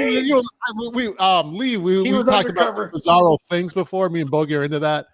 I think Peacock was on the show talking about that. Yeah. For those that don't know, me and Nelly, we definitely subscribe to the fact because it's real. The supernatural is out there. It's real. We go down the black hole, the huge rabbit hole. There's the big rabbit hole. It's the black hole. You know what? I'll tell you guys something that happened recently, a few months ago. I think it was October. Okay, lay it on me. So I work out. I was working out with this guy. So I go to his apartment. He's got a gym complex. So I went up to work out at 10 or 11 in the morning, right? LA, I'd imagine. But I got up in the early in the morning and I made some breakfast. I had a stick of butter I always use, right? I go through a lot of butter to fry my eggs. So there was a little bit left. I throw on the top of the fridge like routine all the time. Then I go work out, come back. I go, okay, I'm gonna have another meal, right? Right after my workout. It was the eggs and stuff. So I'm gonna use that same little piece of butter that I had. So I open the fridge door to get the butter and the eggs and stuff. I go, there's no butter, or there's one full thing of butter, but there's no little remnant of a stick that I had earlier that morning, right? It's the same for so later. I thought, So I look on the counter. I go, maybe I left it on the counter when I went to work out. I look on the counter, nothing on the counter. I look back in the fridge. It's not in the fridge. I was like, all right, okay. Then I grabbed the one that was unopened, the new package, right? This is Trader Joe's. You have the 4 sticks. Yeah. In the butter, the Trader Joe's brand. Yeah. Come on, Trader Joe's, give me money. Yeah, we know. So I open up the package. I'm about to pull one out. I go, oh, wait a minute. Let me go turn on YouTube real quick. So I'm listening to YouTube as I cook, right? Right. So I go and turn on YouTube. I come back in the kitchen. My heart almost stopped. You know how you get that sinking feeling? You got scared for a second. You saw the stick of butter. Right beside the full thing of butter, the new one. It was right there. And it wasn't there. I looked there before. I looked at the fridge, looked there, then opened up the stuff. There's nothing there. And I knew that it wasn't there because I was scared for a second. If I thought, I guess I did leave it there. I know I didn't leave it there because my body reacted to Hollywood's haunted, bro. Me being that scared. Are you living in West Hollywood allegedly still? East Hollywood. East Hollywood. Oh, okay. West Hollywood's definitely haunted though. West Hollywood's haunted. Everything is all of Hollywood's Hollywood. Even Hollywood, everything is haunted. The Knickerbocker Hotel, that's haunted. Oh, They're all hella stories. I think more things are haunted than not. I remember when I was doing the food at that. I would think there was more disgruntled than happy. Look at actual alive people.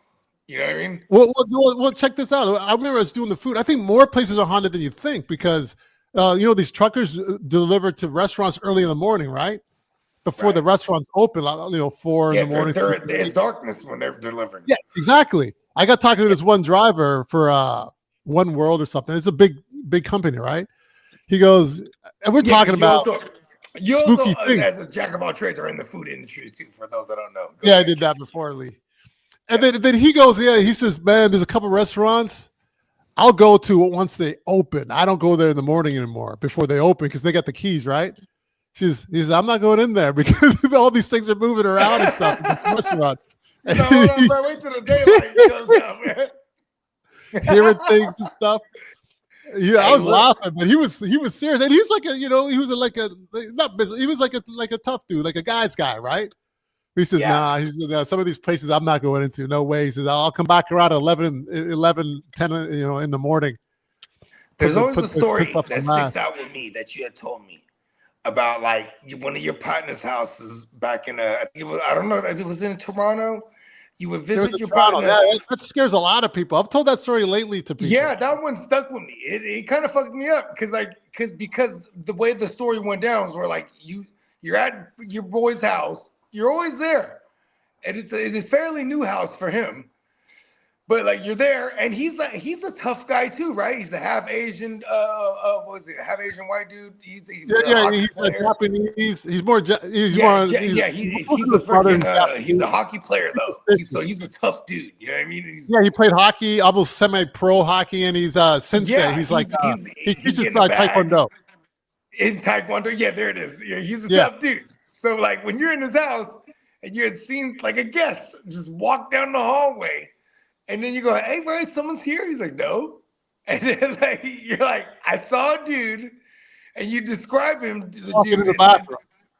Yeah, the way you described the dude was very specific, and then you leave eventually, and his whole demeanor was changed apparently when you send it. Then he calls you the next day and says, "I've been seeing that guy in my house." You know what I mean? And he woke up trying to choke me one time, and I was like, "Damn, that shit fucked me up." Lee, it was crazy, man. Like out of the corner of my eye, like I could see someone go in the bathroom. He had a blue shirt, a brown vest, and a cowboy hat. Tall, skinny dude. Yeah, and he was transparent. Yeah, he was transparent. I saw that in like half a second. And then he goes, "Oh," he says, "Nah, my other roommates are downtown. There's no one in the bathroom." I go, "Yeah, there is." And then he got back down. I go, "He said, what'd you see?" So I told him what I saw. He didn't say nothing. So I didn't think it was spooky. I thought maybe, I guess I was seeing things. He called me 2 weeks later. He goes, "Hey, no, when you were over the other day, remember you said you saw something?" I go, "Yeah." "Well, I haven't told anyone this. Kind of embarrassing, but and scary. I've had this guy at the end of my bed, and I blink my eyes like to make sure I'm awake. At the end of This guy's looking at me with a menacing look, and he comes in to strangle him with his hands. Oh, scary. And he disappears once he gets to his throat, right? It happened twice. He said, if I sleep with the light on, I don't see him. So I'm sleeping with the light on for the last month. He lasted another month. But see, he moved out of there. And he never told me about it. Somehow I saw this. Your testimony made that guy realize he's not a crazy person. Yeah, he wasn't seeing things. Yes. And he moved up out of that thing. Yeah, he moved out. Yeah, he said, I've had enough of this. He thought he was just crazy. I can live here. I'm just crazy. Just this random vision I have. Once you realize it was an actual entity of the person before. You know it's funny. You guys did the research, right? Well, here's the thing. I wanted to say this to Lee too. I know you this, Bogey, but you know, the things that we believe in is if you look at it, it doesn't make sense. We believe that Jupiter exists, right? Because they told us it does. Yeah. But you can't really get out there and really see that it exists and come back, right? We were told it does. But then millions of people say that they've seen ghosts or things that are not human, and we question them. And you think millions of people are just lying? I mean, you know what it is, right? No, here's the thing. So it's ridiculous. It's because we are wired in modern day human beings in the mainstream are wired to believe only things that are scientifically proven. Yes. So, I think that's one of those ones that will always be. See, here's the thing: is like, you can go to an atom. All right, how about this? Faith is something that's not tangible that you could grab and pick up. It's something that you have, though, right? You believe it, you have faith, you believe whatever it is you have faith in, right? Yeah. An atom exists. Everything is made of atoms. You can't see it. We know it exists, though, right? Yeah. We know atoms supposedly. Exist, right? Supposedly. Allegedly. Well, is that what Adam and Eve is? Because you got Adam, but here's Eve is the evolution around the atom. Nelly, here's the fucked up thing. I am actually quoting Jaleel White from Family Matters as Steve Urkel. Oh, In an episode where they challenge faith, he says, "Well, faith is something you believe in. It's not tangible, but atoms exist, because Steve Urkel's the scientist kid. You know what I mean? yeah. It's funny how I might have sounded philosophical until I told y'all where I got it from. All right. Yeah, but Bro, you know what I Urkel's a mean? genius, bro. He's a fucking genius. Yeah, he was. He's a fucking genius. Jaleel White. I remember him. He said he heard his Homeboy was he the said he voice heard of his Sonic. vocal cord. Right? Yeah? The cartoon. He No, can finally talk like himself. Sonic, Jim Carrey? Who was that? Jim Carrey was a Sonic guy, no? Well, no, he was actually he was the bad guy. He was Oh, he's the bad guy. what was Robotnik, Dr. Robotnik. I was about to say I should know this. Yeah, he was the voice of Sonic, and he created the Stefan Urkel character to save his voice because the Urkel character was damaging his vocal cords. Damaging his vocal cords. Oh, wow. I didn't know that. Imagine that, huh? He had to talk like he never went through puberty. While he was going through puberty. Bogey, you bother me, Bogey. Did I do that? Oh, hey, Bogey. Imagine So, how strenuous guys, it is. just to finish up on the mystery Dude, thing. you kind of get the veins coming out of the neck too, huh? Hey, Bogey, just to finish up the mysterious celebrity thing or actor thing, right? Right. Like my favorite two characters that I like out of all this cinema and TV shows. Number one is Teller, Penn and Teller. Okay, yeah, the one that doesn't talk. Exactly. That guy's so mysterious. He We know doesn't nothing say about him. shit. He doesn't say And nothing. he's like the and most smartest one. Yeah, because even the most stupidest man can look brilliant if he doesn't say nothing. He is a genius. Not saying that he He's like is, the but one that saves the day, even. Right. And number two, remember that show? It was called Heroes. Yeah. Heroes. I Remember Heroes? It was It was on short-lived. ABC? Actually, it wasn't that short lived. It got cut off. You talking about Yeah, it was on for about 4 years. Was it on Fox? It was on NBC, CBS. I think it was on ABC. I think it was on ABC. ABC. But anyway, okay, yeah. It was set driven. I remember. I was going to say my favorite character on that. Remember the black guy? He was a Haitian dude. He never spoke, and he could erase people's memories. Oh, he would touch your forehead or something like that, or he'd touch your head, and he would do a thing like Spock would. And then he never said a word. Then the second season he was in, he started talking, and then it just ruined the whole mystique about it. I was like, I guess his voice would match what I imagined what he would sound like. Because you can never imagine what his voice would sound like, and it sounded different. I remember Heroes. Yeah, so that's it. So this is a very. I like the dude that could paint the future. Remember, he would paint his eyes would go white. He start painting the future. I don't remember that. You remember more than me. That was it. Yeah. I remember the black character though. I don't think I stuck with it when he started talking. I'm like, what he talked? I didn't stick with it either. I also heard him talk for a few times. Like, I've what had the enough. fuck? I'm out. I would have been out. Like, right? It was like when X-Files, they stopped shooting in Vancouver. Last season they shot in LA. It was too bright and sunny. Yeah, it's supposed to be bleak. It's supposed to be bleak. Vancouver was perfect. Vancouver, Seattle, and stuff.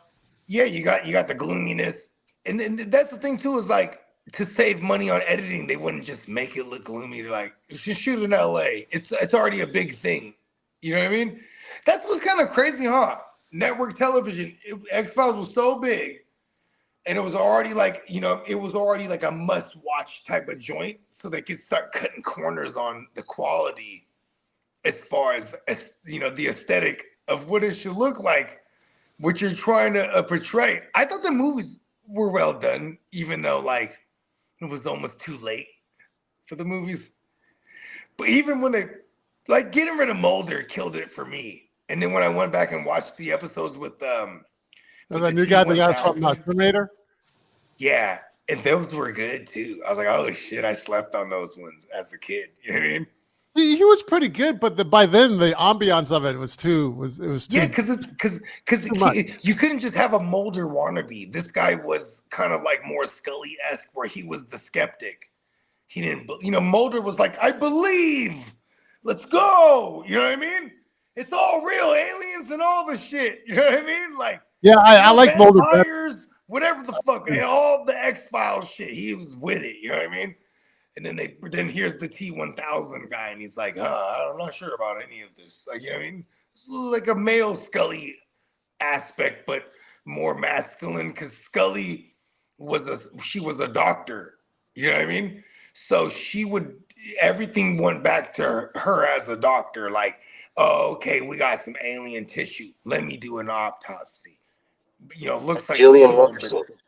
Yeah, and then she would be like, oh my God. And that's what made her a believer of certain things. Like, oh my God, this is unexplainable because of medicine, due to medicine and science, versus like the skepticism. That was her as a skeptic, right? Then there was Mulder, who was like, yeah, fuck yeah. Just like my sister got abducted. My sister was taken by aliens. Yeah, he was like, my sister got abducted, bro. You can't tell me that ain't true. Where is she? You know what I mean? Like, yeah, that was a very good episode when he's looking for his sister. I like that stuff. Yeah, you know what I mean? That was like from the jump. That was his backstory. They had a cool one about the chupacabra that was interesting. Yes, I think that's a real thing, though, isn't it? Yeah, it was, and that was great writing because it was based on there's source material for it. You know what I mean? Found like I don't know if it was like a mutated or like a weird like ravenous canine dog that was doing some damage, and they try to pin it's not like a real creature. I think it was just like some sort of like genetic like freak type of deal that happened. I don't know. I don't even know if that's real, to be honest. Chupacabra. I don't know. I haven't looked into it that much, but I tend to believe Boga can't hear you. Bogey is away from the his camera. Oh, he stepped away. I was like, I can't hear him either. Wait, I can't see. I'm in my car driving to the bank. Oh, you're on the road, Peacock? Yeah, usually do the show during like my lunch, and then like when during the early part of my day, and then we hit like a lunch break when the show usually ends, and I'm eating, have some errands to run. I'm just doing that on my lunch break right now, but I'm still in the show. So you just switched from your computer to the phone? Yeah, I went from computer to phone. I logged out of the computer, or I sent the computer version backstage, and then I put the phone version up. And I'm just cruising the subtropical streets of South Texas right now. Is it hot down there right now? It is 94 degrees. 94? 94. What city are you in again? I thought you were in Austin. No, I'm further south. He's south. East South Texas. Yeah, I'm right on the border. By El Paso? No, further south. The border, like below Laredo, below San Antonio, below Austin. He's from an unsung, beautiful, like vacation type area that no one even knows about. So is it like, close seriously, to like when I was looking at that one thing that JD sent us about that South of area. Houston. That's what it is. There. Oh, you can't be south of Houston, right? Yeah, no, I am. It's south of Houston. So you follow the coast right down the Texas coast, down the Gulf of Mexico, right to the Mexican border, and that's where I'm at. Oh, there, okay. Because I know Houston's far south too, but you're farther south than Houston, even. Further south than Houston, yeah. Further south than Houston. I'm literally 10 minutes away from Mexico. Oh wow, okay. It's a 10 minute drive from almost any city in this county. We're not doing anything illegal. No. Yeah, so we don't have to worry about that. There's a checkpoint. Like if I want to go, let's say I'm trying to get north. If you travel an hour north from here, you'll run into a border checkpoint, and they're just making sure you don't have illegal immigrants. Or that's just normal life. Yeah. Anytime I want to like leave Texas to go to like a bigger city, I have to cross a checkpoint. Dang, so even just to bring like personals, it's I scary. can't. I can't. I Damn. don't. I don't. I have family. I have friends in Houston, San Antonio, like just in other cities on the way past the checkpoint where I'll stop and be like, hey, you know, have this ready for me or whatever. A vacuum seal and sprayed with Windex or anything with ammonia, the dogs think it's pee. Yeah, I mean, there's been times like I remember being in. I was in high school and we traveled up to New Mexico on a school trip or whatever in a suburban, and I like brought some stuff with me and Dogs I have to forgot. be commanded too. They have to be commanded. They can smell it, but they won't react. They have to be commanded. Put it in like a compartment in the suburban or whatever. And I fell asleep and we crossed the checkpoint. I woke up and I was like, well, I guess everything went fine. Yeah, exactly. So You know, what I happened? also feel it's the mindset. Did they confiscate it? No, no, that's jail time. It's serious over there. Oh yeah, yeah. No, So I remember there's like zero tolerance type of stuff. But I remember I had, I guess, like a keychain that would turn into like a quote unquote like a device that you could use, right? Okay. And you could screw it, like you take off the stem part of the bowl and you can screw it back into each other and it turns into just like, it looks like a whistle on a keychain. Yeah, it turns So into anyway, a smoking apparatus. correct. And so I used that on like a bunch of occasions and I got drunk and I put it in my middle console of my vehicle and I forgot about it. Yeah, well, you know, not only that, but like I closed it back up and I put it back into that whistle form, so it kind of trapped in the smell. But like there were several times, like for years, I didn't realize it was in there, and I was crossing the checkpoint like on several occasions, and they would always stop me, and they would always stop me and be like, "Do you mind if the dog comes in and just smells?" And I'm like, "Yeah, go ahead," like because I was like, "I don't got nothing on me." And every single time they make a big deal and they'd make me get off and they'd search and they'd never find anything and they'd be like, all right, go ahead. Yo, there's something that really is fucking making this dog pissed off right now. Because once they alert the dog, they command it. You know what I mean? Yes, exactly. So, yeah, they'll just be like, U.S. citizen, yes. And then they'll just like let you go through. Old school shit, walking through the airport before they had where you put your hands up, whoop, whoop. You used to just have the whole, allegedly, have a whole like zip in your crotch and you just wear a whole sweatsuit because as long as you're walking through the metal detector and nothing's there, then when you have your check on goes across, then allegedly you go to the bathroom after once you're across and then fucking put it in the bag. You know what I mean? You're hella good. But that's how you used to be. So imagine people used to like do that with a hella weight on them because the before the little fucking thing, it was just all metal detector shit. You know what I mean? And that's only recent history too. That's only like 20 years ago. You know what I mean? Yeah, 20 years ago. But like the checkpoint's been around forever, as far as I know. No, I'm talking about like in the airports. Like in the airports. Oh, airports, yeah. Where you put your hands up. Whoop, whoop. Before they had that, it was just the metal detector, so you could have like something in your crotch or anything, allegedly. You know what I mean? That's not gonna set off the metal detectors because you just walk through and then you're hella good. You know what I mean? Yeah, when I was younger, it's the stupid shit. Go like Florida. Like I'm going to Florida with like a QP on me. Allegedly. You know what I mean? Like I'm gonna go ahead and just have some weed. But then you couldn't do that no more. You couldn't do that no more. Real quick. Once they put the fucking little X-ray woo wops, when you put your hands up, they'll pull you to the side if you got like a hernia repaired with like some fucking titanium mesh or some shit. What is that in your crotch? I have an inguinal hernia that was repaired. Titanium mesh in that. That's what that is. My friend had a hernia. No, for real though. They'll pull you to the side. Like, what is that? Yeah, you don't want to get those. Those are crazy. You know, that's the old school method. You know, they tell you nowadays too, if you have a hernia, they're like, just keep waiting till medicine gets better. Like, don't repair it. As long as it ain't detrimental to your like health. Really? Is that what they say now? Yeah, because like, okay, if there's grades to it. I'm saying this because I have a hernia, actually. Well, you got one. I'm herniated in my gut tree at one point, and it was probably from like it was definitely from like back in the days when I was trying to do some Spartan shit. Yeah. We all did some of that I'm stuff. not even gonna lie to you. I was trying to do some Spartan shit. I had an uncle who was like a fitness guy for all his life, and then he got into his 40s, started doing the Spartan training shit, like, and he did the Spartan race and all that shit. So he's like Spartan training, and he's like telling me, he's like, hey, come train with me, because I'm telling him I want to get into it. This is like 2017, and we were literally picking up 5-gallon jugs of water, putting them on a thing, and running with them. You know what I mean? Yeah. You know what I mean? Not quite running fast, just jogging. You know what I mean? And then carrying 2 of them and walking and doing like that was shit like we were doing. And I had 5-gallon jugs all the time. I was living in a tri-level townhouse, and I would carry these motherfuckers on my shoulders and just skip the stairs up all the way up in a tri-level, going spiral. You know what I mean?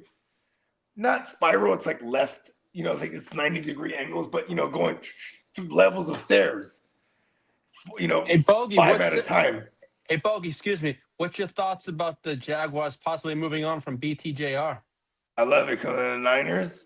The teams that are mentioned are the Browns, Patriots, Steelers, No Ravens, matter and the what Panthers. team, no matter what player, if I like them, I want them to the Niners, bro. Yeah. They got the Browns, Patriots, Steelers, Ravens, and the Panthers expected to show interest. Okay, so you have the Browns.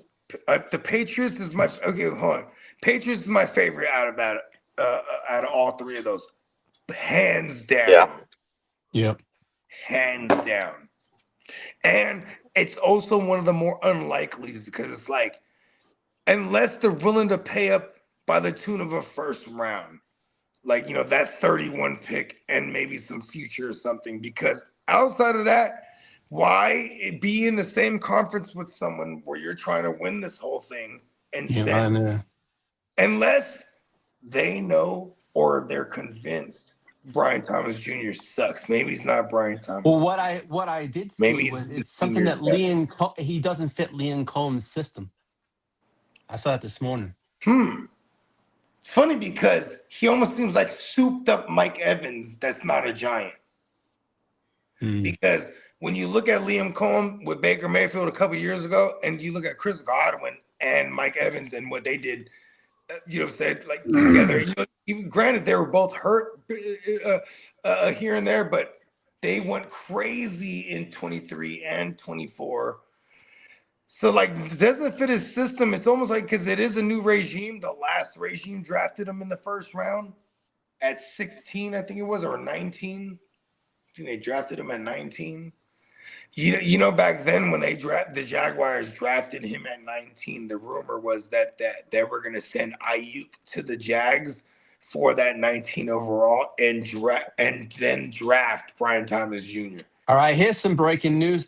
What the Eagles are trying to do is they're going to throw Jalen Carter in there for fucking Max Crosby. That's who they're dangling in for Max Crosby.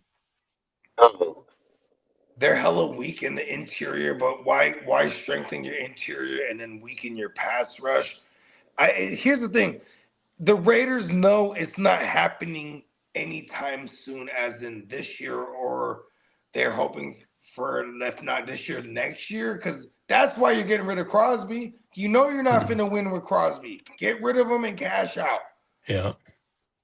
For Jalen Carter, that makes sense because here's a young staple DT. You know what Jalen Carter was to me back then? I was comparing him to like a giant Aaron Donald. He was because Aaron Donald was like a small guy. He was like super amazing for his stature and what he did in his career. It was like Jalen Carter was that next kind of guy, because D tackle is hella hard to find a staple guy for a long time. Yeah. Like the Texans will tell you, they have hell of them. They're like, fuck it, have hella is better than having not any good one. And they're all good too. Like in the middle of the defense for a defensive tackle that's been notable since they traded and rented Wilford. Oh yeah, that's right. And Wilford is a Texas guy, so he loved going to the Houston. And I think it was Romeo Crennel was there at the time, right? Right. He followed Romeo. Yep, Crennel was there.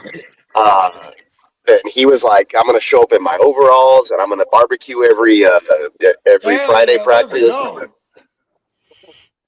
He was So all Will on the Ford has NFL Network commercials during those years too. That was like 10 years ago, or he's like like a 2012 years championship. ago.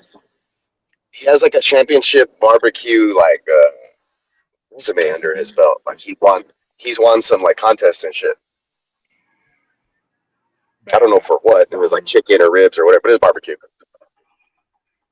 That's why for a long time the Texans had that smells like barbecue. Oh What's up, shit, Ghost that's where Monkey? that comes from. Well, they were barbecuing other offenses, right, for a while. But anyway, Oh yeah, that makes sense too. Goose Because you monk. guys were dope as fuck for hell long. I mean, it's good to see the Texans back in those graces. As soon as you guys got Demeeks, it was like boom, yeah, the Texans are a defense again. Because you know what's funny is like people when they want to talk about history, why don't they include Carolina or Houston? It's like now they have history. Like if you think about Houston's history, they're a defensive team. You know, when yeah. they say Chicago or Baltimore. Remember, I was saying this for the last couple of years on the show. Baltimore is we could pick on them on defense with our skill players on in fantasy, because man, they're only good on defense and reputation or fantasy even on IDP wise. Like we love Roquana, they ain't stopping shit. Well, I don't know what happened there. it's been the last 3 years. Now they brought in a defensive-minded guy straight up. They brought in the mentor. Traffic around here is so fucking stupid right now. I'm literally trying to get to the bank that's like 5 minutes from my office, and it's I taking was me just about to 15 say, where you minutes. heading out to? Or you're going back? It's just trying to get to the fucking bank, but there was a bus accident. Had to take a detour. Then it made me miss like the light, so I had to go 2 lights Damn, over, a and then I whole had to come entire around. bus? Yeah, so it would look like a charter bus for a baseball team, and like it wrecked, and all the guys were getting all their gear off. They looked like they were going out of town for a playoff game or something. Oh, shit. That's And like part of the Of Course series, right? Like, of course. not only that, bro, it's a 3-lane traffic one way, and then has a median. This motherfucker was across all 3 lanes, so they had people like driving up on the curb and trying to get around it and shit. I was like, what? Come on. That's hella funny. I'm just making my weekly run to come over here and then go back to my plug and pick up my order. Come on. We're the Things. I'll call Benny. Allegedly. We just eating out here. We just trying to eat. Benny's got a great story for you. What's up, Nelly? Benny, the director, I'm going to call him. See what's going on. Yeah, I was saying that was the whole thing. Look, we're always open to bringing him on too. So you know what I mean. Anytime if today doesn't work for him, because don't even worry about today. Matter of fact, at least you already know now. We can just jump. You know, because it's the off season too, and we're always on Tuesdays and Fridays. Yeah, Tuesdays and Fridays. So you know what I mean. Whichever one works, we can even dedicate that episode to that. You know what I mean? Because I love that shit. You guys got a lot of accolades for your last projects, man. This is badass. Oh yeah, congratulations on all those nominations. Yeah, and awards. congrats.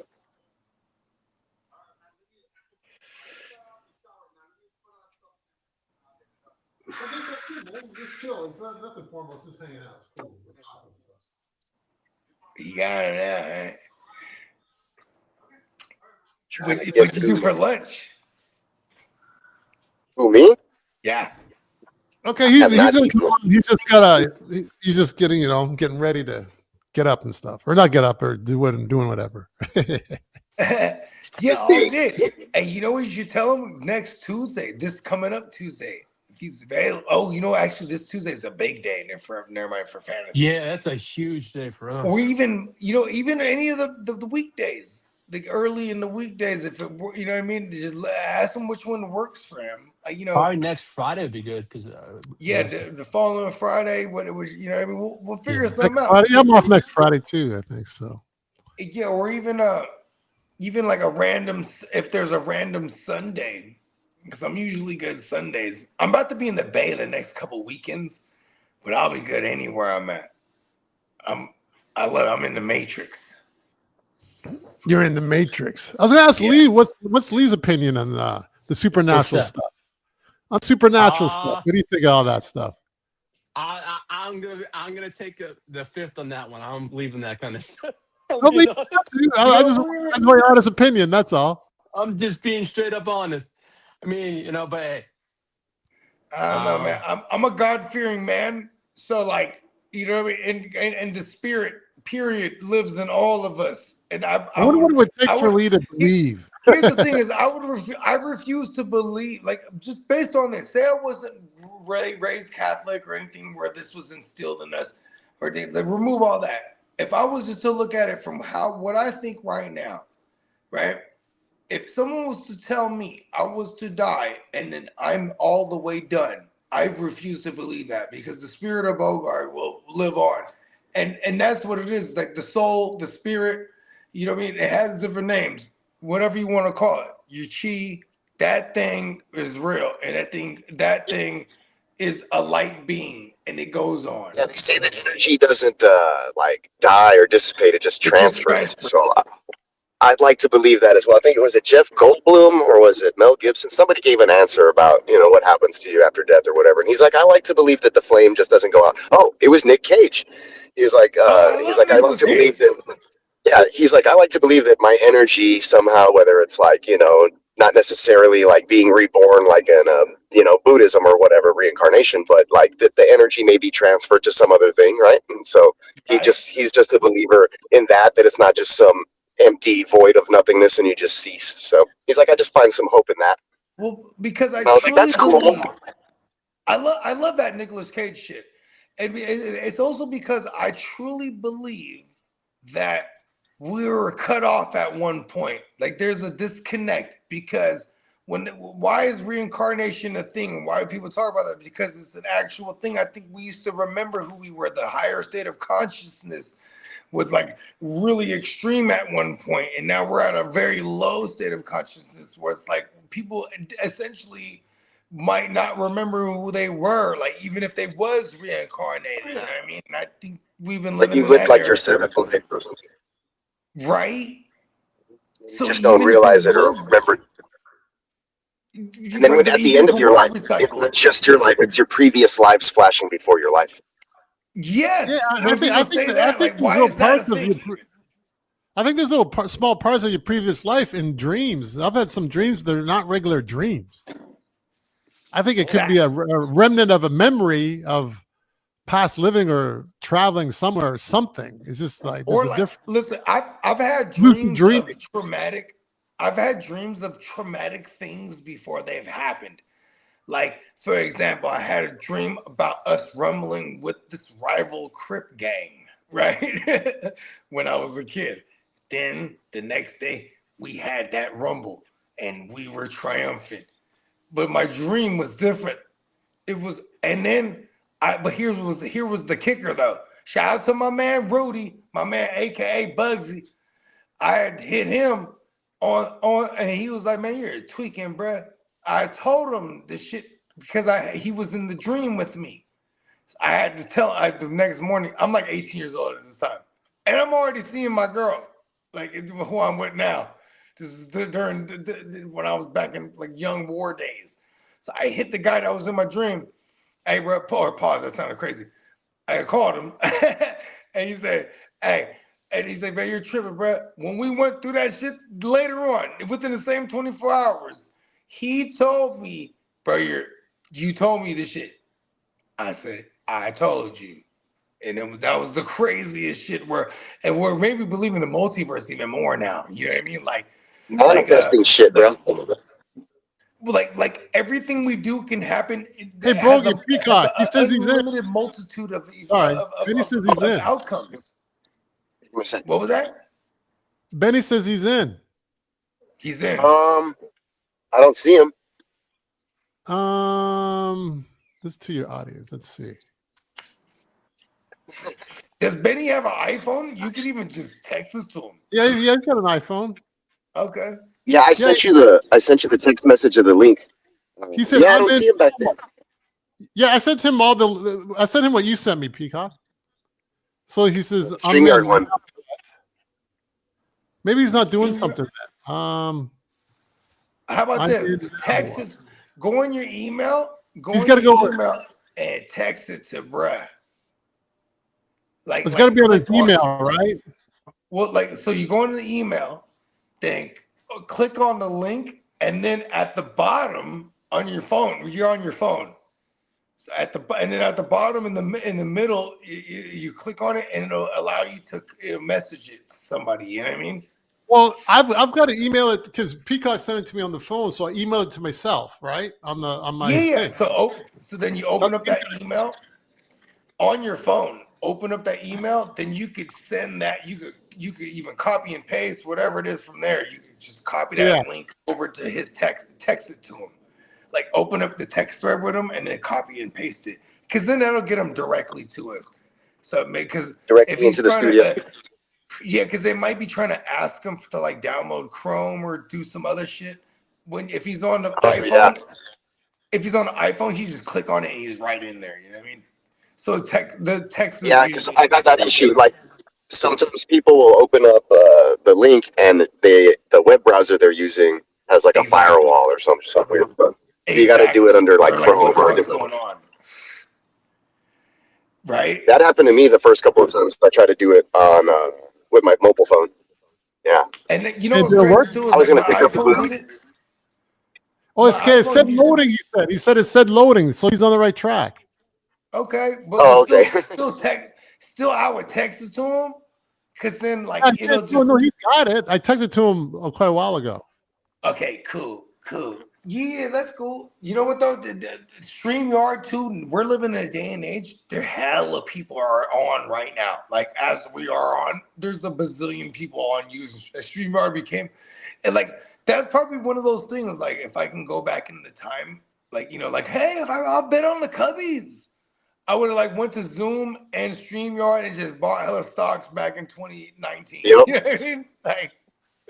Right before imagine all the schools that needed to use Zoom. They blew up, bro. They knew what they were doing, bro. It goes back to the Epstein shit and all this shit. They were on all of this, man. It's insane.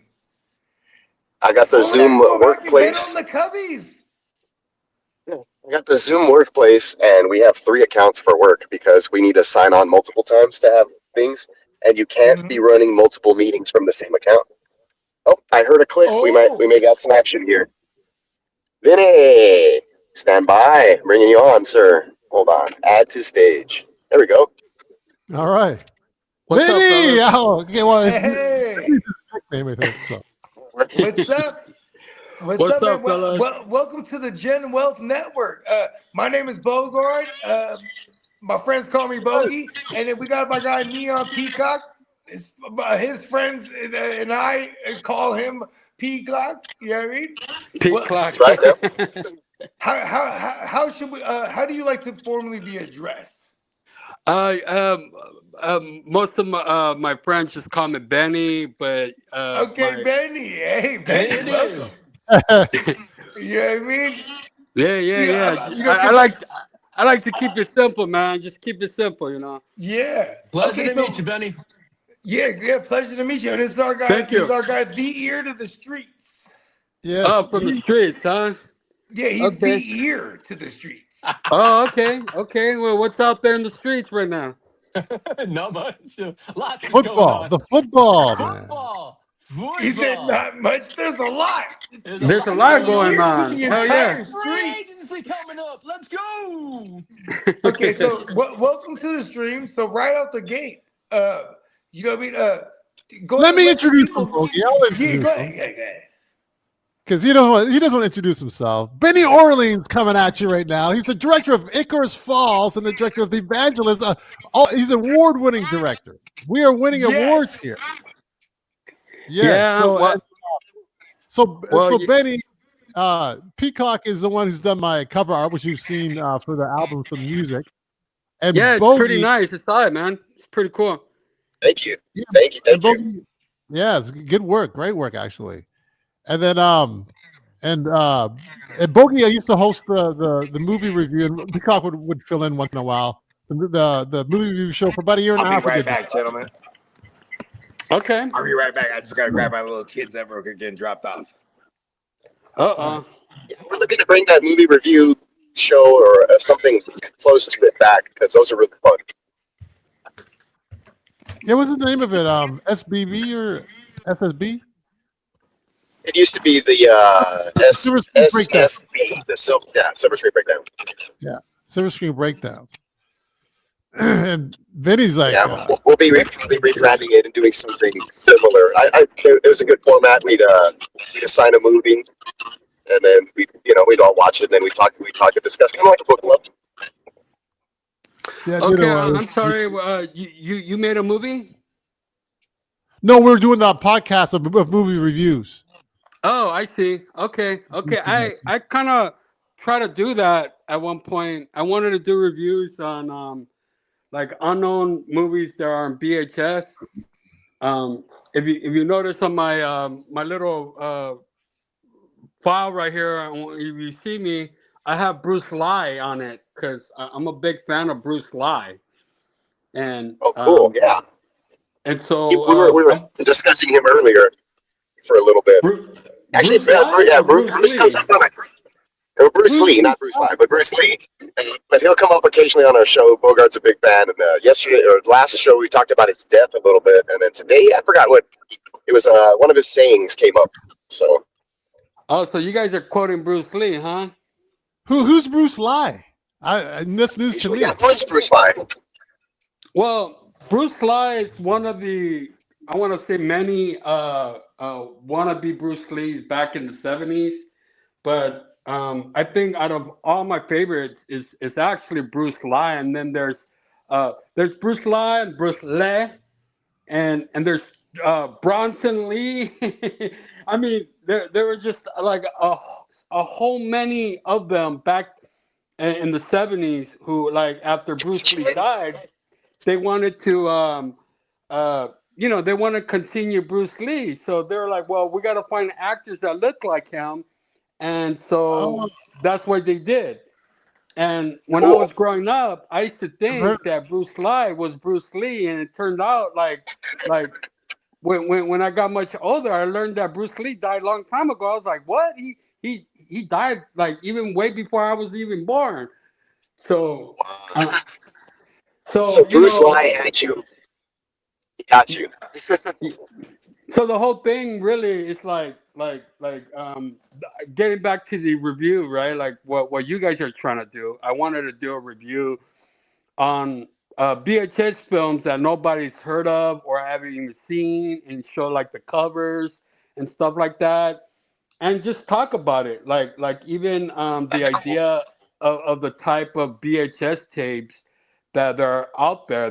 I little to know that a lot of these tapes have these kind of different type of quality in it, kind of like how DVDs, and then all of a sudden like Blu-rays came out, and then there's the 4K, and pretty soon it's gonna be like a 16K. It's gonna be crazy, these kind of formats. But yeah, I mean, those things are a little too. What you guys are actually doing. You guys are actually kind of bring out an audience out there, and then this is the way to do it. Yeah, for sure. And we'd like to invite the audience or the subscribers to watch the movie beforehand as well, and then we would talk about it. So that's pretty cool. I'd like to. I know Morgan and I have talked about it before. We'd probably bring something similar to that back to the channel. Sweet, sounds cool. Yeah, of course. I mean, you guys being movie not only buffs or aficionados, but like being in the industry, kind of behind the scenes stuff. So, so directing, right? That's very interesting. Can you let us know maybe like how you were able to, I guess, get into the industry? Well, I want to say once upon a time long ago, right? But that's too damn long ago. I don't want to get to that part. But honestly, directing came because I think because the love of movies, right? And I think it all started with Tarantino and Robert Rodriguez. Robert Rodriguez is from I'm from Deep South Texas, so he's a big guy around here. His father was actually his uncle was my high school vice principal.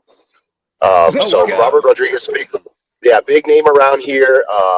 Like, all the way from the Desperado days and before. So, big fan of his and Yeah. Tarantino. When I was in high school, there was this guy I knew who worked at a restaurant, and he would talk about we'll talk about movies like the way we're doing, right? But he would bring up Tarantino, but I think at the time it was Reservoir Dogs that he was talking about. He was like, "Yeah, this guy he wrote, starred in it, and directed." And at the time, I remember I was in drama in high school, and somebody told me that I wasn't really good enough as an actor because I was Mexican, and because you got to be like a Don DeMarco, and I'm like, what are you trying to say? I'm an ugly What? fuck motherfucker. That's what you're trying to tell me, or like what the fuck? I feel you, bro. But I'm also Mexican, and I was not Mexican enough for certain roles. And I'm Filipino, but I was always mistaken for Mexican. So that means all the Mexican ladies love me. I'm just saying. It's true. I understood Bogart for a Mexican the first time I met him as well. Like, So. I All didn't the know you're the time. Chino Peacock. I'm Filipino because I was raised Filipino, but both my parents is Filipino and Spanish than a motherfucker. Like Philippines is one of them ones that's remixed like shit. You know what I mean? hey man, the more mixed the better, man. That's what I Come say. on, man. We're gonna Peacock, what's remix your it. It's the mix? American way. Mostly Spanish, like actual Spaniard. In Mexico, like I'm so close to the border, right? And then some Native American Yaqui Indian. Oh, Fuck well, that, he bro. was I'm indigenous, Mexica all the man. way, He's brother. indigenous. Mexica, We're going full 100%. indigenous. We've got all Say, of kinds of course, I was gonna say, of ethnicities course, on this podcast, man. Peacock is Irish, and that's passed down somewhere along the lines there. So yeah, I'm a big mix. Oh, Sweet, that's where the sweet. peacock name comes from. It's Irish. Yeah, it's Irish.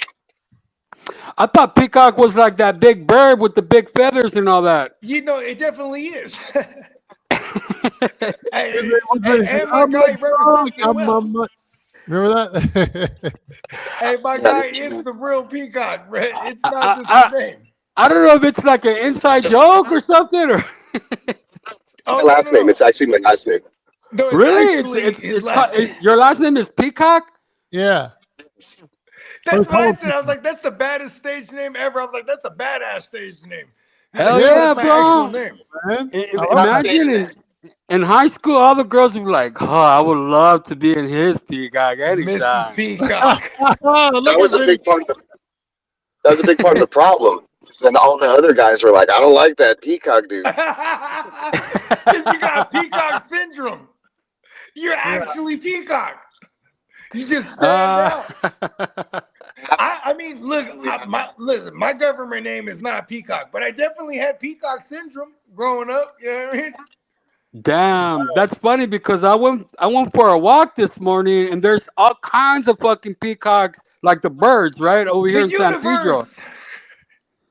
And it's cool. And they the weird thing about those birds, they do a yell out, like it's a weird yell. They'll be like, oh, I'm like, what the fuck? It's fucking crazy, bro. I'll call it peacock. Yeah. Okay. So, yeah. It's fun. It's interesting. But like I said, I grew up. This area is mostly Hispanic Mexican culture, so like 98%. And so if you have a white last name, you stick out. And yeah, that's the way I ended up growing up here. And then my Spanish wasn't as good as everybody else's either. But that's all right, man. It's not your fault, bro. But regardless, if you will feel Mexican, then you are Mexican. It doesn't fucking matter, bro. It's in the blood. Embraced it. Yeah, the older I got, the more I embraced my Hispanic and Mexican side and culture. So I'm just really growing into it right now. Like I put together a Tejano playlist the other week, and I was like, I never even liked to groove to this, and now it's just like I need to. What's going on? Hey, listen. Hey, look. I'm from San Jose, California. So like, you know what I'm saying? I was engulfed in the Mexican culture, and like, I grew up in all, alongside, adjacent to all the gang shit, and like, you would hear regular like mariachi music, but I don't speak Spanish, and then the homie would be like, "Nah, bro, they talking about." And he would break down what they were saying. He said, "That's corrido." It was like gangster rap, Yeah, like mob shit, but it was like to mariachi jams. I was like, oh Really? shit, that shit's Jeez. hard. Does go hard. Damn. Okay, so check this out, Benny. We want to know about this project you got right here, this movie. Like, just tell us about, like, you know what I mean, what you can tell us about it. You know what I mean, without spoiling the whole thing. But like, you know what I mean, give us a skimmy. Well, the idea for the Evangelist came out when I was making my other movie, my last movie, Icarus Falls, and Okay, yeah. Oh yeah, and side note, Nelly, did you do the sound, the score for that one too? Was it the Icarus Falls? I believe so. He had some tracks on there. Yeah. yeah, Okay. Go ahead. Continue, Benny. My yeah. bad. Well, Nelson, he came in because I heard him play his piano, and I was talking to my DP, who was his neighbor, and Nelson was behind him, and he was playing a tune, and I was like, "Oh, bro, hey, that sounds tight," and he was like, Yeah, "What?" he plays. Yeah. I'm like, "Hey, bro, I mean, do you like That's make exactly music what for I said. soundtracks?" And he was just like, "Oh no, but if you like it, I'll give it to you." I'm like, "Hey, hell yeah, I would love that." So that's You kind know, of you how want to know what's Nelson got crazy, in. bro? So you're the guy, because I've heard this story from the other end. Because when Okay. I heard Nelly play, I pushed him to put his music out. And then he goes, Bogey, I got this guy. I'm going to score some songs for his movie. That was you. Yeah, yeah, it was me, man. I really like when I heard it, I was like, damn, this guy's pretty tight. It turns out I thought he was a very classical playing kind of guy, but he's kind of like, no, man, I self-taught. My I mother call gave him me the some Black books and I Yanni. taught. He pretty much taught himself, right, Nelson? Yeah, I taught myself how to read and play because I couldn't play by ear at the time, so I had to read it. And then, then it went from there when I was 9 years old. Well, It's like my so son right now. I'm trying to get him lessons. that's kind of like my Yeah, you connection talk with, to with some with Nelson, right? But so around the time when I was making the movie Icarus, I was having breakfast with my partner Diego Bastida, and we're just having regular like what movies are out there. I think at the time the movie The Exorcist Believer came out, and he asked me what I thought about the movie, and I told him, I was like, you know what, man, they had an opportunity to kind of bring it back and make it even better because they brought back one of the main characters from the original movie, and I thought when that's the reason why I saw it, because I thought, I was like, wow, I wonder what they're gonna do with the They're genre. bringing back the lore, right? Yeah, Yeah. yeah. And so what ended up happening, I felt like the movie was too long, the plot was too stretched out, and the They tried ending to was just. emulate the old ones because the I old mean, ones were drawn out and long, but that was the standard way of filming back then. no, but I mean, even like if you watch part two, like it was so different still. Even though it was kind of the same world, it was Is different. it the And one with even James I'm, Olmos doing Oh, the is that voice? the one in the hospital? No, it's the one you with mean part the three, right? spirit. Oh, hospital's Yeah, part part three. three You're is the right. one in the hospital. Part Yeah, two you're is the right. one with the spirits in the cave in Africa or something. Yeah, yeah. See, yeah, you guys know what's up then. Yeah, these guys are a movie guy. Yeah, so I really thought We got they a were little gonna do echo. something different. We got an echo, yeah. I think it's Peacock because he's on a new thing. Driving in a car. I'll Oh, is it Peacock then? Where is there an echo? Can you guys hear that? Oh yeah, did you switch off somewhere? Hello? hold on. Yeah, there's an echo still.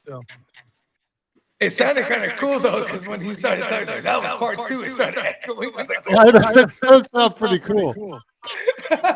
right? Yeah, that's a huge echo. Hey. It's driving me crazy, guys. Did it fix? Howdy, Slice. No, it's still there. Remember Howdy Slice? Bogey. Hey, we got some real balls in the house. I see you with the gold BBS. It sounds like dance hall. That's for I know. the paid in full. The DJ. Go celebrate those DJs at the strip clubs. Yeah, go Coco's on stage now. It does sound like that. Hey, I kind of want to do the show like that. Give it up for Coco. No, it's usually Bambi, right? Why? Hey, Bogey, why is Bambi always like a Well, I put myself on female, but Bambi was a male? It's not Oh, it might be Benny then. Oh, listen to the start. No, is it? Hold on. Oh, Benny, mute up. Okay, hold on. Let me jump out and jump back in. Everybody else hang tight. We're good. We're all good. Oh, it wasn't Benny. Okay, we're good. Okay, go ahead. Continue, Benny. It was Benny? No. It wasn't Benny. No, I'm telling you, continue wherever he left off before we went off. Oh, it might have been Lee. He's back in the studio, but I think everything's good. Oh, it was Lee. That's right. It's always Lee, huh? But Benny's gone. Benny, you there? Oh, maybe it was Benny. No, I hear I hear my echo. When Benny was talking, it was good. Oh, tell Benny to come back. He has to click back in. No, I had an issue. I couldn't. There he is. Yeah, 1 second. Here he is. All right. Okay. Benny's back. We're back. All right. Cool. Sorry about that. No, it wasn't. No, I think we're good. It was actually our other guy. We were good. We still got it a little bit. Who is it? Yeah, I hear the echo still. Oh, yeah. We got the gold BBSs. All right. Okay, there we go. Check. Cool. All right, we're back. Look at us, back to Earth. I know, man. It sounded like you were heading up in space, man. I know. That's where I'm from. I think all of us are, man. I know I'm from space. Let's go. So where was it? Space where was dust. I kind of lost. You were saying when you were having breakfast with your partner. Oh, so and you were talking about the origins of the movie from the Icarus to this next movie. So I mean, my partner asked me, what would I have done different if I directed the Exorcist movie, right? And that's right. I started giving him like, well, this is what I would do. I would change instead of a father and daughter, it would be two girls like married in love, and instead of the same demon, I'll do a different demon, and I never see a black brother in playing a priest, so why not put a black brother? And I was just going on and on a list, and so he was paying attention to everything I was saying, and then like 7-8 months down the line, he came out with a script. And I remember I read it and I was like, yo, this is crazy. This is kind of tight. It was crazy too.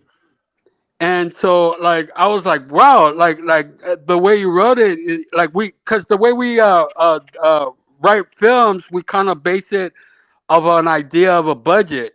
And so mostly I knew we could do this film for the fact that locations, right? it's like, one location, mainly one location, which it was right here to my apartment where I'm at, and then like everything else could be done if we could use somebody else's house, And so there we go. We're like, okay, cool. We know what we're gonna do. All we need to do is get like the main female actress to play it, which it was Elora Ellis. Shout out to Elora. And she came in very cool because we put on an audition and she sent us a video, and the way she did it, like the way like her looks, like the tone that she was doing, we're like, wow, that's pretty good. I kind of like that, And then she started doing like a little bit of the voice, and I was like, yep, this is it. She's the actress. She was scary, huh? When she did the voice. Yeah, bro. She was pretty good. But the main thing was that we kind of knew what we wanted, and we wanted to see something different. And out of that love, the evangelist came out of it.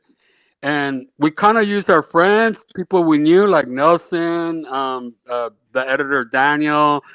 We use some of the same old actors from the last movie, and we're like, cool. We just use them and put them in the movie, and that's And boom, eventually what came out. credibility even. Automatic credibility because of the actors too. So it's always important to find somebody new, but in the end, kind of build a great relationship with them.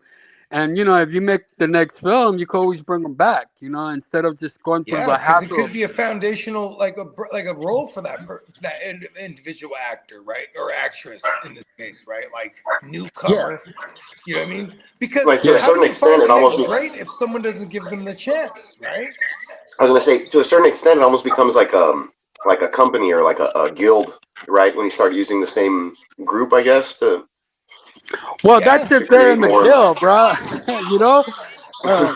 Like most actors, they don't even have that. They don't even have like a guild's actors card, and so a lot of these upcoming actors, they like working with the same people. That's if they like you, right?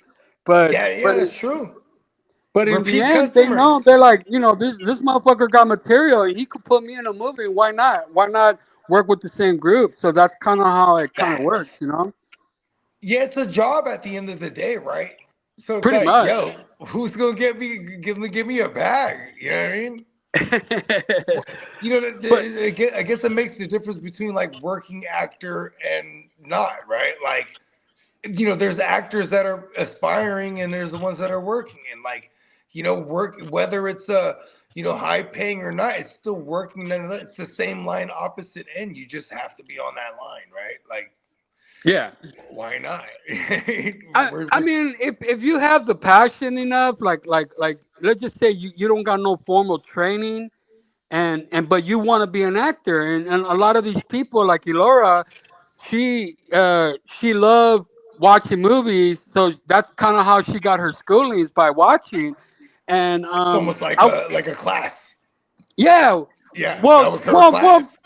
sort of, but when I met her, I recommended her books, and I even sent her books, and I was like, you should study this and learn this. And meanwhile, when you're auditioning with other people or other actors, you should be asking them questions like, how do you do this? How do you cry on spot? And stuff like that. So how do you draw from that shit, right? Draw from some pain to cry on demand. You know how the Texans just released Joe Mixon. Like, cry on the spot. Yeah. I don't even. Texans just released Joe Mixon. It was a matter of time, anyways. But you should ask Nelson how he cries on spot. That's tough. I would be like, somebody kick me in the balls real quick. Okay, the Las Vegas Raiders have three serious offers on the table. They're going to decide over the next couple of days on who they're going to take. Okay. To send Crosby away?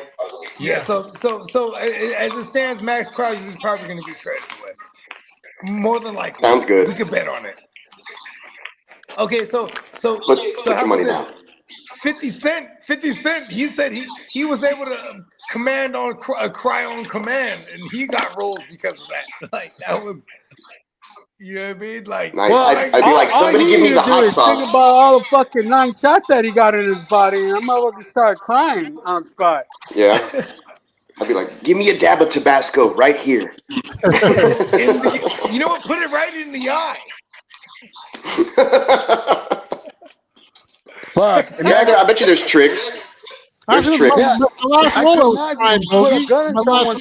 definitely start crying. I was crying, man. I mean, so how'd you do it, Nelson? It's not just about the tears coming out, though. It's also about the conviction. You know what I mean? Like, in this situation, and then use people that can kind of portray that situation in real life. Like, I think angry That's not crying like on camera was Meisner method.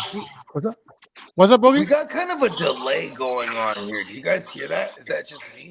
It's because somebody is playing the thing live on their computer. They should shut that off.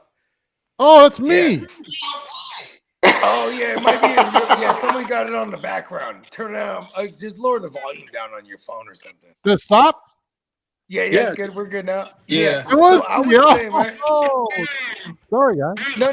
The echoes earlier wasn't you though. That wasn't you earlier. That was new though. Now it was like Oh. it was a delay. I was like, oh my. It's funny because I almost said things like I think I said things like twice in a row just to make sure. I was like, am I on a delay? Okay, Anyways, then we're okay, good. so let's bring it back up to speed. So now we got the idea for the movie and we got the actress, right? So you narrowed down the actress. So now take Yeah. us from there. Once we narrowed down the actors and the actress, eventually, I was having problems with finding a DP. My last DP guy, I don't want to mention his name, but he started freaking out, and I was like, "What's your problem, dude?" Because Was it the subject matter? Oh no, never mind. Go ahead. I'm my bad. I'm cutting you off. no, it's cool, man. No, you're right. It was about the subject matter, and Oh, he okay. and he got all like telling me stories about when he went to Cuba because he's Cuban. Because the shit is real, man. He started talking about like he witnessed something and it freaked him out and he doesn't want to go through that experience. I'm like, bro, it's a fucking movie, bro. Like, fucking relax. And he started like no, you heard stories about the exorcist, like weird shit was happening on set, and I don't want to go through that. And then at one point he's like, okay, I'll do it, and then he's like, no, I'm not gonna do it. And then finally my partner's like, fuck that, bro. I'll just find a fucking DP that's willing to fucking do it. And so he did. He found a student. His name is Sharag Patel. And shout out to Sharag Patel. That's his name, bro. Sharag Patel. I was like, damn. Yeah, shout out. I was like, yo, that's a dope name. I was like, okay. Yeah, right. It sounds like a rapper name. That is a dope name. It sounds like it rolls off the tongue. But I met him on a Zoom, and I straight up told him like, hey, it's a horror movie. I don't want to offend people because the movie will offend people, and I don't want to offend you. And he's like, no, I'm good as long as I could DP. And I was like, cool. Nice. So, yeah, he's looking for credits, resume even. So he got in. I got a little bit more help. We made the film. And while we were filming the movie, man, there were some things happening on set. It was just weird things. But I think for real, you have to, I think you because can't just we mention it. You have to like get specific now. okay, so my partner, he actually ordered the real books when you conduct an exorcism, like how the Catholics would do it. And I got the books and I started reading it. I started reading the book and it got scary, bro. When I started reading the book. Is this the book? Like, hold on. Is this it's the ones the book priests of, like use? being specific how to perform exorcisms, or is this the book of like testimonies of exorcisms? No, this is the actual book to conduct exorcism. Wow. Whoa. Oh, I didn't know Hey, we're getting some echoes again. Is this? Hold on. I'm starting to realize is this the spirit telling us this shit? You hear that? Like, we keep having extra curricular action going on digitally, right? That's actually the Baptist interference. We're clear. Go ahead, continue, Benny. Hey, Bogey, you're on the clock. Also, I was told by It's Johnny. all good. It's all good. Hold on. Oh, there you go again. It might be me. I'm just gonna keep myself. Okay. Oh yeah. Because he's at his other facility right now. Okay. Yeah. Go ahead, Benny. So we started. My partner actually added a lot of those prayers in the movie, and we actually using the quotes from those books, like the exorcism stuff, and a lot of weird things were happening, and those kind of weird things. Like when you see my actress in the movie, like the makeup and everything, it started to feel like fucking like real, like she was. It weren't acting no more. Yeah, bro. Like she really got into her character, and for a second, it felt like she was possessed at a second, Whoa. and that really scared my other actress because she was like oh my god, and she started screaming. I was like, hey, calm down. She's like, you don't understand, Benny. I am fucking Is she a scared. And I'm person like, of whoa, faith? hey, Oh hey, yeah, she said that. we're gonna Like, have to like take a break here and just relax. Like it was getting like real, like the whole Yeah. thing. And if you see the Is she a movie, like person her of faith reaction in the movie, herself? that's real. She was really fucking scared. And so Is she a person that's of some of faith, the weird things that Benny? was happening. And And as a director, again, you're like perfect. after the experience, Right? I Yes. kind of I was thinking about what the last DP was talking about, and in a way, it was kind of true. Like these kind of bad things happen when you make films like this. And the subject with demonology and stuff like that, right? Like Yeah. my demon was not like the demon in The Exorcist, even though it took place in the same world of The Exorcist. Um, Yeah, uh, yeah. You have to I take it to thought, another what if level, we so to get a speak. different demon? And our demon is the demon of nightmares, and his name is Oh called no. the Mare, right? Oh Because he no. comes at night, nightmare. Yeah. Oh So, oh, Mare. I Oh didn't know shit. that. hello? Oh The no. Oh shit! the Yo, mayor. Night. my Something girl's happened? cousin Meryl, we call her Mare. I need to start calling her Meryl from now on. What was that sound? Huh? No, it's Peacock. I was probably Whenever me, Peacock but comes in, I'm he also has getting the echo. He has the I'm reverb. also getting a little scared. It sounds like the No, but I mayor. can't hear he you has the guys. reverb, so Benny, it it sounds sounds like the cool. mayor's here. Oh, Nightmare. I love it. This is like and nightmare fuel. Houston Texans, let's go. Let's go. That's what I call the two defensive ends night. Yes. Okay, go ahead. Where we at? Oh, let's get back. Benny, is that you? Where are you, Benny? Where are He's you? back. Benny? Where's Benny? Oh, I don't know. He's there. I don't hear him though. This is crazy. You know what's crazy? It's like, hey Nelly, you love this shit. You love this shit. This is like Oh, he always might happens. The supernatural. he might have froze. He came back. He came back. Hold on. All right, there we go. There he is. Yes. Damn, what happened, bro? I'm Oh, all, it's just the supernatural. I'm like fucking talking. I'm like, are they even listening? Like, yeah, okay, But No, it's actually just StreamYard. It's actually just StreamYard. okay. It'd be on Or there's a it's goat. very accustomed to hopping out and hopping back in to getting a clear connection or clearer. Nelly actually had to do that a number of times earlier prior to this, so it's nothing new. Okay, all right. I guess you gotta get used to it, right? I mean, it's not just a coincidence we were talking of a certain subject matter and then something like that happened. It's nothing like that. But go ahead. I kind of forgot now where I'm at. Where did I left off?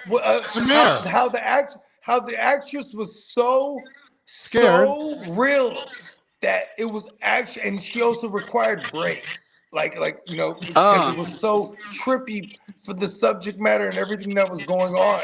Actually, with the stuff that was occurring during the filming. Yeah, well, I mean, look, to be honestly, these things do live for real, man. So like our demon wasn't like the demon from the real Exorcist movie, right? Our demon was the demon of nightmares. The name of it's called the Mare, which he comes at night or whatever it is comes at night. So hence nightmare because he comes at night. The Mare, Yes. right? So Nightmare. he comes in a horse. Like if you ever felt like when you having a nightmare, you ever felt like something that like maybe it's on top of you on the bed, like it's like Yeah. They call it the ghost holes. so that's the Mare, man. That's what That's the Mare visiting you. Filipino call it a ghost hole. What is it, that night paralysis? Yeah, there's a scientific. Yeah, exactly. Night paralysis. Paralysis. So Yes. that's the demon, bro. Like if you've ever felt that, bro, that's actually the demon visiting you, bro. Like Yeah, trying to give you. because you're actually it's a specific spot where your pineal gland is at too, where you're slipping in and out of those realms. So like you know what I mean. That's why that shit is real. If you ask me. Yeah, bro. Nah, bro. That's kind of I think what was happening. I think after we'll wrap up, you know, I sleep in that room there where we were filming it, and there were times where I felt something wasn't present because I like my bed's in front of my restroom, and when I leave the door open, I have a mirror, right?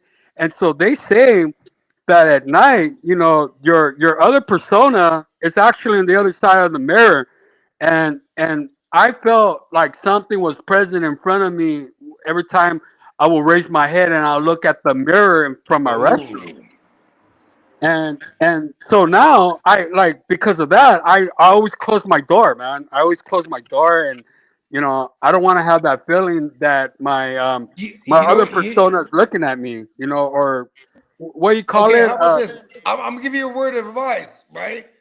I would just go to like you know what I'm saying because I was raised Catholic. I would just go to like and go grab one of them priests and you come through and go in there and douse everything around here with some holy water at one time and bless this place for me. Because you know what I'm saying, like because honestly, even through the art form, right? Yeah, Right. That's why people were scared too, because like the belief is what makes it real. When the people are shooting Yeah. something, yeah, we're shooting something that's we wrote this film, right? But the yeah. belief is what you know what I mean. The So belief is the actual fear, and which makes for a great film too. You know what I mean? I mean, you put it all together, bro, and if you could make a film that people could actually feel it, then you know you've done your job, right? Because it's like me Yes. reading a spell book, and then all of a sudden the spell really comes out. You know, that's kind of what it was. You know, so so in the end, bro, like I'm gonna be honest, you know, I'm not much of a firm believer in God because to be honestly, um, I think we as people we are gods, you know, humans. I think It says in the Bible, it actually, listen, I'm gonna be real with you. I'm more spiritual than religious, and it does say in the Bible, in scriptures, that God is within us. there you go. Yeah, There, so I'm with you. so so not only the kingdom is within you, but also you know the so-called devil is in within us too. I mean, you can't have one without the other, unfortunately. Right. You Well, can't think about balance. it. Exactly. You make the decision. Who do you want to come out of you? You Is know. that where the quintessential on the shoulders? You know, one the one with the halo and the other one with with the fucking and the little thing. The horns or whatever, Yeah, pitchfork.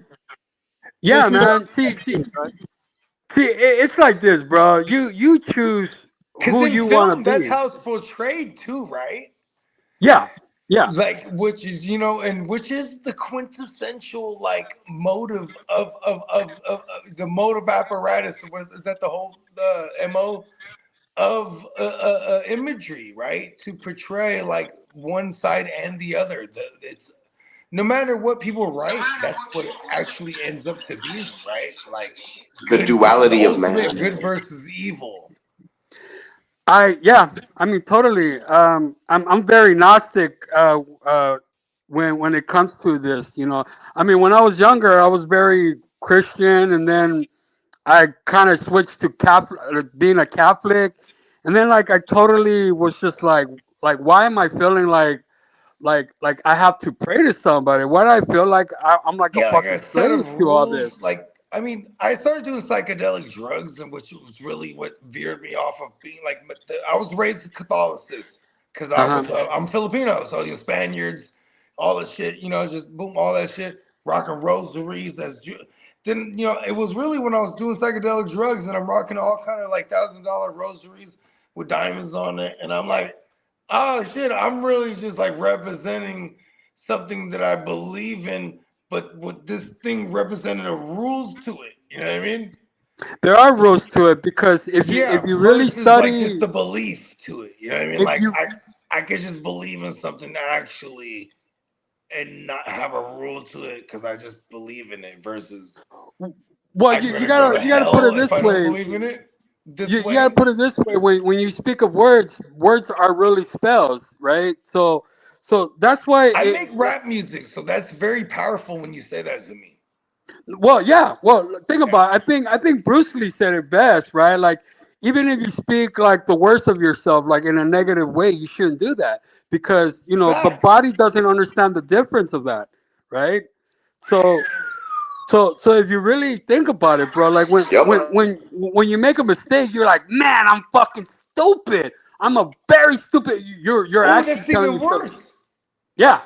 So in a way, you're saying you are stupid because you're calling yourself stupid, but really you're not stupid. We are a very powerful type of a fucking people. Because really we're just a sack of batteries. That's all we are. You know. The mind is very Energy. powerful, We're and energy. within the mind, it's a consciousness, and we're literally just a skeleton with like some other nerves. We're just in this vessel right now. So like I said, when you say that words are casting spells, words carry a lot of power, a lot of meaning with them. They fall on other people's ears. It's Influence. self-talk, it's self-help. And so, like, I'm extremely spiritual, not necessarily religious, but I'm a big believer, and I have Bible study. And we talk about this kind of stuff like every Thursday, literally. Like, we have questions, and as a group, we kind of, we bounce the ideas off of each other, and then we have to just kind of refer back to scripture and look at those points. And, you could say, like, there's bad self-talk, but at the end of the day, you got to remember that we're all God's children. We're all brothers and sisters, and God loves us. And so we should treat each other that way. Fact. So stuff like that. We get blinded by what actually matters, right? Like, we are actually children of God, all of us. Well, Or children of the atom, really however you want children to. of the one. The atom, but see, so scientists would Right. believe the atom is God by definition. Right, exactly. So whatever you By believe, though, but I feel like there definition, still that's needs to what be scientists belief. look for. Well, belief to me should be like for me, religion is not Christian or Catholic. It's really love. To me, that's Yes, what I Yeah, I believe. agree with that. 100 points. Yeah, I was gonna say I agree with that completely too. Yeah. 100 points, Because Benny. Go ahead, continue, Benny. it to me religion just feels like like a really strict parent and telling you what to do and what not to do. And Rules. we're really born to be free. We were created to be something else, something more powerful than the than God, right? If that's what you want to call it. I don't even like the word God, to If be you honest want to with use you. the measurement of power, yes, that's if that's what you're saying. But in that aspect, that's what the greater power would want you to be. Well, I mean, I guess Yahuwah, right? Yahusha, Jehovah, yeah. right? He when he came in the earth, he was a real person, and Yes. he came in, and he didn't say write this down. Let's create a church or anything.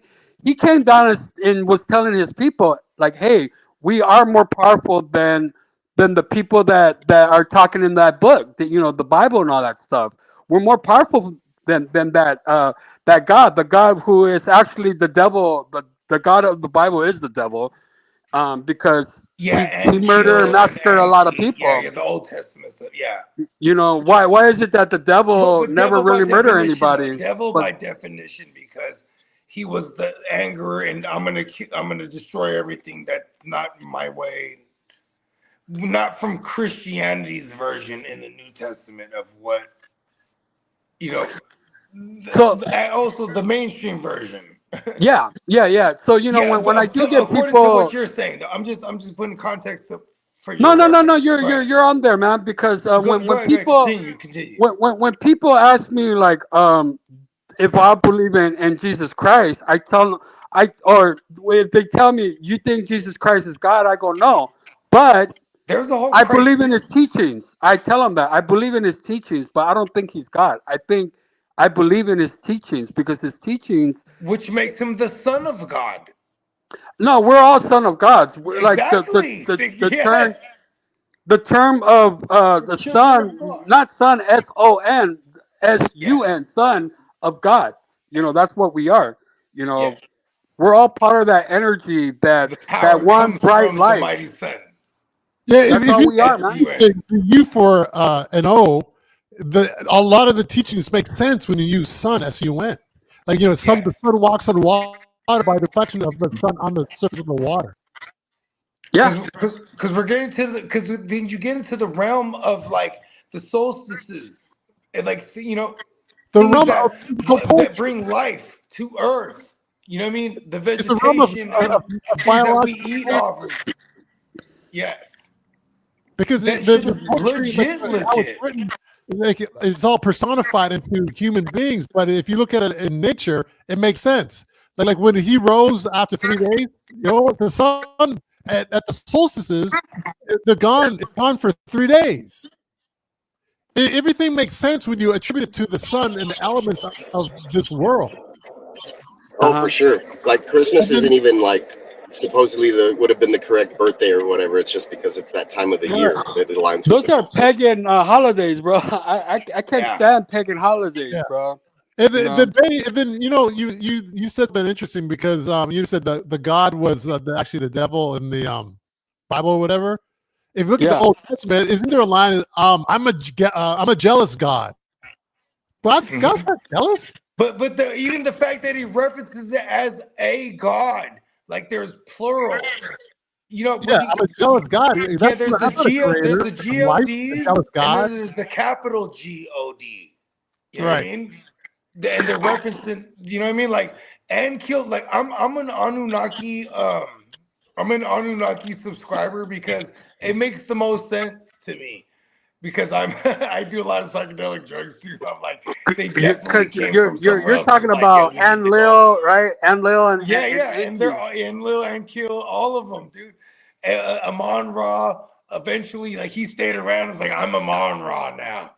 I'm the sun god. You know what I mean? Like he ran the shit after the flood. Like the shit is like it's pretty awesome. Like movie making material. Like it's fucking awesome literature, and it's ancient even. You know what I mean? I mean, the so-called gods you're talking about is Enki and Enlil. So Enlil is the one that says you got to The worship snake, me, but eat the Enki is apple. like saying like, hey, calm down, little brother. We created these people. We should like at least be responsible Oh to yeah, he's the them. good one. He's Yeah, Thoth. but it's Enlil's like, no, fuck that. I can't stand them because they fucking smell. They're just like fucking animals. They're like dogs. So I don't give a fuck about them. Right? I'm But gonna when run when this when shit. humans, us, we started rising up, started like learning and be even more smarter, because Enlil started learning that his brother created something that makes them even more powerful than them. So they know what they were doing, and out of nowhere, they know that what's in us, because we come from the natural soil Yes. of Earth. It says it. They took the fucking clay, right? Yep. So Boom. Metaphorically speaking, right? So you could even think in the lab, let's whip this shit up. yeah, Take the elements that we got. Modern whip it modern up. day, yeah. Modern day clay. Take it in your hands and mold it. Let's go and take the genetics. Jurassic That's Park. where the hearts of men actually comes from, because the hearts of men, you know what I mean, is a collaboration versus like when we were a female thinking species in like the days of Atlantis and shit like that. You know what I mean? Before the great floods and all the stuff that's actually in like antiquity. You know what I mean? yeah. But I mean, look, man. So for the film, if you're really agnostic, you kind of see a lot of the things that kind of we added in the movie, and like the way we were kind of trying to no spoilers here, but like the way we figure like how we're gonna battle the demon in the movie. I told my partner, I'm like, well, the demons is he's antiquity. He's old. He's from the OG Yeah, original he's language. from the dawn of man. So the only way to fight back to the demon is fight from his language, See, the demon already knows like your language, like it's nothing. You know, it's my language that's way better than your guys' language. So the way they fight them Ever back, before language. that was the idea of like how they're gonna fight the demon is by using its own language, and I think that's kind of what sticks out of our film, why it's different. Here's a quick story. So, they're trying to bring back The Exorcist again. I went to a talking event to Jason Blum. Jason Blum is like the guy that's creating all those horror movies that are out there right now. You know, the Blum House. Yeah, I've seen Jason Blum's name out Yeah. there. So I actually went to one of his talking events, and I had the opportunity to go pitch like my film, The Evangelist, to let him know that he's doing it all fucking wrong, right? He's Yeah. the way they're doing The Exorcist is all wrong. That he should see my film to see what, like how they could actually make it better. And I went there. I almost fought with the guy that was hosting because he was like, "Come on, you got a question?" And I was like, "Dude, let me talk. Let me say something to him." And and so Jason Blum, he was kind and respectful. He said, "Look, if you want to talk to me afterwards." I was like, "Okay, cool." But he was trying to be sneaky and already like try to leave, but like there were a lot of fans of him. So right away I ran out in the front and I gave him a flyer. I was like, "Look, here's my flyer and there's a barcode. If you want to see my film, you just scan the barcode and you can watch my Oh, film." that's And badass. let me know what you think, right? But he never got back to me. So if he ever listened to this, hopefully he could remember that event and maybe even watch my film or something. But I don't know. See what happens. Yeah. I definitely need to Hey, watch real the quick. film. Hey, Personally. Bogey. I got to prep some food, so I'm still going to stay on. But Bogey, I sent you a text of the awards that the Evangelist has won so far. You can read them off. Yeah. Oh yeah. Benny sent it to me, so Benny's got it. But I just texted the list to you. And then there's Yeah, the only one that's I'm on there, using my Benny, is phone. the one that we just won in Cannes Indie Film Festival in France. Oh yeah. Because there's a plethora. Go ahead and run down. Yeah, send Bloom that thing, Benny. Send Bloom the list of what we won so far. Benny, let us know of your film that's coming out. Let them know all the awards, because man, y'all been on quite the tour right now, collecting all the accolades, man. Let us know some of the more notable, and then also break down some of the experiences you've had too. If you know what I'm saying, getting the recognition for this film. You know what I mean?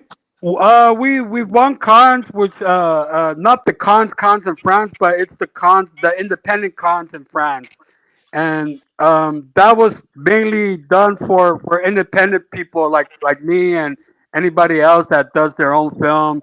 They could send it there, and boom, we won for best horror. I think we won in Scotland, Canada, where Nelson's from, Santa Yeah. Monica, La Jolla, and I forgot the other Well, one, the but we San won for Diego like joint best in La Christian or Jolla, something. that's a big one too. Yeah, And the Canada one. yeah. They're all big ones, actually. Pause. Now I think about it. I mean, like I'm not big in festivals, but from what I'm hearing, right, like you're saying, they are pretty big. So Yeah, come on, man. That's badass. you gotta understand, bro. Like it's really hard for me to soak like Because these. you're just working. You just Yeah, continue to work. yeah. That's all it is, man. But we ended up winning also best Christian film. I don't know why, but Oh, I that's was like, badass, bro. That's a what? You know why? Because you're fighting for the good fight. no, it is. There was It's really an exorcism happened, so yeah. Fight against demons, right? No I mean, matter what, if you're what was the word I'm looking for, Christian or any, I think we're all on the any same side devout, here. It's us like versus demons. we're all one family under one cloud, my friend. yes, they took No matter what you believe, piece it's of art. Oh, my bad, Peacock, go ahead. no. I was gonna say, no matter what you believe, it's still us versus demons. Yes, it's still good versus evil ultimately, and the Christian award actually they might have looked at your piece of art and was like, "We did it." You know what I mean? We win.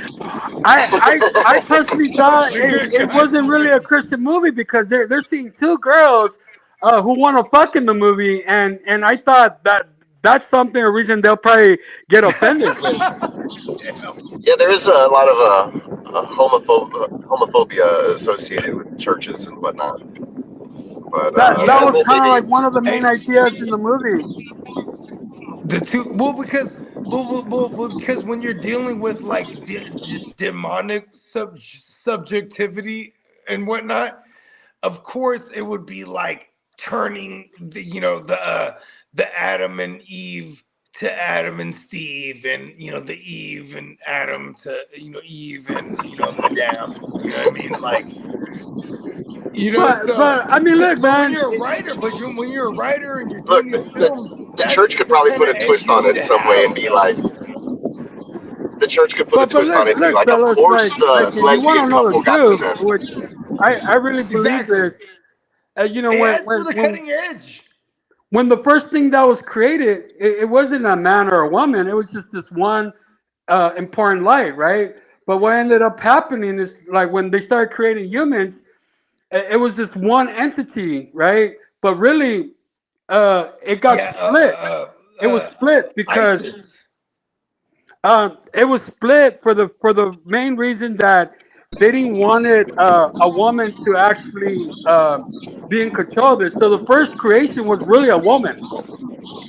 Yeah, because listen, I ain't gonna lie to you. Listen, I don't know if anyone knows this right now. I'm gonna let y'all in on a secret. Life comes out of a vagina. I ain't gonna lie to you. I've seen it. I have 4 kids. It comes right That's out how it of the happens. vagina. I definitely laid the seed, but the factory is the woman. Right out of that vagina comes a child. It's just facts. From the dawn of man. From the dawn of man. Yeah, so as long as I can remember, that's the way it's worked. Yeah. It's not a chicken or the egg, I think. It's not like a chicken or the egg situation, right? Which came first? I think it came woman, then created. There you go. There it is. Okay, so It's tough to argue. where can people look to find your guys' movie? This one or Yeah, Icarus because Falls as well. I definitely myself personally am asking for this. Where do I find the movie? Like eventually, because I know you guys, it's doing all the festival runs and all the film can runs. After that, like where And do I find it? would you recommend that I watch Icarus Falls first?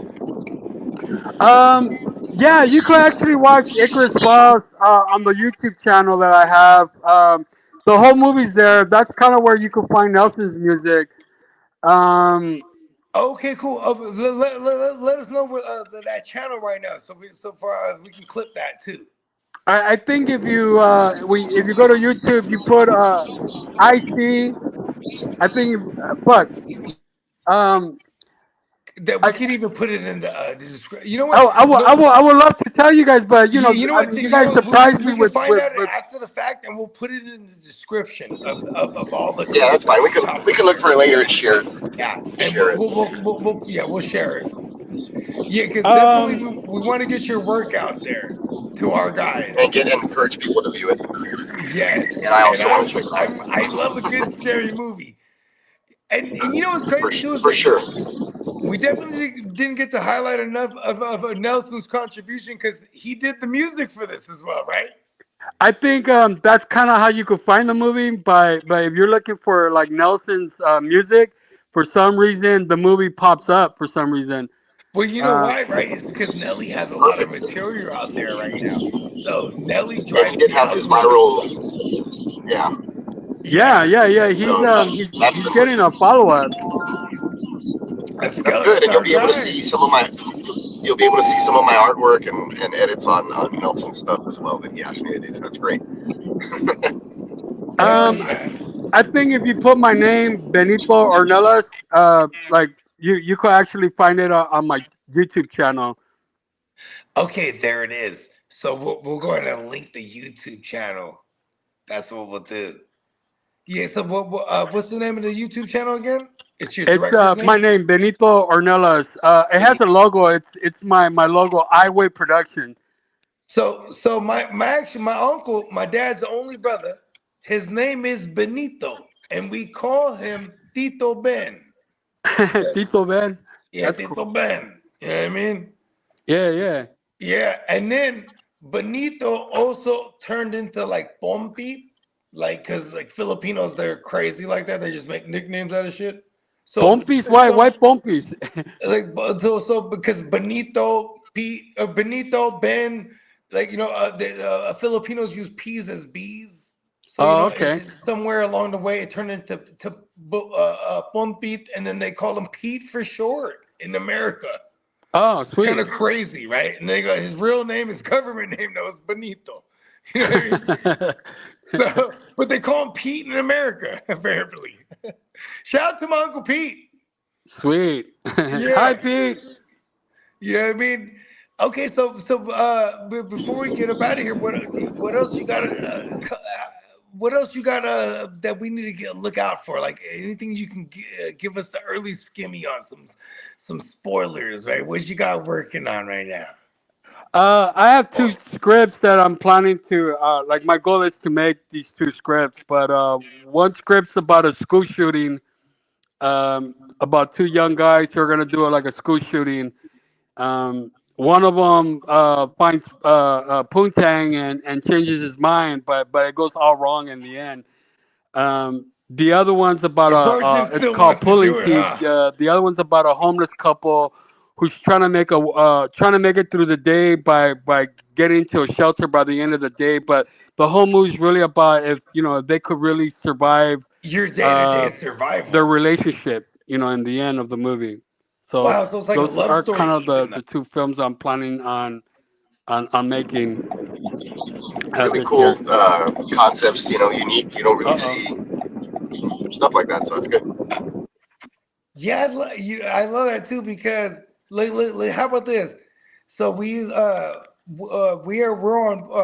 off season right now for one of our new reaction shows. It's called Orange Juice and a Blunt for Breakfast, and we actually covered a story in SoCal in Orange County about a couple that they were robbing people. You know what I mean, to live, and it was pretty interesting because. Like they were in Orange County, and they were like robbing. Orange County got a lot of rich people, so they were like scouting like rich people. Like they were like staking out, watching them jogging and getting the routines down so they can eventually rob them. You know what I mean?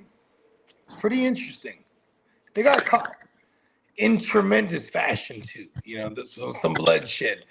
But so there might even be some actual real life things you could draw from here too. You know what I mean? And that's another thing too. I would love. I'm a songwriter. And most of my songs that I write are only deriving from my actual life. And even if I'm embellishing on certain things, but I could definitely somehow morph the rhymes into scripts one day because I would love to write crazy shit. Well, let me know, man. I could probably help you one of these days. Yeah, hell yeah. And if not, on the way to it, I could even just do help do some soundtracks and shit with Nelly. You know what I mean? All right, man. Sounds like a plan, brother. But I'm Yeah, sorry, man. fellas. I gotta cut this Yeah, short man. because I gotta Appreciate do you something. coming on, man. Let them know, Benny, Appreciate the one more talk. time. Let them know about the movies one more time that they got to look out for, and everywhere they can find you, my brother. Yeah, you can find me on my YouTube for now for my other movie, Icarus Falls, on Benito Ornelas on YouTube. There's a logo. My logo is Highway Productions. So if you see the logo, you know that's me. Highway Productions. I do have two other films that I'm planning on making. Hopefully, I could actually make them this year. But they're two dramas. One's about a school shooting, and the other one's about a homeless couple who are trying to make it through the day and see if they could survive their relationship by the end of the day. So that's pretty much kind of what I'm doing. I'm kind of keeping away from the horror movie for right now. figured I would like to do some dramas and see how that goes. But yes, thank you for Cool. having me on the show, guys, and hopefully Thanks for Thanks for I being pop here. up one of these days. Thanks for coming. I'll hit you up later, Benny. All right, Appreciate you cool. coming through, man. You guys have a blessed day, man. Yeah, but yeah, You All too, right, God brother. see you, bless you man. Take it as Take it easy. out. well, man. All right, Hope man. to talk to you All right. soon. Take it easy. Thank Yeah. What a you. delight, everyone. It was a great Benny in the guest there. Thank you, Nelson, for inviting him along as well. Appreciate Yeah, that. Yeah, Nelly he's very, Nell. very interesting to talk to on the cast here. I wasn't Hey, sure. Nelly Nell, I love that. I love that you did a movie and there's all kind of spooky shit going on, man. That shit's badass. Yeah, I You're heard about about it, the but I didn't spooky get shit. specific of what really happened, so I kind of learned something new too. Oh, word. That was I didn't great. know that. Yeah, I'm working That's in great. post, so I'm not on set anyway with those guys. No, you ain't lying. You did the soundtrack. You were post, actually. Yeah, post. Actually, Usually yeah. I'm on set because I'm acting, but this music thing is all post, all isolated work. You know, Come on, man. isolated We work. stay working. And you already know neonpeacockmerch.com and stay tapped in with the Gen Wealth. I think we got another power. We got a power hour. Do we got a Most power likely. hour? I haven't heard anything, but that's my guess. Okay, cool. We got Lee a will let us power hour. know. Charges power hour. My man Lee, he's going extra motorboat. Just All right, you well, know I'll what I bring mean? some more gifts, man. Some more people up my sleeves. Come on. Nelly, Nell, appreciate you tuning, tapping in, man. This is awesome. Yeah, man. Good. We got a lot of great clips that you can chop from this too for y'all. You know what I mean? So Yeah, we For just sure. winged this it is today, so awesome. maybe come with more ammo next time. Yeah, but yeah, you already know, man. We're gonna take us out of here, guys. Hit me with something. Hit me with one of them ones. Peacock, whichever one. Dealer's You choice. know it. You know it. Yeah. Give me a second. We'll leave on that note. Make sure you guys are keeping a heads up. There will be a A sale sale. happening Monday. Yeah, the sales they're running up. Yes. Those start on Monday. I think like $35 zip hoodies and things like that. So major sale going on. And it's been a while since we've had one. So be on the lookout for that happening on Monday. And yeah, we'll get up on out of here. We'll do what about Metatron? You want to do Metatron? Oh, Let's do Metatron. We haven't Metatron. done Metatron in a while. Yes. All right, and for myself, Bogart, Nelly, appreciate you coming on. The rest of our I GWN am crew, Metatron. I do ask about the JD. We'll gifts. catch everybody. Some interesting gifts that I'll bring on. Hell yeah, awesome, man. Well, appreciate you, brother, and appreciate everybody else out there, man. You guys take it easy. All right. Peace. See you guys.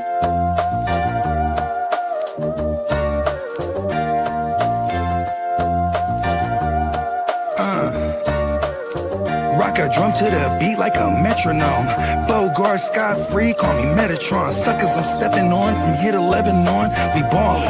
All my fallen angels got weapons drawn. Right-handed God, cut from the pedigree. Let it off, put that on the mob, we gon' let it ring. Heavyweight, smoking hella gas, watch me levitate. Always late, time don't exist in the astral plane. Clocks grill, never make a mountain out of molehill. God's will, mobsters, eat lobster and oxtail. Big dope, mean we keep supreme clientele. Shine like Orion belt, iron behind the belt. By the power of God, I swing the beast by his tail. Come hella high water, I pray I won't fail. In my own category, all by myself. As I'm gon' kill them all, only time will tell. Smurfs get murked, pop you like a perk. I'm popping in the east, they heard that Poppy got the work. I'm big dog status, who you tryna fuck with? Barking up the wrong tree, I put you pups on the pup list. We gon' show up and show out. Showstoppers, we gon' shoot it up at the showdown. Showing no emotion, got the show on the road. Never sold my soul just to rock a sold out show. You know how the saying go, the show must go on. Showboating, when it's showtime, I'ma show off. That's for sure, I'm a shogun. Guess I go to show, I ain't even got to show y'all. Said what I said, follow my speech pattern. Hella chips, hella rings, like I'm trying to be Saturn. Blue chipper draped in red, but only the green matters. Shoot the shepherd in the head, watch all of you sheep scatter. Metatron's cube, bet on the truth. Stomping out the devil's roof, looking out for the gumshoe. Hella kicks like like Kung Fu. Stacking what we up to, Franklin's we gon' thumb through. I know what time it is. I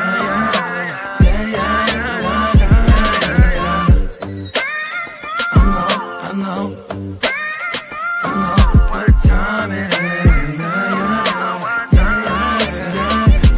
They say knowledge speaks and wisdom listens. I'm out the east, I'm on a mission to get it. I'm a beast, I don't need permission to get it. If I'm gon' eat, then we all gon' feast. They say knowledge speaks and wisdom listens. I'm out the east, I'm on a mission to get it. I'm a beast, I don't need permission to get it. If I'm gon' eat, then we all gon' feast. Rock a drum to the beat like a metronome. Bogart, Sky Free, call me Metatron. Suckers, I'm stepping on from here to Lebanon. We ballin', all my fallen angels got weapons drawn. All my fallen angels got weapons drawn.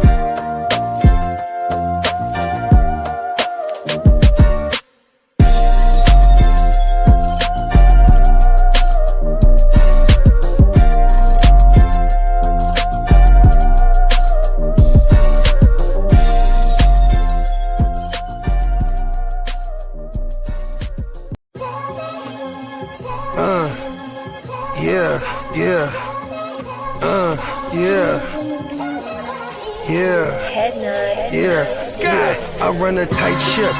Loose lips sink ships, run shit, dripping like a runny faucet, let that sink in.